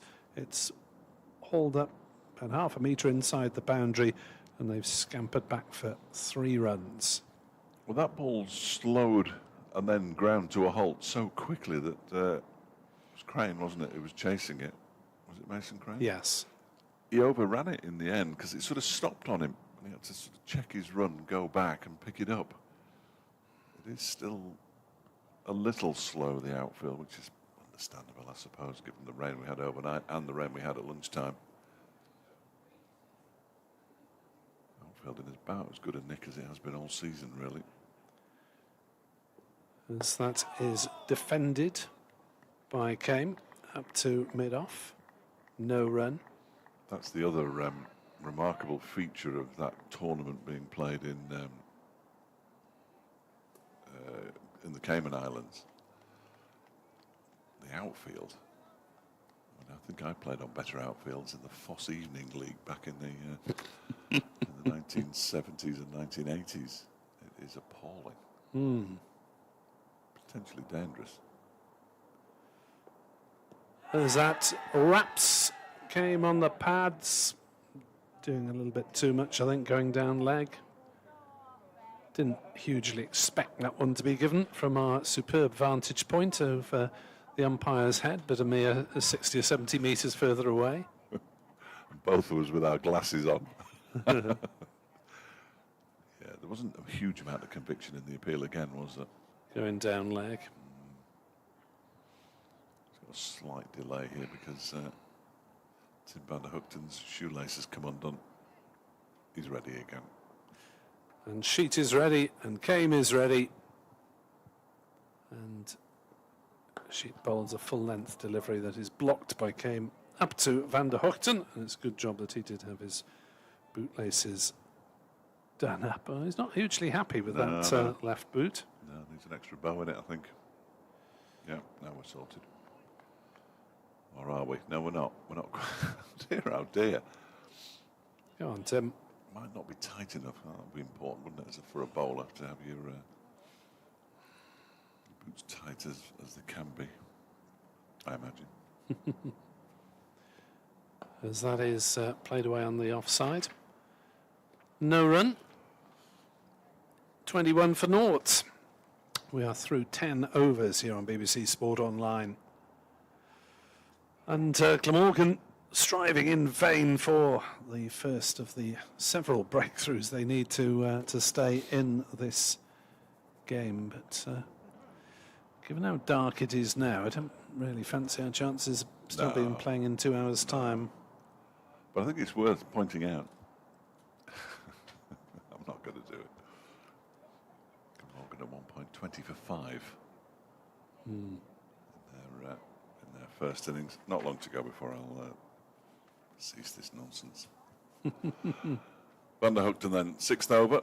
5 overs for 6 so far, bowled really tidily, and that one is defended by Lewis Rees into the onside, where Dan Douthwaite fields, and there's no run. David Harrison away to our left-hand side, a familiar figure. He's got his hand. He's got his shorts on and some very natty pink socks, but his hands are thrust deep into the pockets of his hoodie as he makes his way back to the pavilion away to our left. 12th man just going around collecting sweaters and bottles. As Van der Hoogten bowls edged into the ground. Nicely stopped at second slip by Sam Northeast.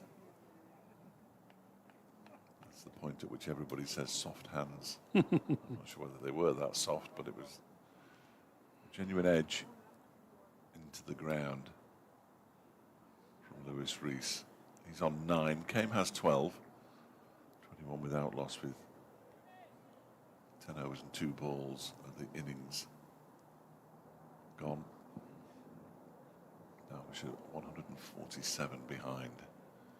Tim van der Hoogten bowls. Rees pushes this one out into the offside, straight to the fielder at point, and then looks as though he's about to set off for a single. I think that would have been the end of somebody. Ben Kellaway, ball bounced nicely straight to his hands at point.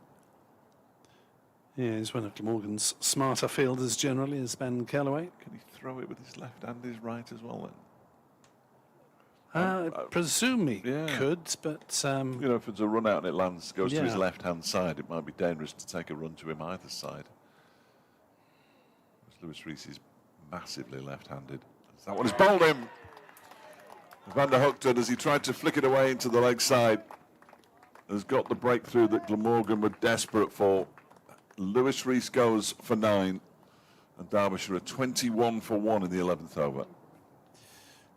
Yeah, looking to whip on the leg side. Ball wasn't quite there for it. And his off-stump left leaning back. And Glamorgan will be very, very grateful to get rid of Lewis Rees, the man who scored most of his runs against Glamorgan last season. Yes, and the season before. Yeah, he's got a terrific record against. Was it 5 successive centuries he got? Something ludicrous, isn't it? Brooke Guest races down the steps, ready to come out and join Harry Kane. That is a big breakthrough for Tim van der Hoogten and for Glamorgan. And he's bowled really nicely. He's in his 6th over. His figures are 1 for 6. How many more overs he's got in him in this opening burst remains to be seen. A couple, I would have thought. Yeah, quite often bowls 7, may just about go to an 8th, but it's asking a lot, isn't it, of anybody? He's tended to bowl quite long opening spells in the 50 over stuff as well. Okay. Has been quite often 6, 7. I think he bowled 1 straight through, if I remember correctly, of 10 overs. I know earlier that There's been a blur of cricket, and that might be just a delusional. Zach Chappell bowled 11, but that was interrupted by an hour and a quarter's break. David Lloyd is the kind of captain who, this season certainly, and in all forms of cricket, has tended to swap his bowlers around a lot, not give them too many long bursts at all. 2 right-handers out there now, which will please the Glamorgan fielders, if nothing else. Kieran Carlson did that remarkably often in the one-day cup, tended to operate people in 2 over spells like T20. So I can never work out how he can remember. No. David Lloyd wasn't the one-day captain, but other captains can remember who's got what. I know it's on the board, but he's still got to fit them in. Van der Hoogten bowls this next ball to, or the first ball to Brooke Guest, who defends it out into the offside. Apologies if my concentration wasn't quite with you in recent moments, but I was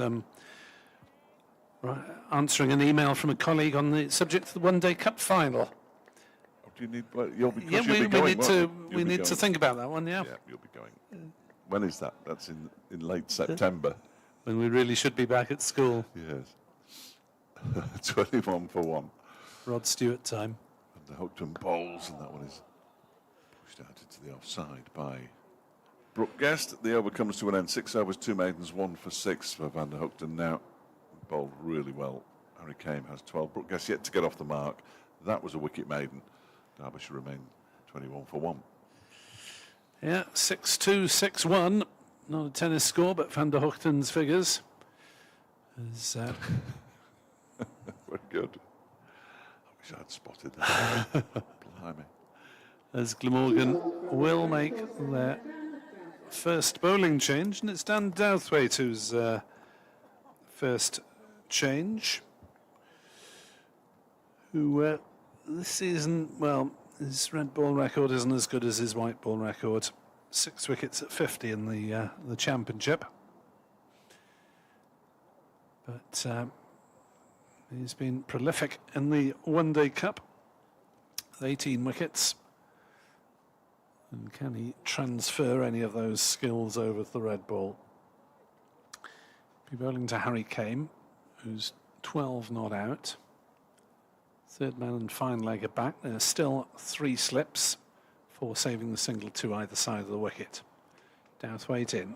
Balls outside off stump, and Kane plays it to Sheet at mid-off, and there is no run. 21 for 1, plays 1-6-8 all out. It's calmer, but no less prone, I think, to spells of dark cloud in this evening session. Yeah, brighten up a touch on that. We'll be all right for the time being. Should get at least an hour and a half more cricket, I think.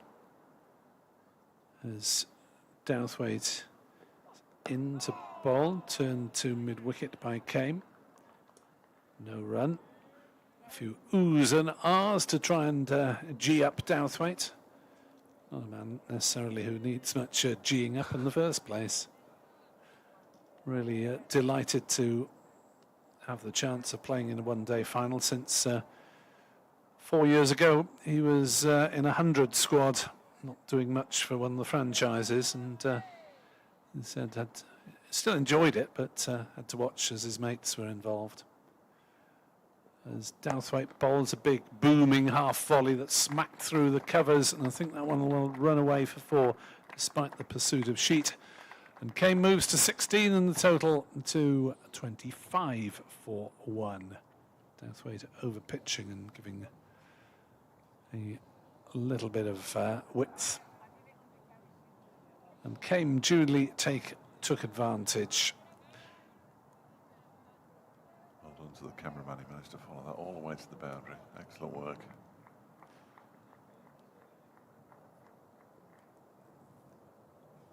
They did all right in that first cup final, didn't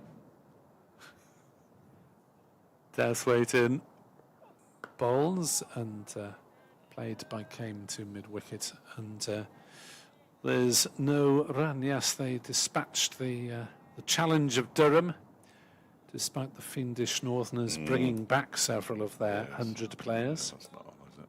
That isn't on at all. Well, given Somerset lost, I think, at least 11 players to the franchise, it'll be interesting to see whom they pick for the final. Won't it?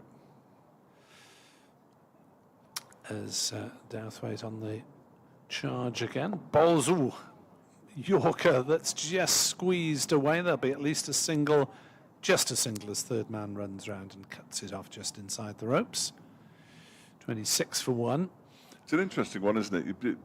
Really, you ought to have played 2 matches, say, in the qualification, because that would allow for players who are playing in the 100 to come back, as Derbyshire had with a couple of players like Nye Donald and Pat Brown. So they did play a part in the group stages. I know they didn't qualify in the end, but to have everybody away and then just say, oh, well, this is our team now, and we're going to play everybody, I think that's a little bit off.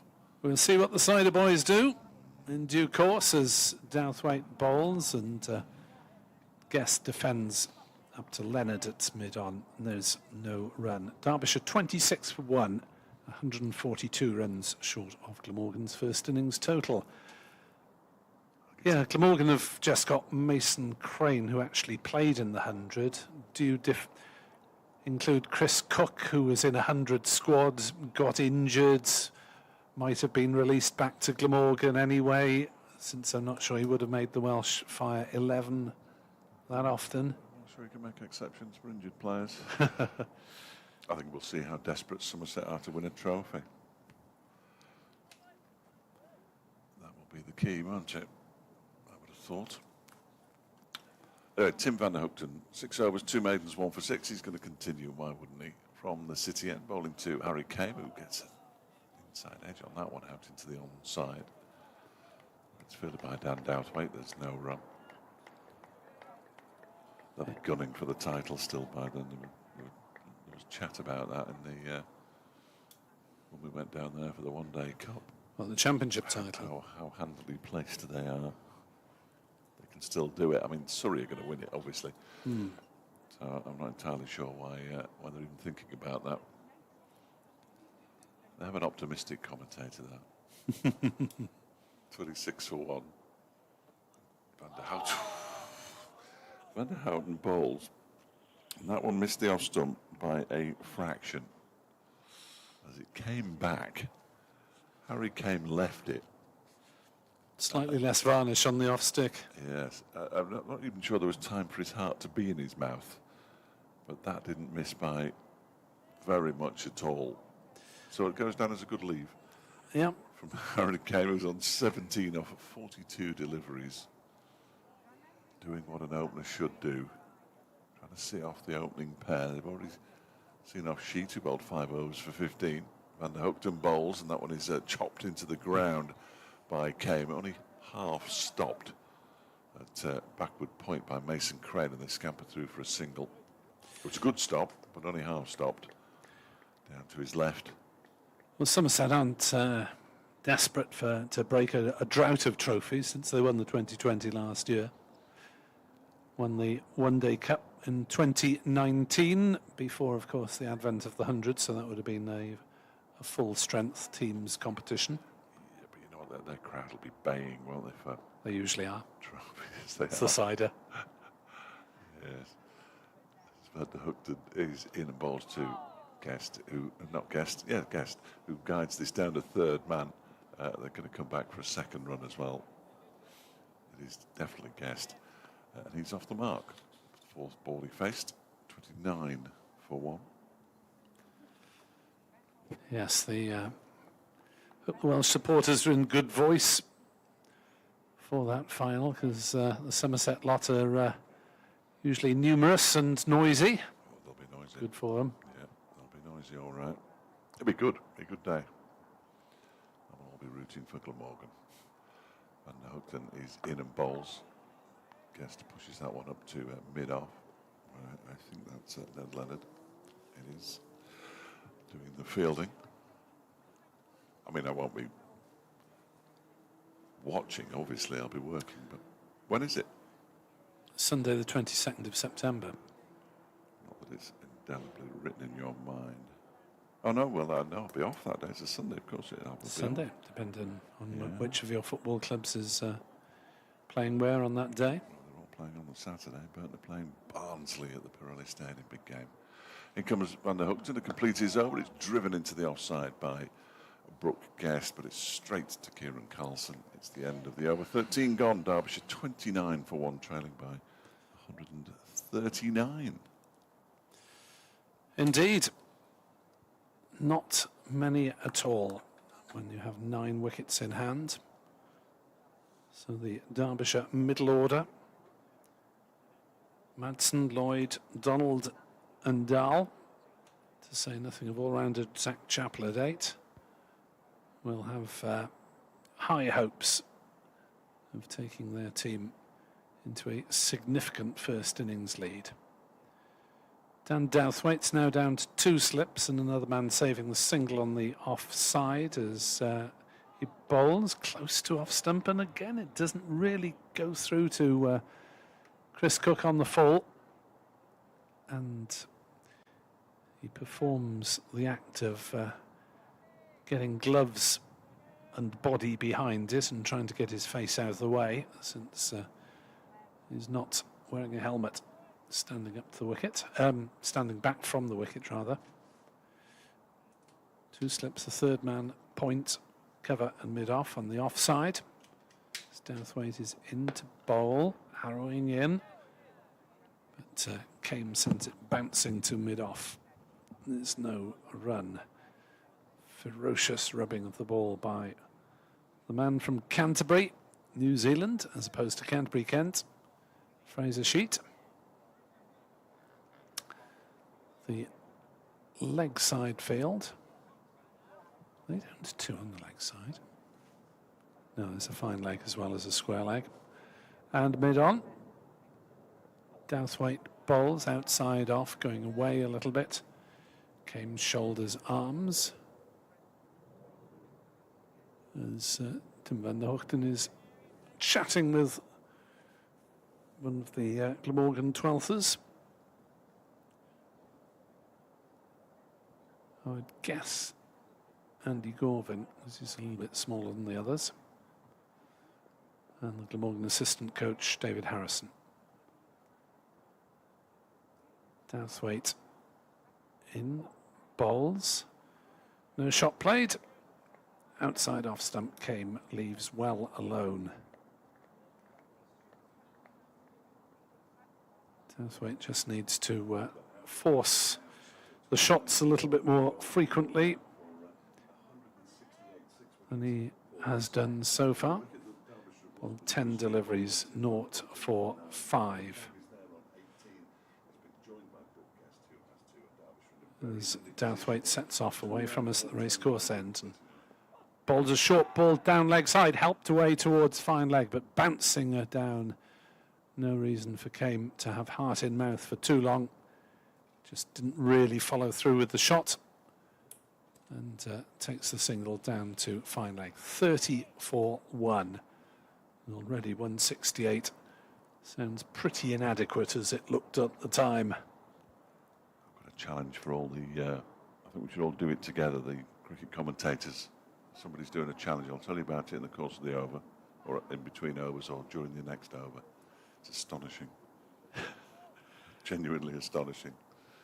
Dowthwaite to Guest, who's on 2 not outs and stays that way as he defends back to the bowler, and another wodge of rather dark cloud passing maybe just to the south of us. 30 for 1 at the end of the Dowthwaite over. So have you heard of arch to arc?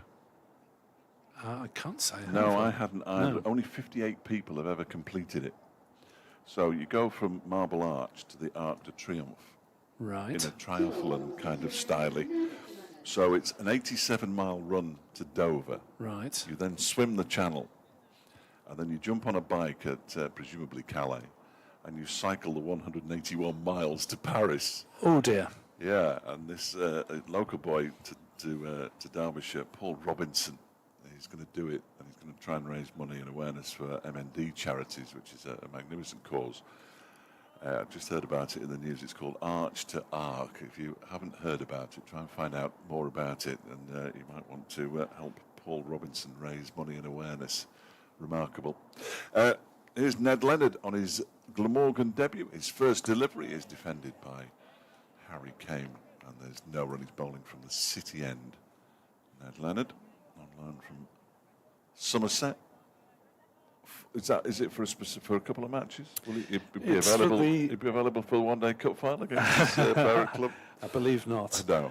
Of course, having played in the One-Day Cup, he could be playing for Glamorgan either side of it, and then play against them on the Sunday, which really would be odd. Yes, it would. Wouldn't it be great, though? He'd get some stick, I fancy. Leonard bowls, and Kane cuts that away for 4 runs down to backward point. Nice shot, too short, too wide from Leonard. And Harry Kane took full advantage to move to 23, 34 for 1. Yeah, but if he serves up a few of those in the final, I'm sure that Glamorgan and their supporters would be delighted. Just the 3 first-class wickets for Leonard, 13 in the List A competitions, 15 of them he's played. And he's on his way in again to bowl to Harry Kane. That's better. Forcing Kane to push it up to mid-on, where it's defended by Dan Dowthwaite, who for some reason removes his cap after he'd fielded it. I couldn't work out how to hold his cap and the ball at the same time. When's Mr. Robinson doing that arc-to-arch thing? Oh, I don't know. I'm not entirely. Arch to arc? Yes, Is that fairly soon? I'm not entirely sure. He's doing some walking at the moment. I think he needs to probably step it up a bit.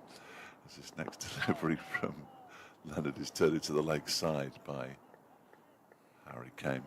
There's no run. Just the fact that only 58 people have ever completed it. I think it's the swim across the channel that would terrify me.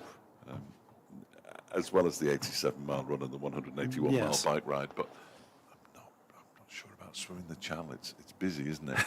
Apparently. Yes. I'm told. I would have been across it a couple of times. Leonard bowls. That one is short and wide and cut over the top of Mason Crane and out to the backward point boundary for 4 more. Well, there is a fielder down there. It's Billy Root, but he couldn't get round in time. To go a fair distance above Mason Crane's head. That he did leap in the air to try and stop it, but played deliberately. Was Billy Root close to getting there? No, he wasn't. Looking at the replay, I'm not blaming Billy Root. That isn't really his the reason for him being down at third man. 38 for 1, came on to 27. Leonard bowls, and he follows up a short wide one with another one that's bang on target. It's defended into the onside, but the damage had been done. 8 from the over with those 2 boundaries. 38 for 1, Derbyshire. Just 130 behind now. 33 overs left in the day, nominally. They're currently going along at 2.5 and over, so they won't be too far away from Glamorgan if we get all the overs in before the end of the day. Kane has 27, Guest has 2. Nick said that the darkest of the clouds look like they're going to pass to the south. They're not depositing any rain anyway, which is good news. I'm not suggesting that they wouldn't go off a bad light, but if it doesn't rain, that would be excellent. Yes, I'm trying to look up when this arch-to-arc thing is, but it's not evidently clear. It must be an organised event. You can't just do Yes. it, can you? Douthwaite bowls through outside off stump. Guest plays no shot. Just the concept of it just freaks me out, really. 53 athletes successfully completed the challenge. 6 finished it without using a wetsuit. Oh, no, well, covered in goose fat, presumably. Just remember the old days when you used to see somebody swim in the channel and have goose Yes. fat all over them? Or rather, some such. As Douthwaite is on his way in to bowl, and Guest is defending. Yes, there's enough in athletic endeavour by our families and being taken up by our elder daughter, who's doing I a saw that, yes. 100k run It's a long way. on September the 8th. Great cause, but a long way. Indeed. 2 and a bit marathons. Douthwaite bowls, and that's through outside off stump. Guest plays no shot, saying through outside off stump rather too frequently at the moment. Douthwaite needs to concentrate the mind of Guest and came a little bit more, get a bit closer to off stick. Yes, well, I thought doing the London Marathon was a pretty decent athletic effort last year. What are you doing this year? Oh, yeah, 100k, great. Douthwaite in, bowls, short ball pulled away down towards fine leg, but again bouncing down to Van der Hoogten.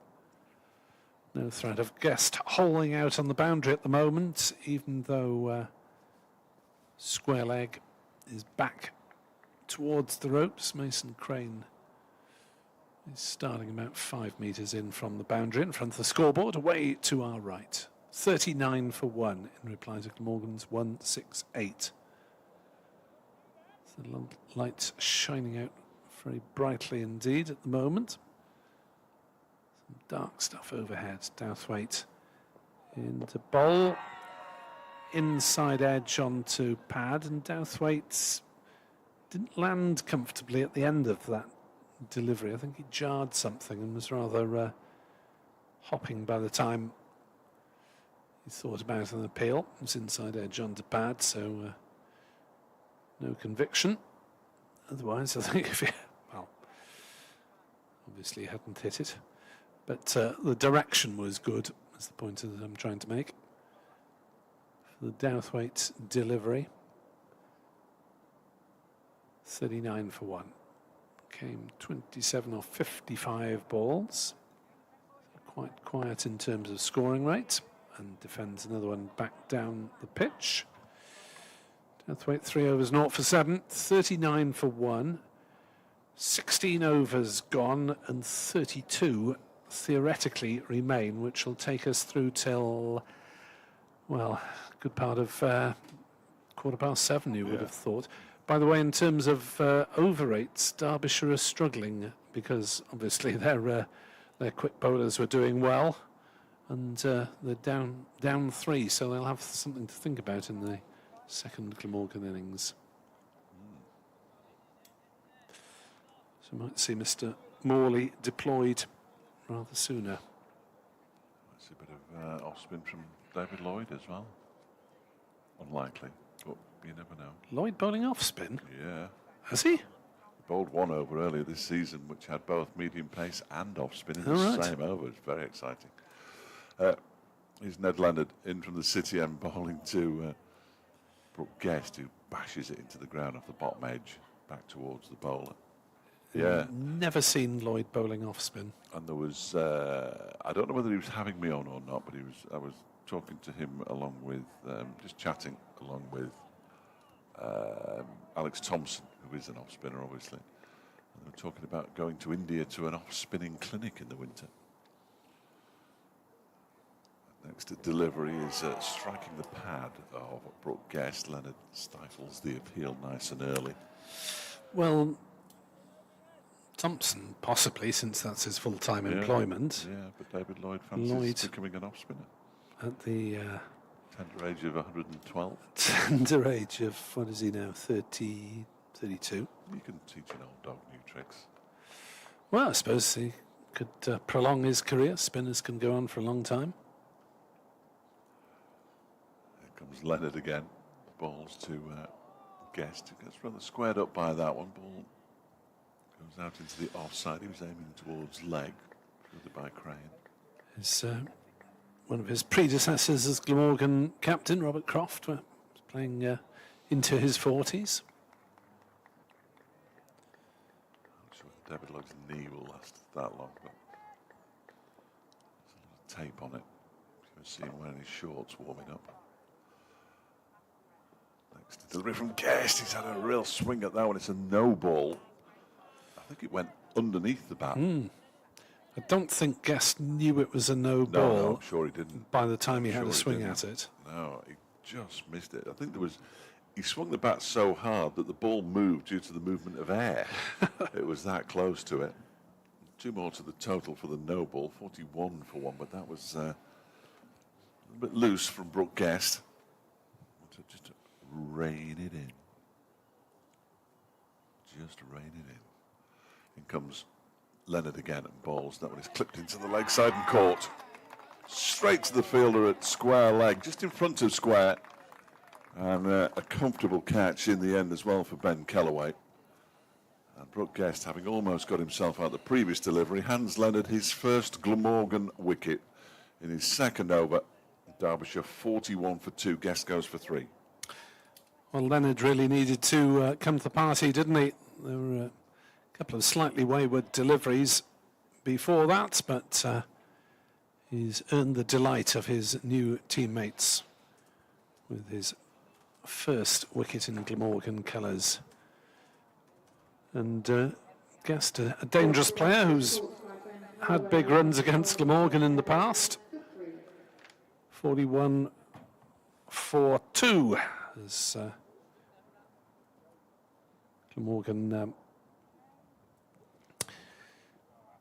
peg away, plug away, and we'll need to keep taking wickets and have Derbyshire slightly on the back foot tonight if they're to stand any chance. England are moving towards the Sri Lankan total, 220 for 5 after 50 overs, with Jamie Smith on 46 not out, Chris Wokes on 17 not out. England slightly light on batting in this this test, with Ben Stokes not there to balance the side better. Harry Brook made 56, Joe Root 42, Dan Lawrence 30. England were 67 for 3, 125 for 4 at one stage, but look as though they should get some sort of first innings lead. But I think many observers of the game will be, in a way, heartened to see that Sri Lanka are making a decent contest of it, since there were fears that the Test series could be somewhat one-sided. It may yet be, but at least the Sri Lankans, with some decent batting that didn't quite fire in the first innings, have chances of playing their part in the series. Their batting is certainly better than their bowling, isn't it? That's the perception. The perception, but they still bowled England out for fairly cheaply, didn't they? Next delivery from Leonard, it's Wayne Madsen, who's the new batter, and he gets off the mark with a boundary, short and wide outside the off stump. And Wayne Madsen back at Derby for the first time in more than a month. Didn't feature at all in the one-day cup due to his participation in the 100. Isn't going to miss out on that. 45 for 2. So there's been a bit of a curate's egg this over. No ball, wicket, short and wide outside the off stump. Look on Kellaway's face, even from here when he caught that ball. I mean, he didn't have to move a muscle to catch it, to get rid of Brooke Guest. As Leonard is in to complete his second over, and that one is cut, but this time in front of square. There's a chase on here, out towards the boundary from Mason Crane. He gets there before the ball reaches the rope as it slows down. Wayne Madsen picks up 2 more. He's moved on to 6 from 2 deliveries. And Derbyshire 47 for 2 at the end of Leonard's second over. 2 overs, 1 for 16, his figures. Sun comes out, giving us hope that the 31 overs may be bowled. I say hope. I'm not sure that's the right word. Hope for our listeners, of course, Well, who will yes, want to enjoy every ball of the county championship summer while they can. 19, well, you've got 20 days cricket, of course, after this today, but Derbyshire have only got 19. Derbyshire didn't make a final this year, or indeed any year I've been covering them. Well, it's a decent shot in getting through to the knockout stages, wasn't it? Oh, Was that five wins out of the 8? Yeah, the white ball stuff's been okay, generally. Douthwaite on his way. Bowls outside off stump. Came plays no shot. Yeah, level on points with both Worcestershire and Hampshire. Was there much between it and That was an enormous amount. was there? Oh, Yeah, right. they lost by... You didn't have to get your calculators out. No. In fact, the final day or something. well, the 158 run defeat at Hampshire didn't help. I actually interviewed Mickey Arthur before the other 2 games had finished because he knew it wasn't going to happen. Despite the fact that they would be level on points with Hampshire, they knew they weren't going to overtake them. Worcestershire lost, but they were never going to overtake them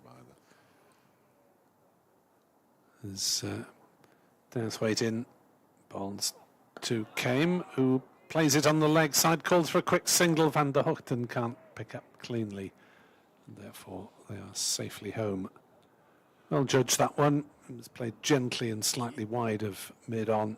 There's no one really saving the single in a very wide gap there, as there were 2 back on the boundary. It's now just the 1 as square leg, who was deep, comes into mid-wicket for the new batter, Wayne Madsen. Encouraging to see Harry Kane running that freely because he was troubled with a hamstring strain during the One Day Cup. Madsen, the Italy international, is in facing, and Douthwaite bowls no ball. 50 for 2, 50 up for Derbyshire in the 18th over. There's a few Italy internationals knocking about. Grant Stewart down at Kent. Yep.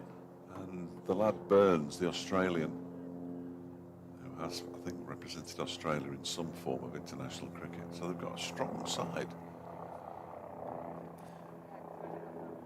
Douthwaite with overhead accompaniment is in bowl. It's a better delivery. Madsen defends it back to him. Madsen 468 runs at 33s in the championship. Before today, I mean, it's solid, but you'd want It's less spectacular than normal. from the 40-year-olds, one of the mainstays of the batting lineup. Although it was second in terms of tallies before today, as that's pulled around, and 4 runs to Madsen. So he's off to a flying start, beating the dive of Leonard, running round from fine leg towards square leg. In front of the covered stand, sensible people who've opted for shelter from the wind today. Albeit not huge numbers of them there. 54 for 2. Glamorgan just in danger of letting Derbyshire get away. Not quite tight enough, but they have got 2 wickets. As Douthwaite bowls outside off, and Madsen leaves. Batting has generally been a little disappointing throughout the course of the season. You mentioned Wayne Madsen's runs there. Brooke Guest, the leading run scorer, has only just passed 500 in the county championship. Matt Lamb's top of the averages. He's got 345 runs, but he did score 207 of them in 1 innings at Bristol against Gloucestershire. So it's been disappointing. Douthwaite bowls on leg stump. Madsen plays 2 mid-wicket. There is no run. 54 for 2. And we're through 18 overs, 30 left. Glamorgan, Sam North East, well, 3 huge marathon efforts, really. When you start with 3-3-5 in the first match of the season, you know it's going to be a decent season. 187 up at Gloucester, and 142 not out to save the game at Headingley. Yes, a few low scores dotted in between that, just 1 half century apart from those 3 mammoth and marathon efforts, but he's leading the run scoring by some way. Colin Ingram, 7.52 before today. Leonard begins a new over. Kem tries to pull him into the leg side and rather toe ends it up to mid-on. But Ingram, having been rested mid-season, only actually played 6 games before today. But Glamorgan have got, what, 11 centuries, I think? Derbyshire have got 3. Oh dear. Which isn't going to win you many matches. No. You only have 3 centurions, and one of them's a double. Here comes Leonard in and bowls to Kem and goes back and pushes this one up to mid-on. North East, those 3 big innings. Carlson 1 century. Ingram 1, 2, 3, 4. Labuschagne 2. Cook 1. That's about it, I think. Carlson 1. Yeah, I mentioned that. Don't give him 2 then. Is Leonard edged and dropped at slip.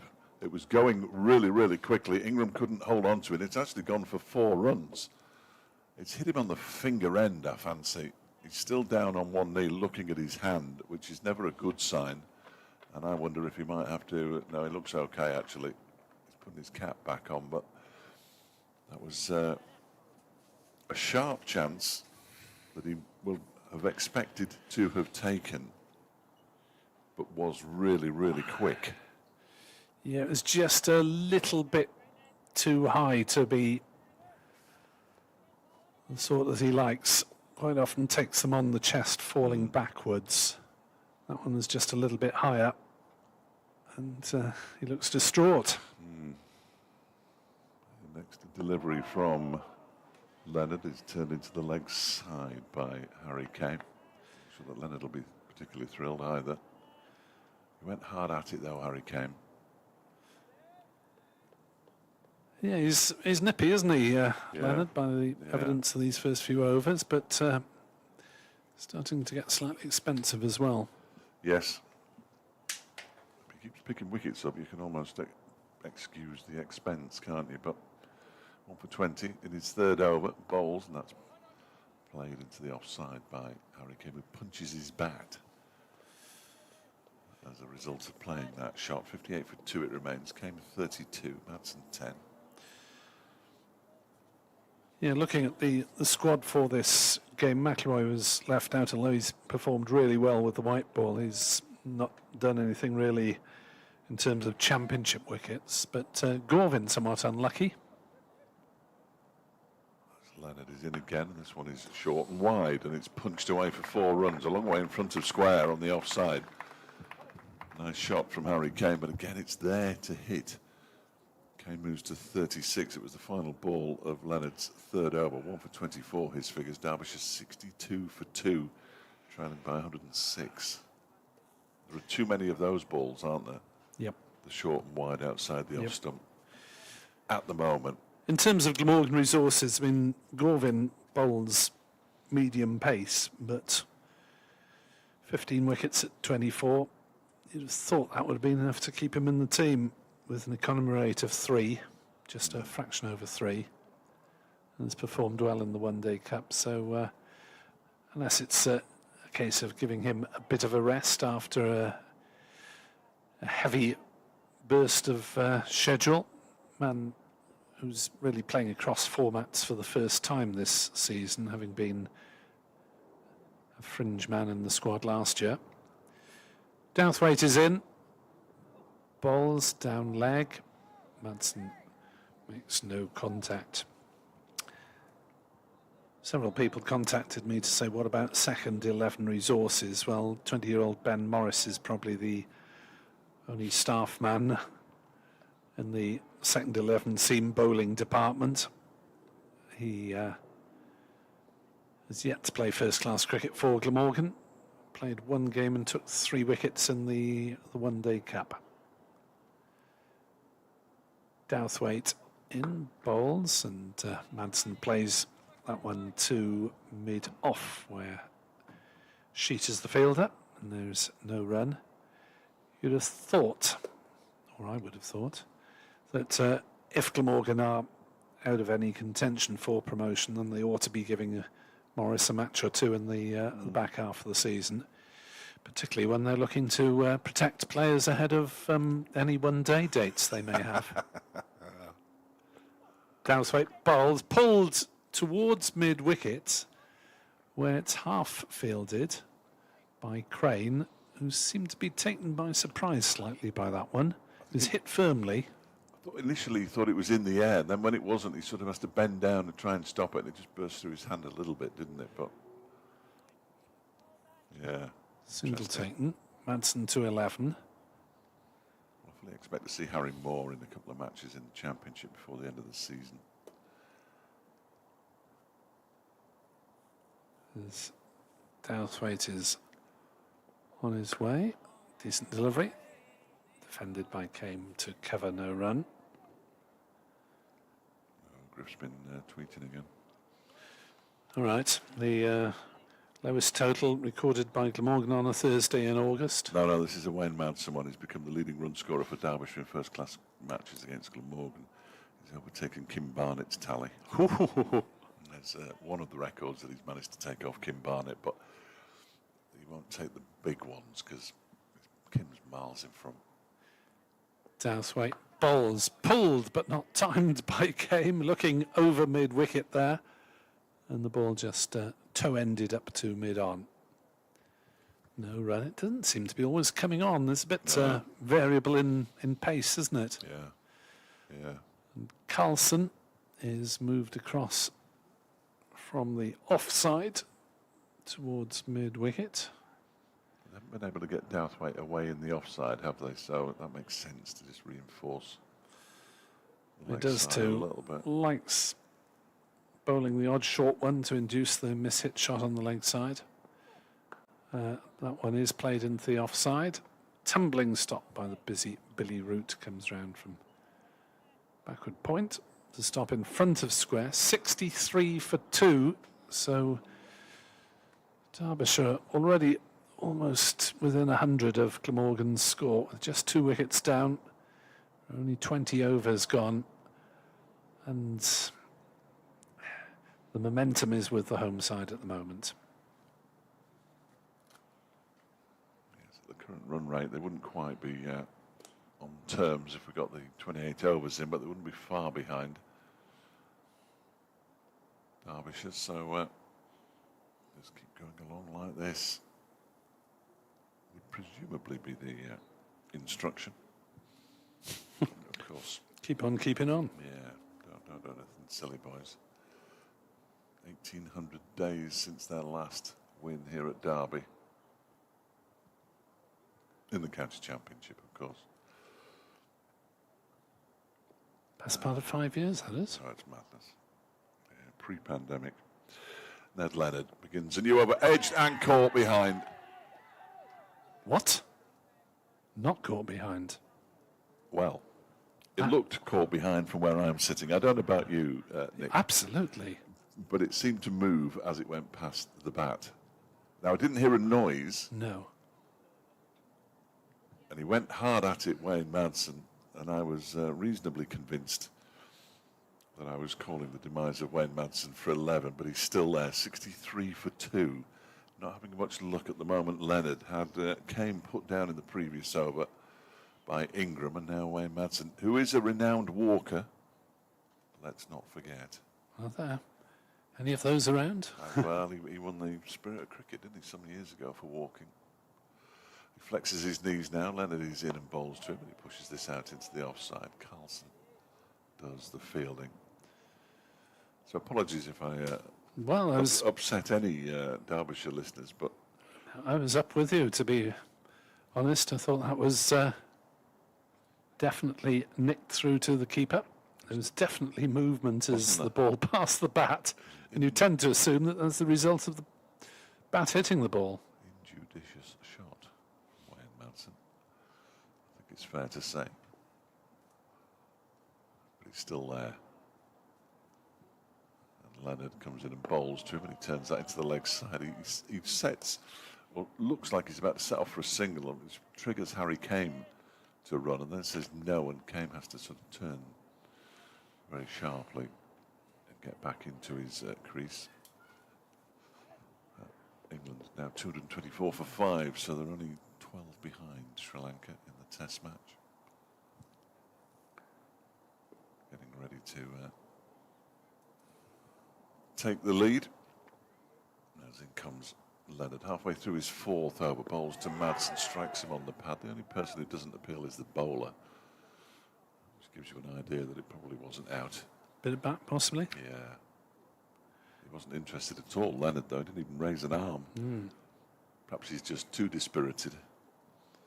63 for 2. It's raining at Merchant Taylor's, which is a long way from here, so I shouldn't worry too much. 149 for 7, Northamptonshire against Middlesex. Leicestershire have moved on to 245 for 4 against Gloucestershire at Bristol. It'll be flat there, won't it? As always is. Sussex 157 for 6 against Yorkshire at Scarborough. As Leonard bowls to Madsen, who pushes this one up to mid-off, and there's no run. Douthwaite takes some sweat from the base of his back, shines the ball. How that is less hygienic or more hygienic than using saliva, I've no idea. But clearly it is. Otherwise it wouldn't be a regulation. Or indeed a law. It might even be enshrined in law now. 63 for 2. Final ball of Leonard's 4th over. Madsen gets up on his toes and pushes it out to Carlson. And there is no run. So we have 27 overs remaining in the day. Harry Kane has 36. That over was a maiden. Leonard's first, 4 overs, 1 maiden, 1 for 24. Wayne Madsen's got 11. Derbyshire 63 for 2 after 21 overs. There's going to be a change in bowling here. I only know that because Jane has picked up her microphone. And we're going to see Fraser Sheet return from the racecourse end. Bowled 5 overs earlier for 15 runs, including a maiden.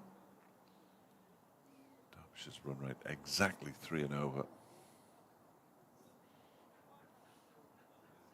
He still looks like he's got a moustache to me.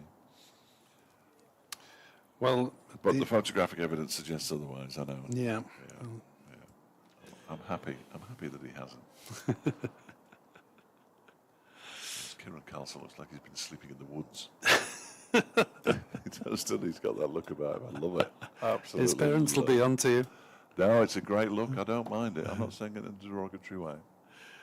Sheet in bowl on leg stump. Clipped away, quite firmly, in fact, by Harry Kane, because he has found a gap at square leg. And he moves up to 40, and the total to 67. He barely seemed to hit that. It raced away. Sweetly timed. It was. Alex Lees is out for Durham. Oh, this is the photograph. You're going to prove that he hasn't. This is of absolutely no use to anyone listening, but I'm showing Mr. Fletcher, in evidence, a picture taken this morning, and look at the timestamp on it if you like. It was this morning, though, wasn't it? You won't have grown a moustache in the space of 5 hours. Full-length ball from Sheet, played to Carlson. I think you've taken a picture of the wrong person. I've got to get my binoculars out here. I'm certain he's got a moustache.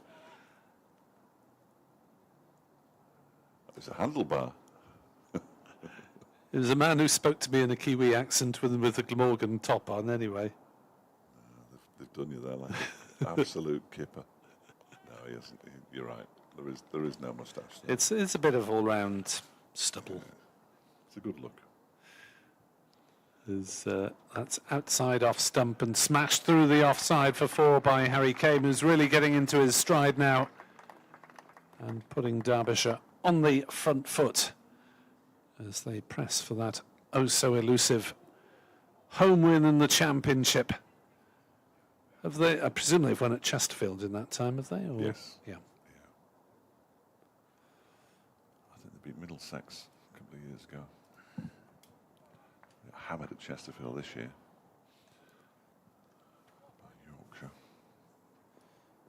And lost last year. So it's been a while anywhere, but 1800 days here.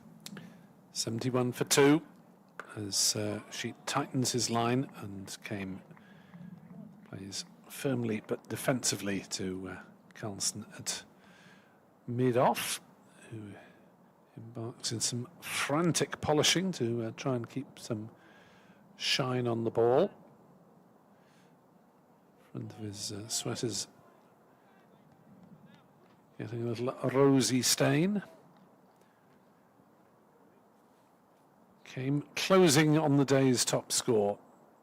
Drives to mid-on. Van der Hoogten will fill that one comfortably enough, and there is no run. Glamorgan's best effort was Van der Hoogten's 46 not out. Ran out of partners. He'd have still been there now. Phlegmatic batter is Van der Hoogten. Harry Kane's high score of the season. He looks fluent enough at the moment, although he was dropped at slip, of course, as that's outside off. Kane plays no shot. Through to Cook, 71 for 2, just 97 runs in arrears, still with 8 wickets in hand. It is surely Derbyshire's day unless anything spectacular happens in the next hour or so, depending on how long the light lasts. There's some brightness due to arrive from the west by the look of it.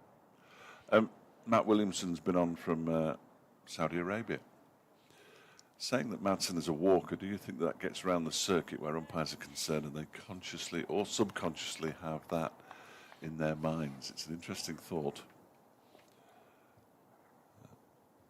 Thank you for getting in touch, Matt, as this next over begins from Ned Leonard, and it's left alone by Wayne Madsen. It bounces probably over the top of off stump. I'm not sure leaving the ball on length on this pitch is necessarily the way forward. I've seen 1 or 2 keep low. If you want to get in touch, in fact, Matt's used the one from the Twitter, but that's absolutely fine. FletcherCricket@gmail.com or Fletcher100UK@yahoo.co. I'll start that again in a minute. As Leonard bowls. Oh, I was convinced that was going to hit the stumps. It's chopped Wayne Madsen in half. It's been taken, 5 yards down the leg side by Chris Cook on the full, but it hasn't hit the stumps somehow. Well, I'm not entirely sure how. And I don't think Wayne Madsen's 100% certain either. It was Fletcher100UK@yahoo.co.uk is what I was trying to say. @FletchSport. Oh, the other one's easier. On Twitter on Nick Webb 2017. In comes this next delivery. That's a full delivery. And Madsen keeps it out. It's a no ball. 2 more to the total. 73 for 2. Yeah, Glamorgan can't afford to No free runs. give away these free runs, as well as the odd 4 ball. Hasn't been good enough so far as a unit, as they say. But this has been a terrific over because he's had 2 deliveries that I've no idea how they haven't hit the stumps. Leonard is in again, bowls to Madsen, who keeps this one out, pushes it up to mid-on. Van der Hoogten does the fielding. The ball rolls towards him. Well, Leonard thought he had him caught behind in a previous over, didn't he? And probably thought he was going to see the off stump leaning back there. I was convinced that had bowled him. That seemed to go round the off stump somehow. Yes. No idea how. Terrific delivery. 1 for 24 from 4 overs and 4 balls as Leonard bowls, and Madsen pushes this out into the offside. Nicely fielded by Carlson on the run. I have a radio engagement at 6. As do I. So he'll have to talk into 2 microphones at once or something, will you? No, I can just do it on this. It's just been slightly annoying for the listeners on the stream. And on the BBC Sport website and app, I'll try to be as concise as I can. Can't be helped. Next delivery from Leonard is defended by Madsen up towards mid-off, where it's fielded by somebody with 55 on his back, and you'll have to tell me who that is. That'll be Asa Tribe, Thank you very much. the 20-year-old from Jersey. Man with a one-day international century to his credit. For Jersey. Yes. Excellent. They've just qualified for something, haven't they? As this next one is defended off the back foot by Wayne Madsen up towards Van der Hugden. And there's no run. Apart from the no ball, that would have been a maiden, and it was a pretty decent over as well from Leonard. 5 overs, 1 maiden, 1 for 26. 73 for 2, Derbyshire after 23 overs. Kame has 44, Madsen has 11. I'm sure I saw somewhere that Jersey had qualified for something, but I'm not sure what it was. Next round in the endless... yes, the World Cricket League, or whatever it's called. Endless progression towards the T20 World Cup, maybe. Certainly, Tribe has been a regular performer for them when his Glamorgan duties have allowed. Played a couple of games for them in July, I believe. Sheet runs away from us and bowls, and jabbing down on that one was Kame. The fielders trying to do their best.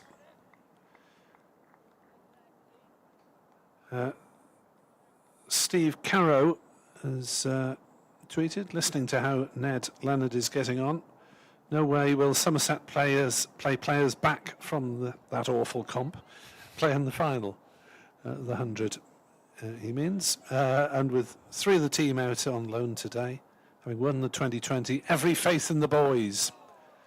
As Sheet's latest ball is played to point by Kame, and there is no run. So Steve, despite being mid-Wales based, is a Somerset supporter. Good afternoon, stroke evening to you.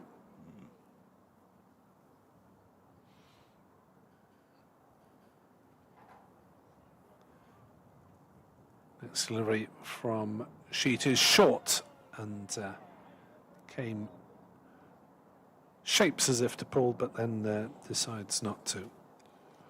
That match that may or may not have involved Ross Whiteley and the Cayman Islands between Grand Cayman Jaguars and the New York Strikers has been abandoned without a ball being bowled. Tragedy. The cricketing world feels the loss of that particular fixture. Three each day, 3 matches each day. So They're not very long, are they? no. Sheet bowls. Kame gets a thick inside edge for a single down to backward square. 74 for 2. Came to 45 not out. About 20 overs at a time. And there are 5 teams. Does each team play 3 times? No, or there are 3 games with... There are 5 teams in the competition. So someone's playing so twice. one team plays in the first and last game. Okay. Yeah, that's the way it's been going. And I've been keeping a massively close eye on it. You sound like a real aficionado of... I can't remember what it's called, the X60 or something. As Sheet bowls, and Madsen defends back to him, and there's no run. I do my best to keep across that kind of thing, because the other 2 teams, or the other 3 teams in it, the Caribbean Tigers, the Miami Lions, and the Boca Raton Trailblazers. Is that Boca as in the South American football team, Boca Juniors? Well, that's what I imagined it probably was, but I've no idea. Boca are playing Miami at the moment, anyway, for those interested. There's nobody.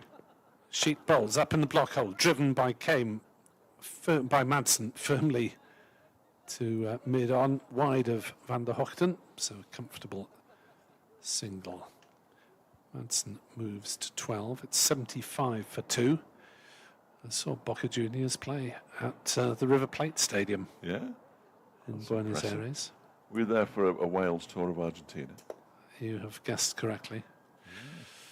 Yes, it was, I think, a two-leg cup match, the South American Cup. Yes. Libertadores Yes, or something. that's Is that exactly, one? that's exactly what it is, yeah. Anyway, there were no away fans at either game, you will be not surprised to hear. Get a bit tasty. Yes.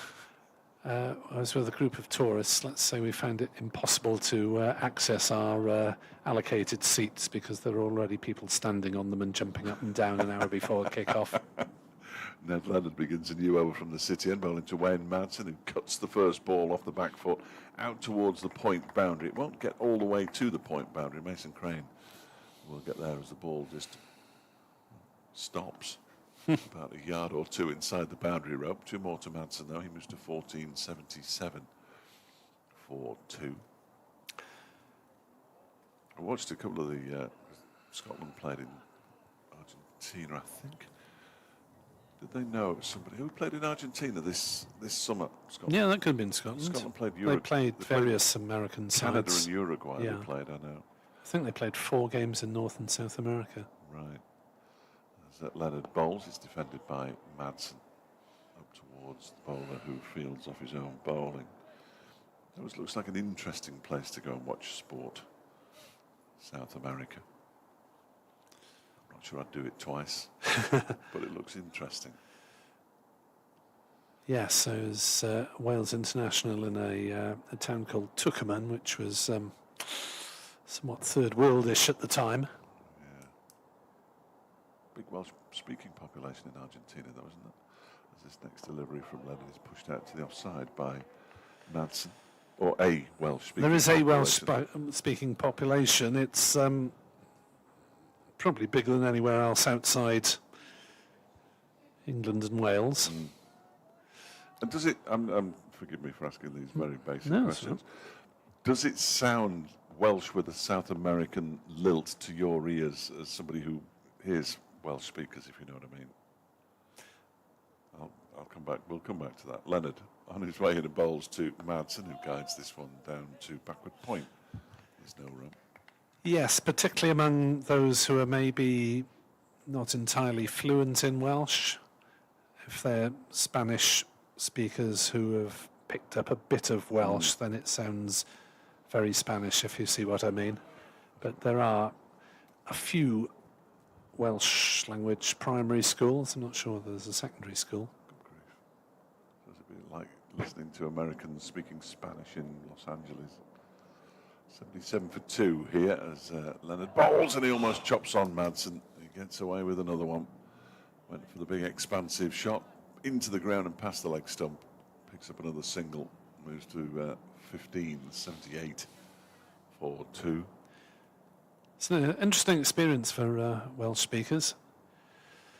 Wales played a test in Porthmadryn, or Puerto Madryn, depending on which language you're using. It is fascinating, isn't it? I assume they all went there to mine, did they? Is that No. Oh, is that not how they ended up there? I always imagined it was. Harry came on strike now. Leonard bowls to him. He turns that into the leg side, and there's no run. It was the end of Leonard's 6th over. 6 overs, 1 maiden, 1 for 29. Kame has 45. Madsen has 15. 78 for 2, and I'm going to be accused of racial stereotyping. No, it was connected to religious reasons, I believe. That there was a ship called the Mimosa that set sail from Liverpool, ended up in on the coast of Patagonia, looking for a brave new world. But, well, in contrast, shall we say, to colonial efforts elsewhere, the Welsh effort at setting up a colony in the areas known as Wladfa, which translates as the colony. I'll continue after sheet bowls to Madsen in sunshine, and he plays to point.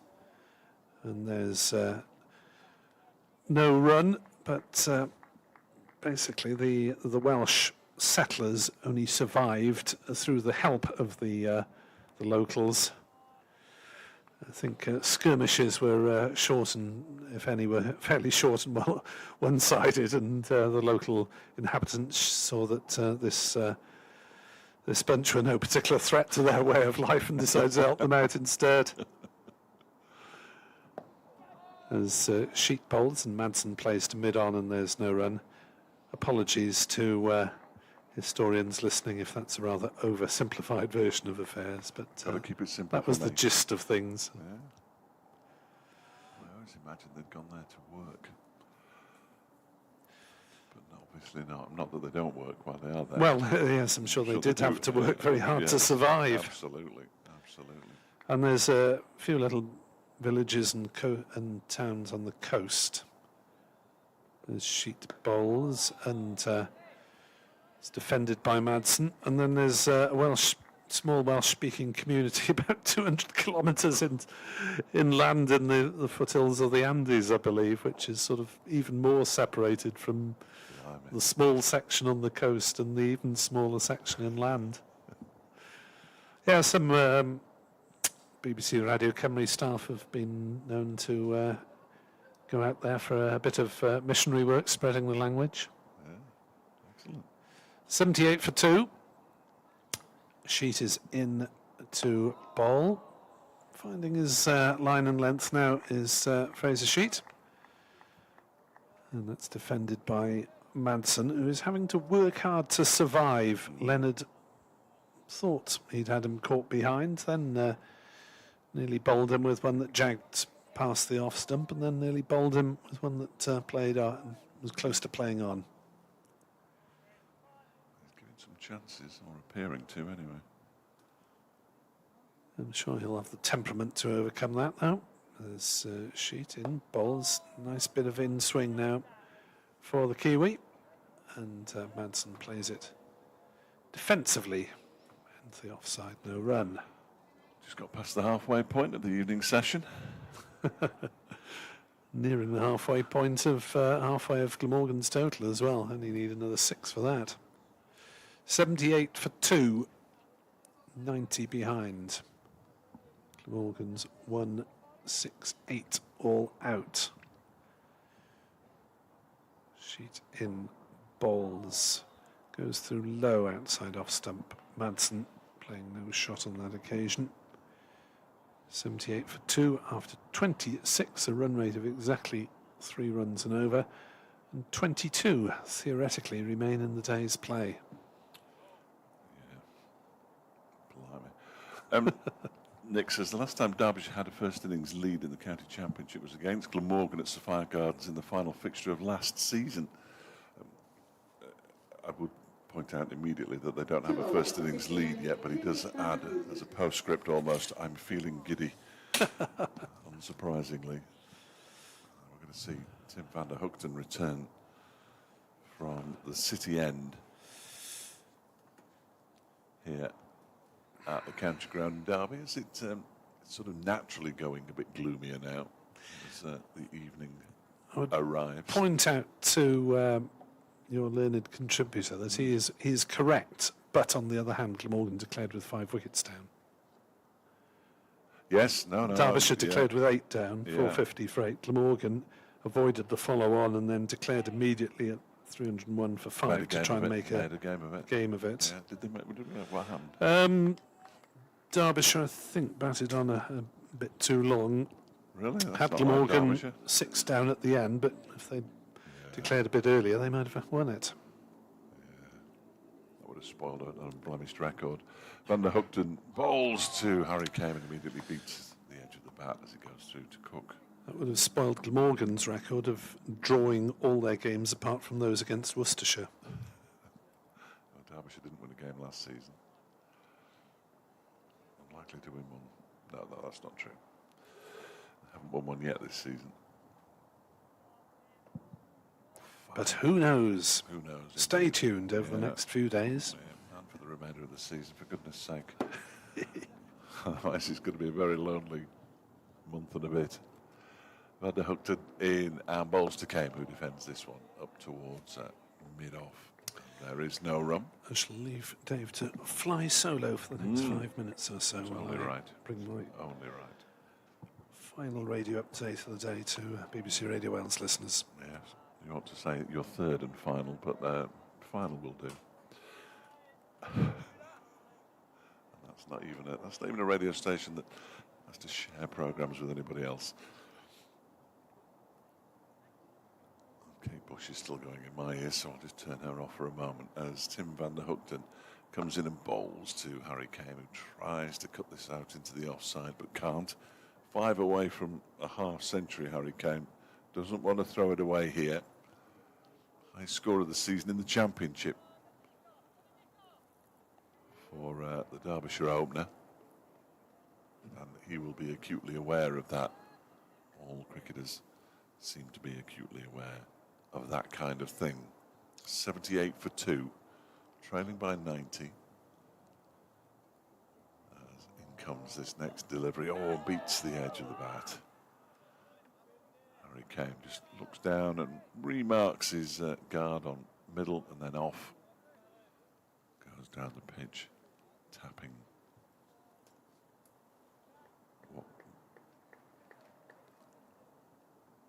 78 for 2 it remains. Just Ingram and North East in the slip cordon now alongside Chris Cook.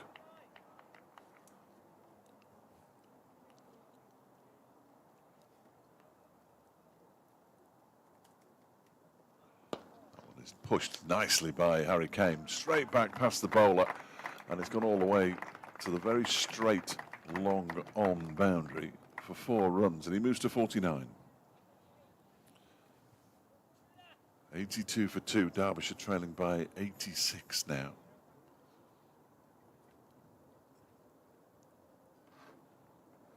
So, apologies for the update that will appear on the stream. It's the only one of the day that does, so I hope you bear with us. As this next delivery is guided. There's the half century for Harry Kane. Down to third man, and he doesn't get all the way to the boundary. He comes back for the second. It's a good stop by Billy Root down below us, but it's a half century for Harry Kane of 84 balls. He's hit 9 fours, and it's his highest score of the season so far. Harry Kane, 51 not out. Harry Kane reached his 50 from 84 balls, which contained 10 fours. There we go. Derbyshire are 84 for 2, exactly 84 behind.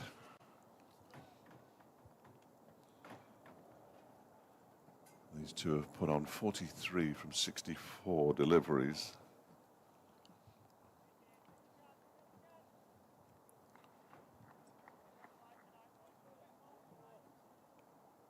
It's going to be Fraser Sheet to continue from the racecourse end. Here's the update coming up.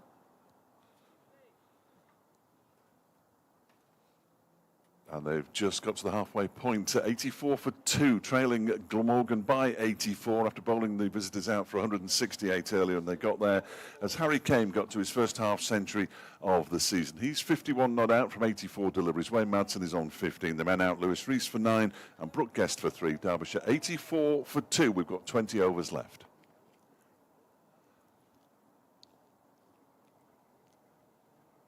Comes Sheet again and bowls. That one is defended by Madsen back towards the bowler. There is no run.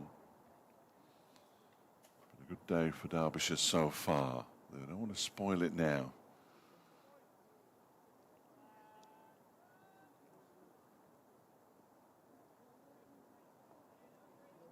Give you the scores from elsewhere momentarily as the days start to approach the final overs as Sheet bowls short and Madsen just swivels and plays it down to backward square leg. But it's fielded by Mason Crane, single take, and Madsen moves to 16.85 for 2, halfway through the 28th over in the second division. In fact, only play going on at Scarborough, where Sussex are 172 for 9 against Yorkshire, having been put into bat. Bad light at Bristol, where Leicestershire are 250 for 5 after 57 overs against Gloucestershire. as in goes Sheet again on this one. He tries to pull it, he mistimes it, Harry Kane, but he's going to pick up a single as Billy Root moves around from mid-wicket to square leg to do the fielding. 52 to Kane now, 86 for 2. Northamptonshire 149 for 7 against Middlesex. A rain delay at Merchant Taylors that are due to inspect around now. In the first division, no play between Hampshire and Essex. Durham 388 for 4 with 10 balls to go in the day's play. They were put into bat by Nottinghamshire. That match being played at Chester Street as Sheet is on his way in. Bowls to Manson, who just turns that one to Root at mid-wicket, and there's no run. Lancashire, well, Surrey are 83 without loss, trailing Lancashire by 121 at the Oval. They've reached stumps there. Warwickshire are 232 for 6 against Somerset at Edgbaston. And Worcestershire are 113 for 1, which means they trail Kent by 58 at New Road. And in the Test match, which will also be drawing to a close, England in the lead as Sheet bowls to Madsen, who chops this away. And they think about a single. It was a very good stop at backward point. I'm assuming that's Kellaway at backward point. I'll have to wait for him to turn round to be 100% certain. But it's a good stop regardless. 86 for 2 at the end of the over. 20 to go today, light permitting. England 259 for 6 now. They lead Sri Lanka by 23 runs in the first test. Gus Atkinson on 4. Jamie Smith still there. 72 off 97 balls for Jamie Smith. My computer's telling me I've got to restart it now, so I am Son's computer for a few minutes. Derbyshire 86 for 2, and Tim van der Hoogten to bowl his 9th over, 1 for 15 from 8 overs. He's in and bowls to Kane, who pushes that one up towards mid-off, but the bowler intercepts. And there is no run. Earlier on today, for those of you who missed it, might just be catching up. 6 for 47 from 16 overs. Zach Chappell, 4 of the maidens. Lewis Rees picked up a couple of wickets, 1 each for Pat Brown. And Jack Morley, who bowled just 3 deliveries. High score for Glamorgan in there, 168 all out, 46 not out for Tim van der Hoogten. Dan Douthwaite making 36 as van der Hoogten bowls. That's left alone by Harry Kane. Fraser Sheet made 18, 15 from Ned Leonard, and 13 from Chris Cook, 10 from Colin Ingram, but they were at one stage 32 for 6, recovering, if that's the right word, to 168 all out. Lewis Rees bowled by Tim van der Hoogten for 9 when the score was on 21. And Brooke Guest caught by Ben Kellaway off the bowling of Ned Leonard for 3 at that stage. Derbyshire trailed by 127. They're now 82 behind at 86 for 2. Harry Kane on 52. Wayne Madsen on 16. Partnership worth 45. Van der Hoogten bowls to Kane and rather hurries him up there. Jabs his bat down and pushes the ball up towards mid-off. And there's no run. Halfway through his 9th over, Tim van der Hoogten. My computer turned off. I hate it when they do that. Reboot. Yeah, I'm completely lost. It's pathetic. There is van der Hoogten on his way in from the city end. Bowls to Kane, who goes back and forces the ball into the offside. Dan Douthwaite juggles with the ball a little bit, then kicks it, picks it up and almost runs Wayne Madsen out as he scampers through for a cheeky single. Kane moves to 53, 87 for 2. Juggled with it twice there, Dan Douthwaite, and then when it hit the floor, it hit his foot, dribbled away from him. But he recovered nicely. Virtually nobody at all in the grandstand now, away to our left. It is empty. Van der Hoogten in and bowls to Madsen. Inside half of the bat, ball played into the leg side. There's hardly anybody in the ground now. I imagine those who've travelled a long way will remain until the death. Yes. But anybody else? It's probably a Welsh contingent, unless it's There was drinking away its sorrows. There are some Glamorgan supporters down to our right, I think. Yeah, they've been known to congregate there. Final ball of the over then. Van der Hoogten bowls it to Madsen, who guides it to Mason Crane, and it's a no ball, so we'll have that final ball again, please. It's catching, that's rare from Van der Hoogten. 89 for 2, potentially. It's the scoreboard. I've basically done what I did and written the over off. There we go. So have to go back. And there will be one final ball of the over again. Final legitimate ball of the over to come. Final ball. And some weight tapping his bat. And then he defends it straight back to Van der Hoogten, almost like he felt sorry for him. That is the end of the over. We do have 19 to go. Madsen has 16. Kame has 53. 89 for 2, Derbyshire. 79 behind.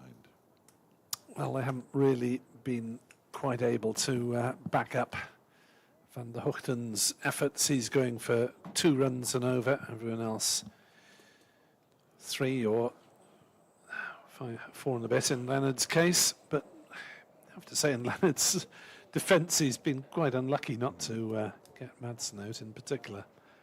And Kame was dropped as well, wasn't he, at slip? So He was.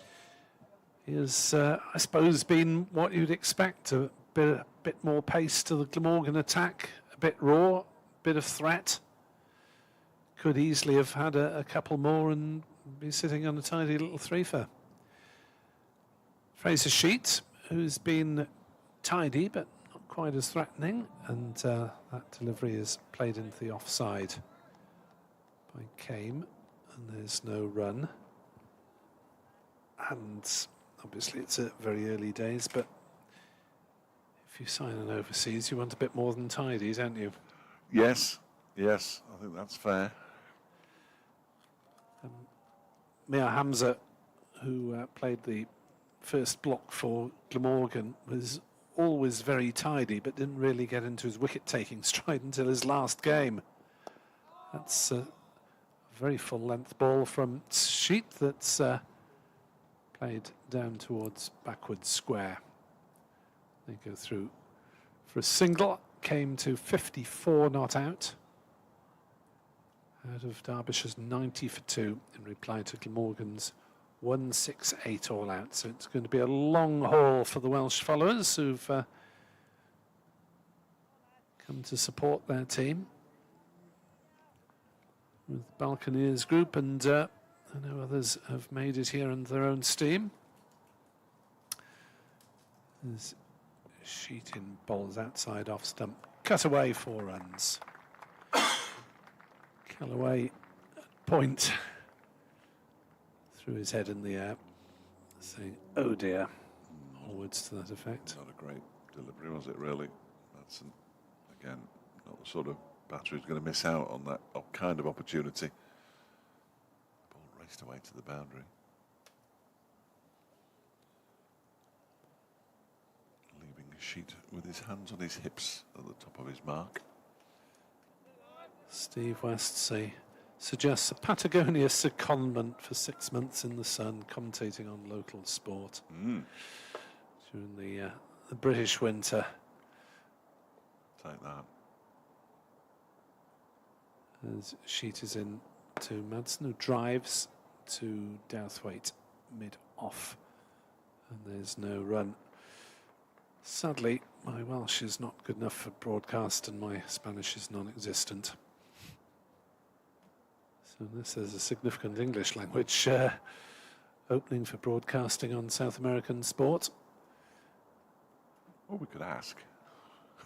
I'm sure there are people who report the South American football scene to an English-speaking audience, but I don't think I have particular expertise in that area.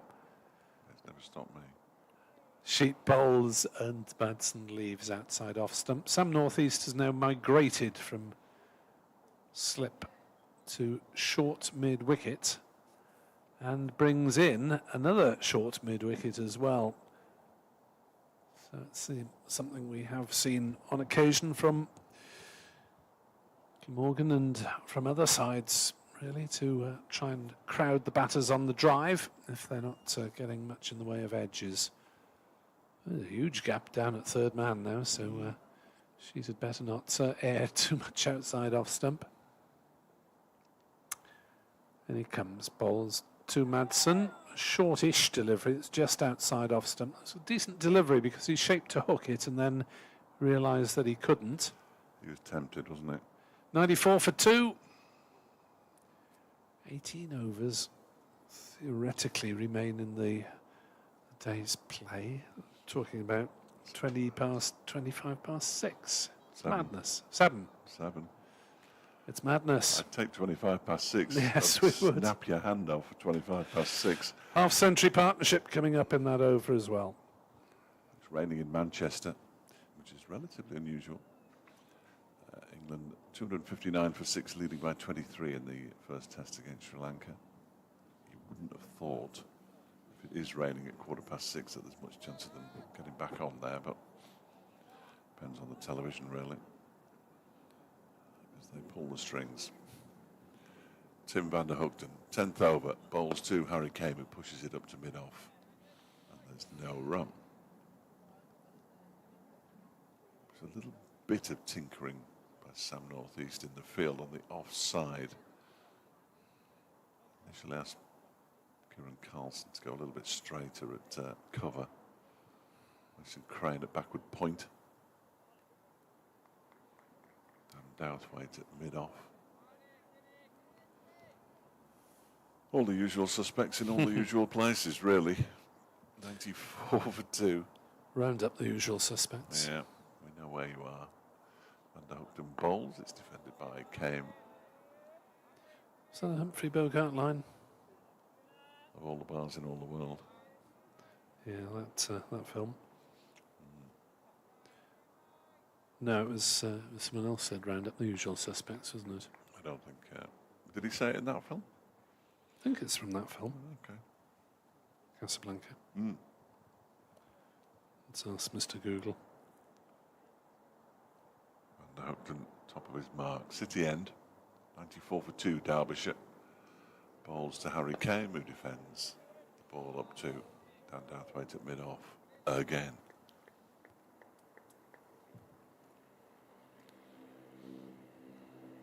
The Kiwi connection down below us. Coach and overseas for Glamorgan, Grant Bradburn. And Fraser Sheet in deep conversation, or even deep in conversation, either way. Kieran Carlson is having a lengthy chat with Tim van der Hoogten while Mason Crane goes through his bowling action. Backward point, the game is just ground to a halt.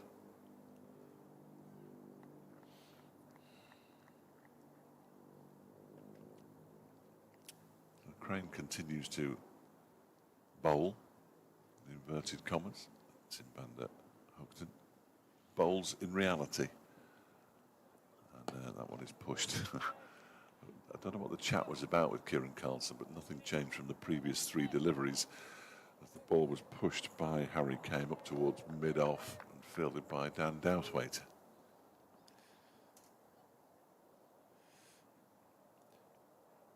Yes, it was uttered, round up the usual suspects, by the character Captain Renault, who's covering for Rick, played by Humphrey Bogart, who actually shot someone. Next delivery is pushed out into the offside by Kane. This time it goes to Carlson rather than Douthwaite. And skimming through this article, you forget how many memorable lines are from Casablanca. I think this is the beginning of a beautiful friendship. We'll always have Paris. Here's looking at you, kid. For all the gin joints and all, etc. Yes. She walks into mine. And of course, the one that wasn't said as such, quite in those words, play it again, Sam. Play it, Sam. You played it for him. It's his next delivery from Van der Hoogten is pushed into the offside by Cayman. There's no run. That was Lauren Bacall, wasn't it, who said that? She said, play it, Sam. You played it for him, play it for me. Something along those lines.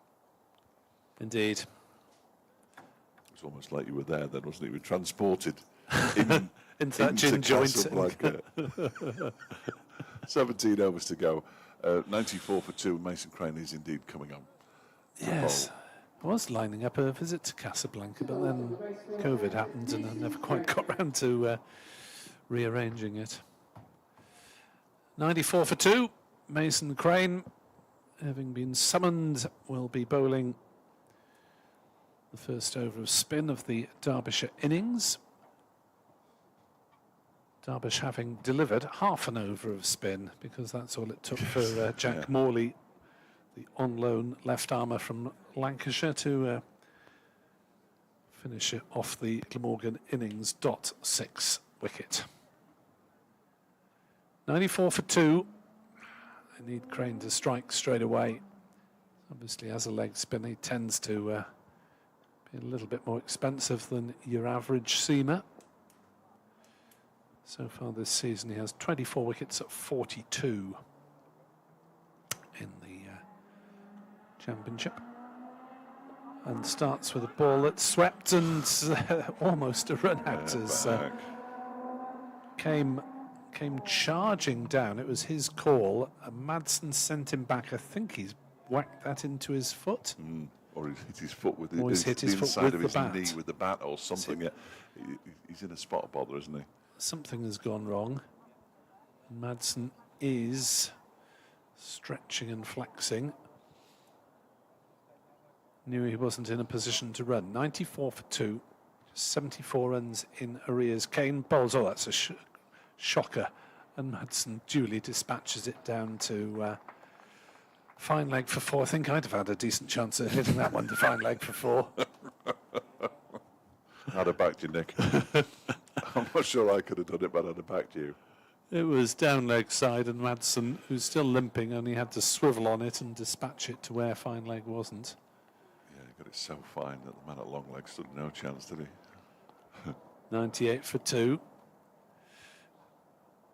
Crane bowls. That's a better delivery. Madsen watches it on the bat. And there's no run. I did have a wry smile when I saw your second tweet yesterday. I think it was about a raging Turner at Derby. Not renowned for its spin. As that's driven back to Crane by Madsen. There's no run. Not hugely renowned for results wickets, but maybe this is one of them. But they ought to just move it up and down the square. As Crane bowls, Madsen sweeps, and he's got that one away along the ground to fine leg. Van der Hoogten is fielding at the 45-degree angle. Single taken, 99 for 2. What I would like is £1 for every time somebody had said over the years, and Madsen sweeps. Because I wouldn't have to do this. Not that I don't enjoy doing it, I do. No, absolutely. But I wouldn't have to. Crane bowls to Kame for the first time, who pushes forward. I'm not sure that I want to see an awful lot of that. Crane to Kame is not an easy one. No, it's not. There's echoes of Salter to Slater, which I didn't like. Or indeed Carlson to Carlson. Carlson, the Sussex spinner. Yes. Don't make it any trickier than it is, boys. Come on. 99 for 2. Trailing by 69 now, Derbyshire, with just an hour's worth of overs left. Although it's not going to get any brighter than this, I wouldn't have thought. I'd be surprised if it did. Up to that time of year and that time of day at this time of year when it generally doesn't get much brighter. As Tim van der Hoogten is in and bowls to Madsen, who chops it into the offside. Carlson fields. Sort of half a suggestion that Kieran Carlson hadn't seen that ball as well as he might have. Although he fielded it very cleanly indeed.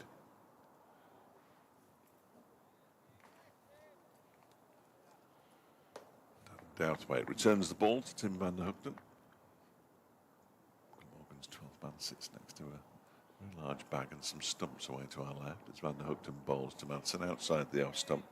He leaves that one alone and it goes through to Cook behind the stumps.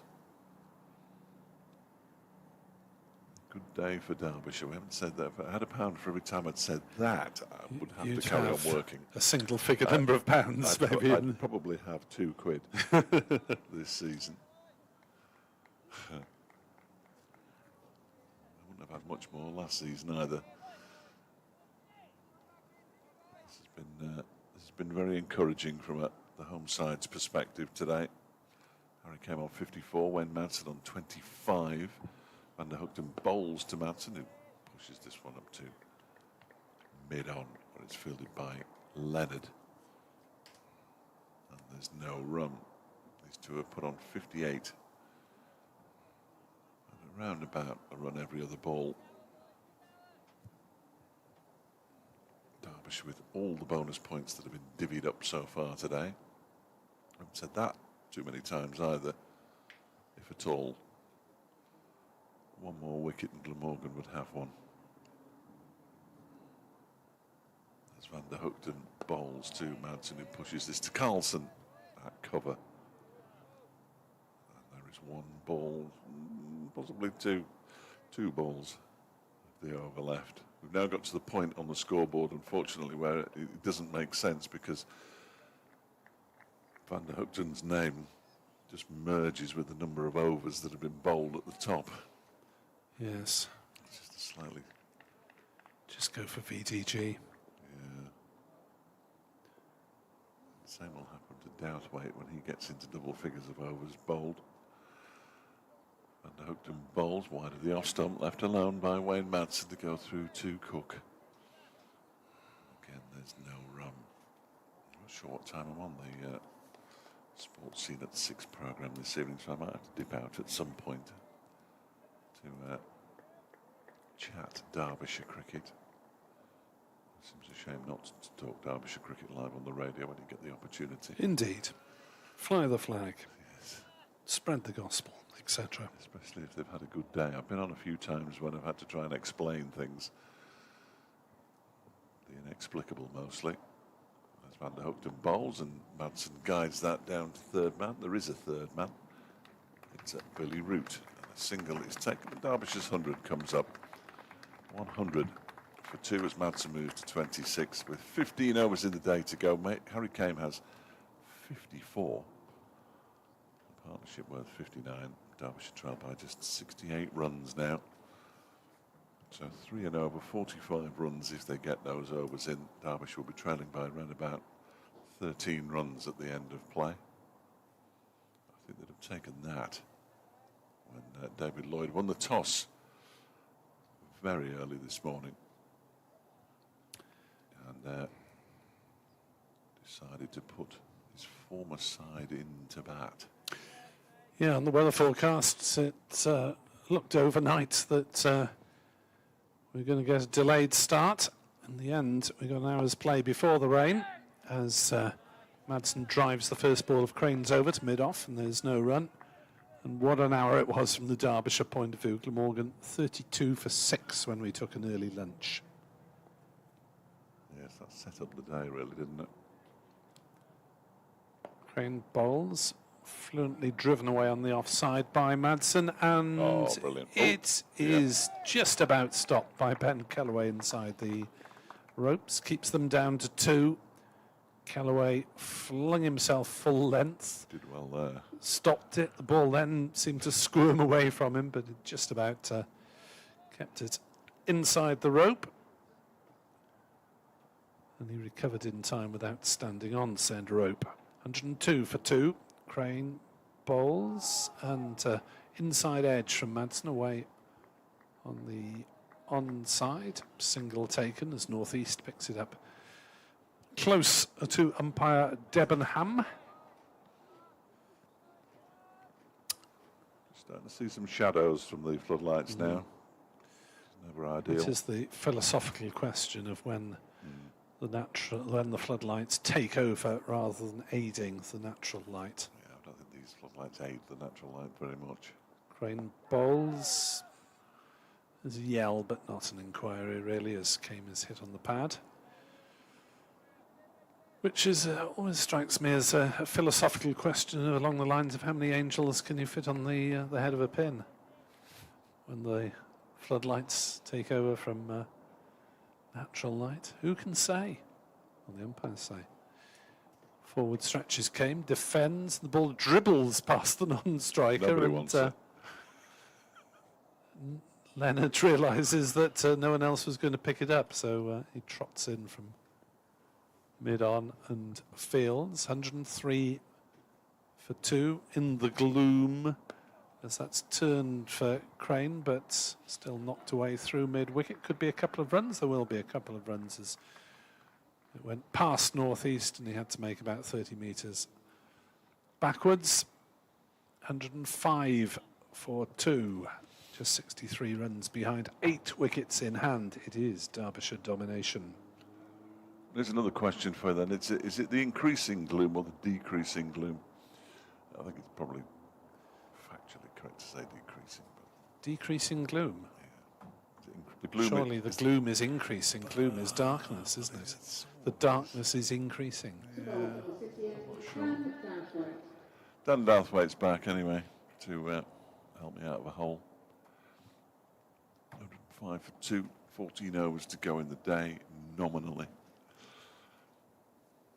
It would be remarkable if we didn't lose a single over today. It would be bordering on ridiculous, really. When I was driving down early this morning, it was chucking it down the M6, chucking it down in Stoke. Arrived at the ground to find out that there hadn't been a drop of rain for hours and they were removing the covers. It seemed a little optimistic, but the ground staff, as ever, Neil and the boys, got it absolutely spot on. Dan Douthwaite then 5 overs for 15 in his first spell, bowling now from the City end. Bowls to Mountain, who leaves that one alone. Are you making the trek home tonight, or are you locally based for the duration? I'm based locally for the duration, I'm delighted to say. Is that courtesy of a breakfast show presenter still? Very much courtesy of Andy Twigg, yeah. Who I spoke to yesterday. He double-checked that I wasn't coming last night. Good to see Bertie the Spaniel again. Douthwaite lumbers in, bowls. It's a flurry of arms and legs when he gets to the crease, but he's not particularly quick before he gets there. Madsen defends it straight back to him. It's a curious kind of action. It's very one of a kind, Dan Douthwaite. It's quite front on. But he sort of lumbers up to the crease and then it's a sudden whir of arms, isn't it? And there's a lot of it in the shoulder. Any and the pace delivery. absolutely is from his shoulder. He's in now. Arm bowls to Mountain, who pulls him in front of square. There'll be at least a couple of runs here. There's a run round the boundary for Ben Kellaway. And in fact, they'll get 4 runs because Kellaway can't get there. Bowled it short. Madsen saw it early. Pulled it a long way in front of square. And Derbyshire move on to 109 for 2 now. Madsen up to 33. It was a decent enough shot from Madsen. Raced across the outfield, which has to speed up over the course of the match, assuming we get no further rain, although there's a lot of rain forecast for the early hours of tomorrow morning. But the forecast for tomorrow daytime and for the remainder of the game is pretty good. As Douthwaite is in and bowls to Mountain, he drives it straight back to him. Douthwaite goes down on one knee and stops the ball with his right hand. You in the city? I'm at a hotel about a mile away. The well-known chain, which is about 100 yards away from the hotel I stayed in last time, which is now apparently not available. Just to you or to everybody, this one is a full delivery from Douthwaite. It's driven down the ground. There's a chase on here for Van der Hoogten. He will get to the ball now and doesn't keep it inside the boundary rope. He got to it and he sort of took it over the boundary with him. And Madsen moves to 37, 113 for 2. Don't think it's available to anyone. I may be wrong. As long as it's not just you, that's always a bad sign, I think, if a hotel refuses to have you back. Or maybe it was booked up or out of the BBC. There's a lot of those these days because hotel prices have rocketed, haven't they? Douthwaite to complete his 6th over then. In to bowl to Wayne Madsen. Short ball, it's in the air. He's in danger here. Is he, Wayne Madsen? No, and it's gone for 4. Running around the boundary there was Fraser Sheet. He never really looked like he was going to get in a position to catch the ball, and when he got to the ball, it bounced just in front of him. He stuck out his hands, couldn't stop it, and there were 12 runs off that over by way of boundary. And Wayne Madsen has moved on to 41 all of a sudden. The partnership worth 76, and Derbyshire 117 for 2 now with 13 overs to go. And the possibility of being in the lead this evening. Well, Mason Crane's spell hasn't lasted long. No. 2 overs, 0 for 10. He's got the Shepherd's Hook. Or Shepherd's Crook. Shepherd's Crook, isn't it? Yes. Yes, I think so. Anyway, he has been removed from the attack. By hook or indeed crook. By hook or crook.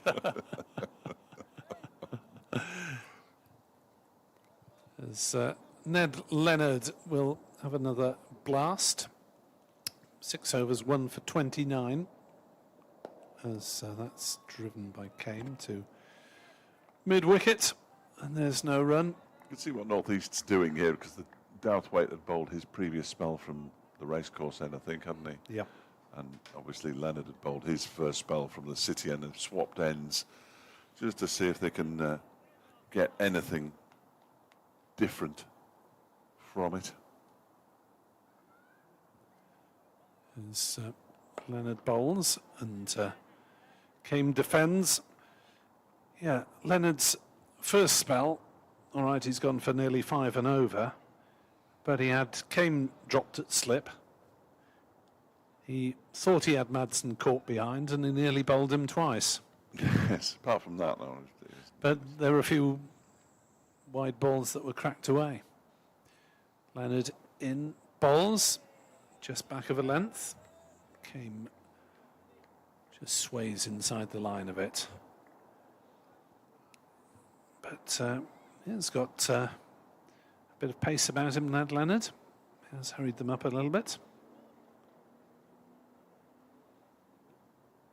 But can he find it consistently enough?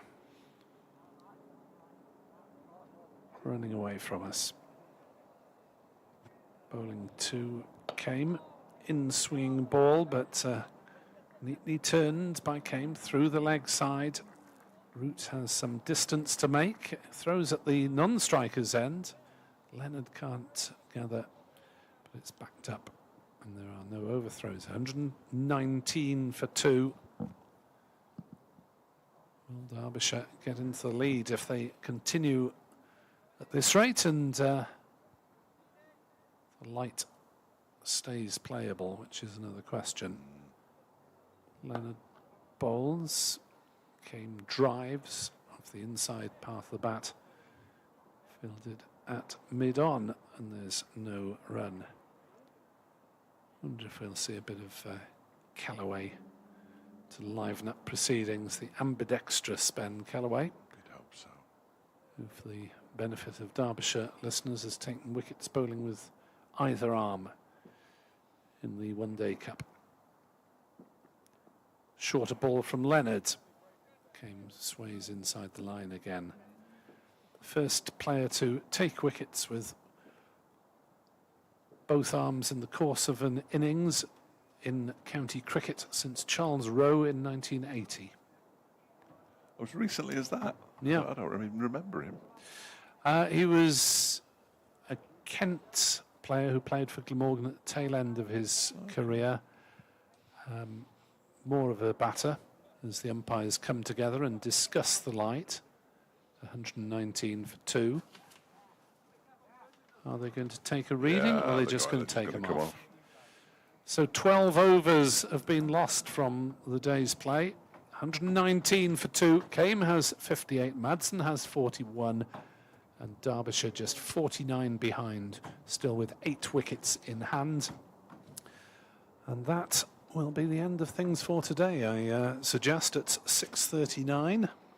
I would have thought so. Off we go. So very much Derbyshire's day. Glamorgan with a bit of a fight back in the afternoon session. 32 for 6 to 168 all out, but not enough to sway the course of the match, because Derbyshire have regathered control in the evening thanks to this pair. Came together at 41 for 2.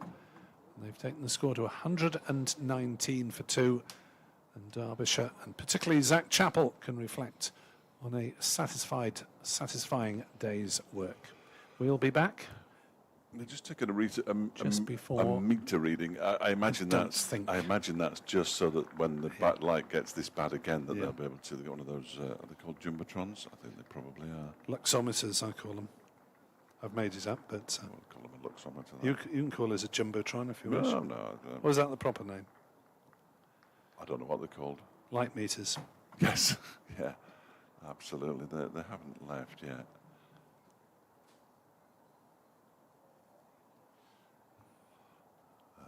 They're talking to Neil Godrich, the groundsman. It very much looks as though that's going to be it now. Shortly, we will find out conclusively. But if they do come back, we'll come back. That's probably the best way of doing it, as Nick said. Derbyshire trail by 49, 119 for 2, with 58 to Kame and 41 to Madsen. The partnership worth 78 so far for the 3rd wicket. And we'll be back just before 11 o'clock tomorrow morning if we're not back this evening, which seems unlikely.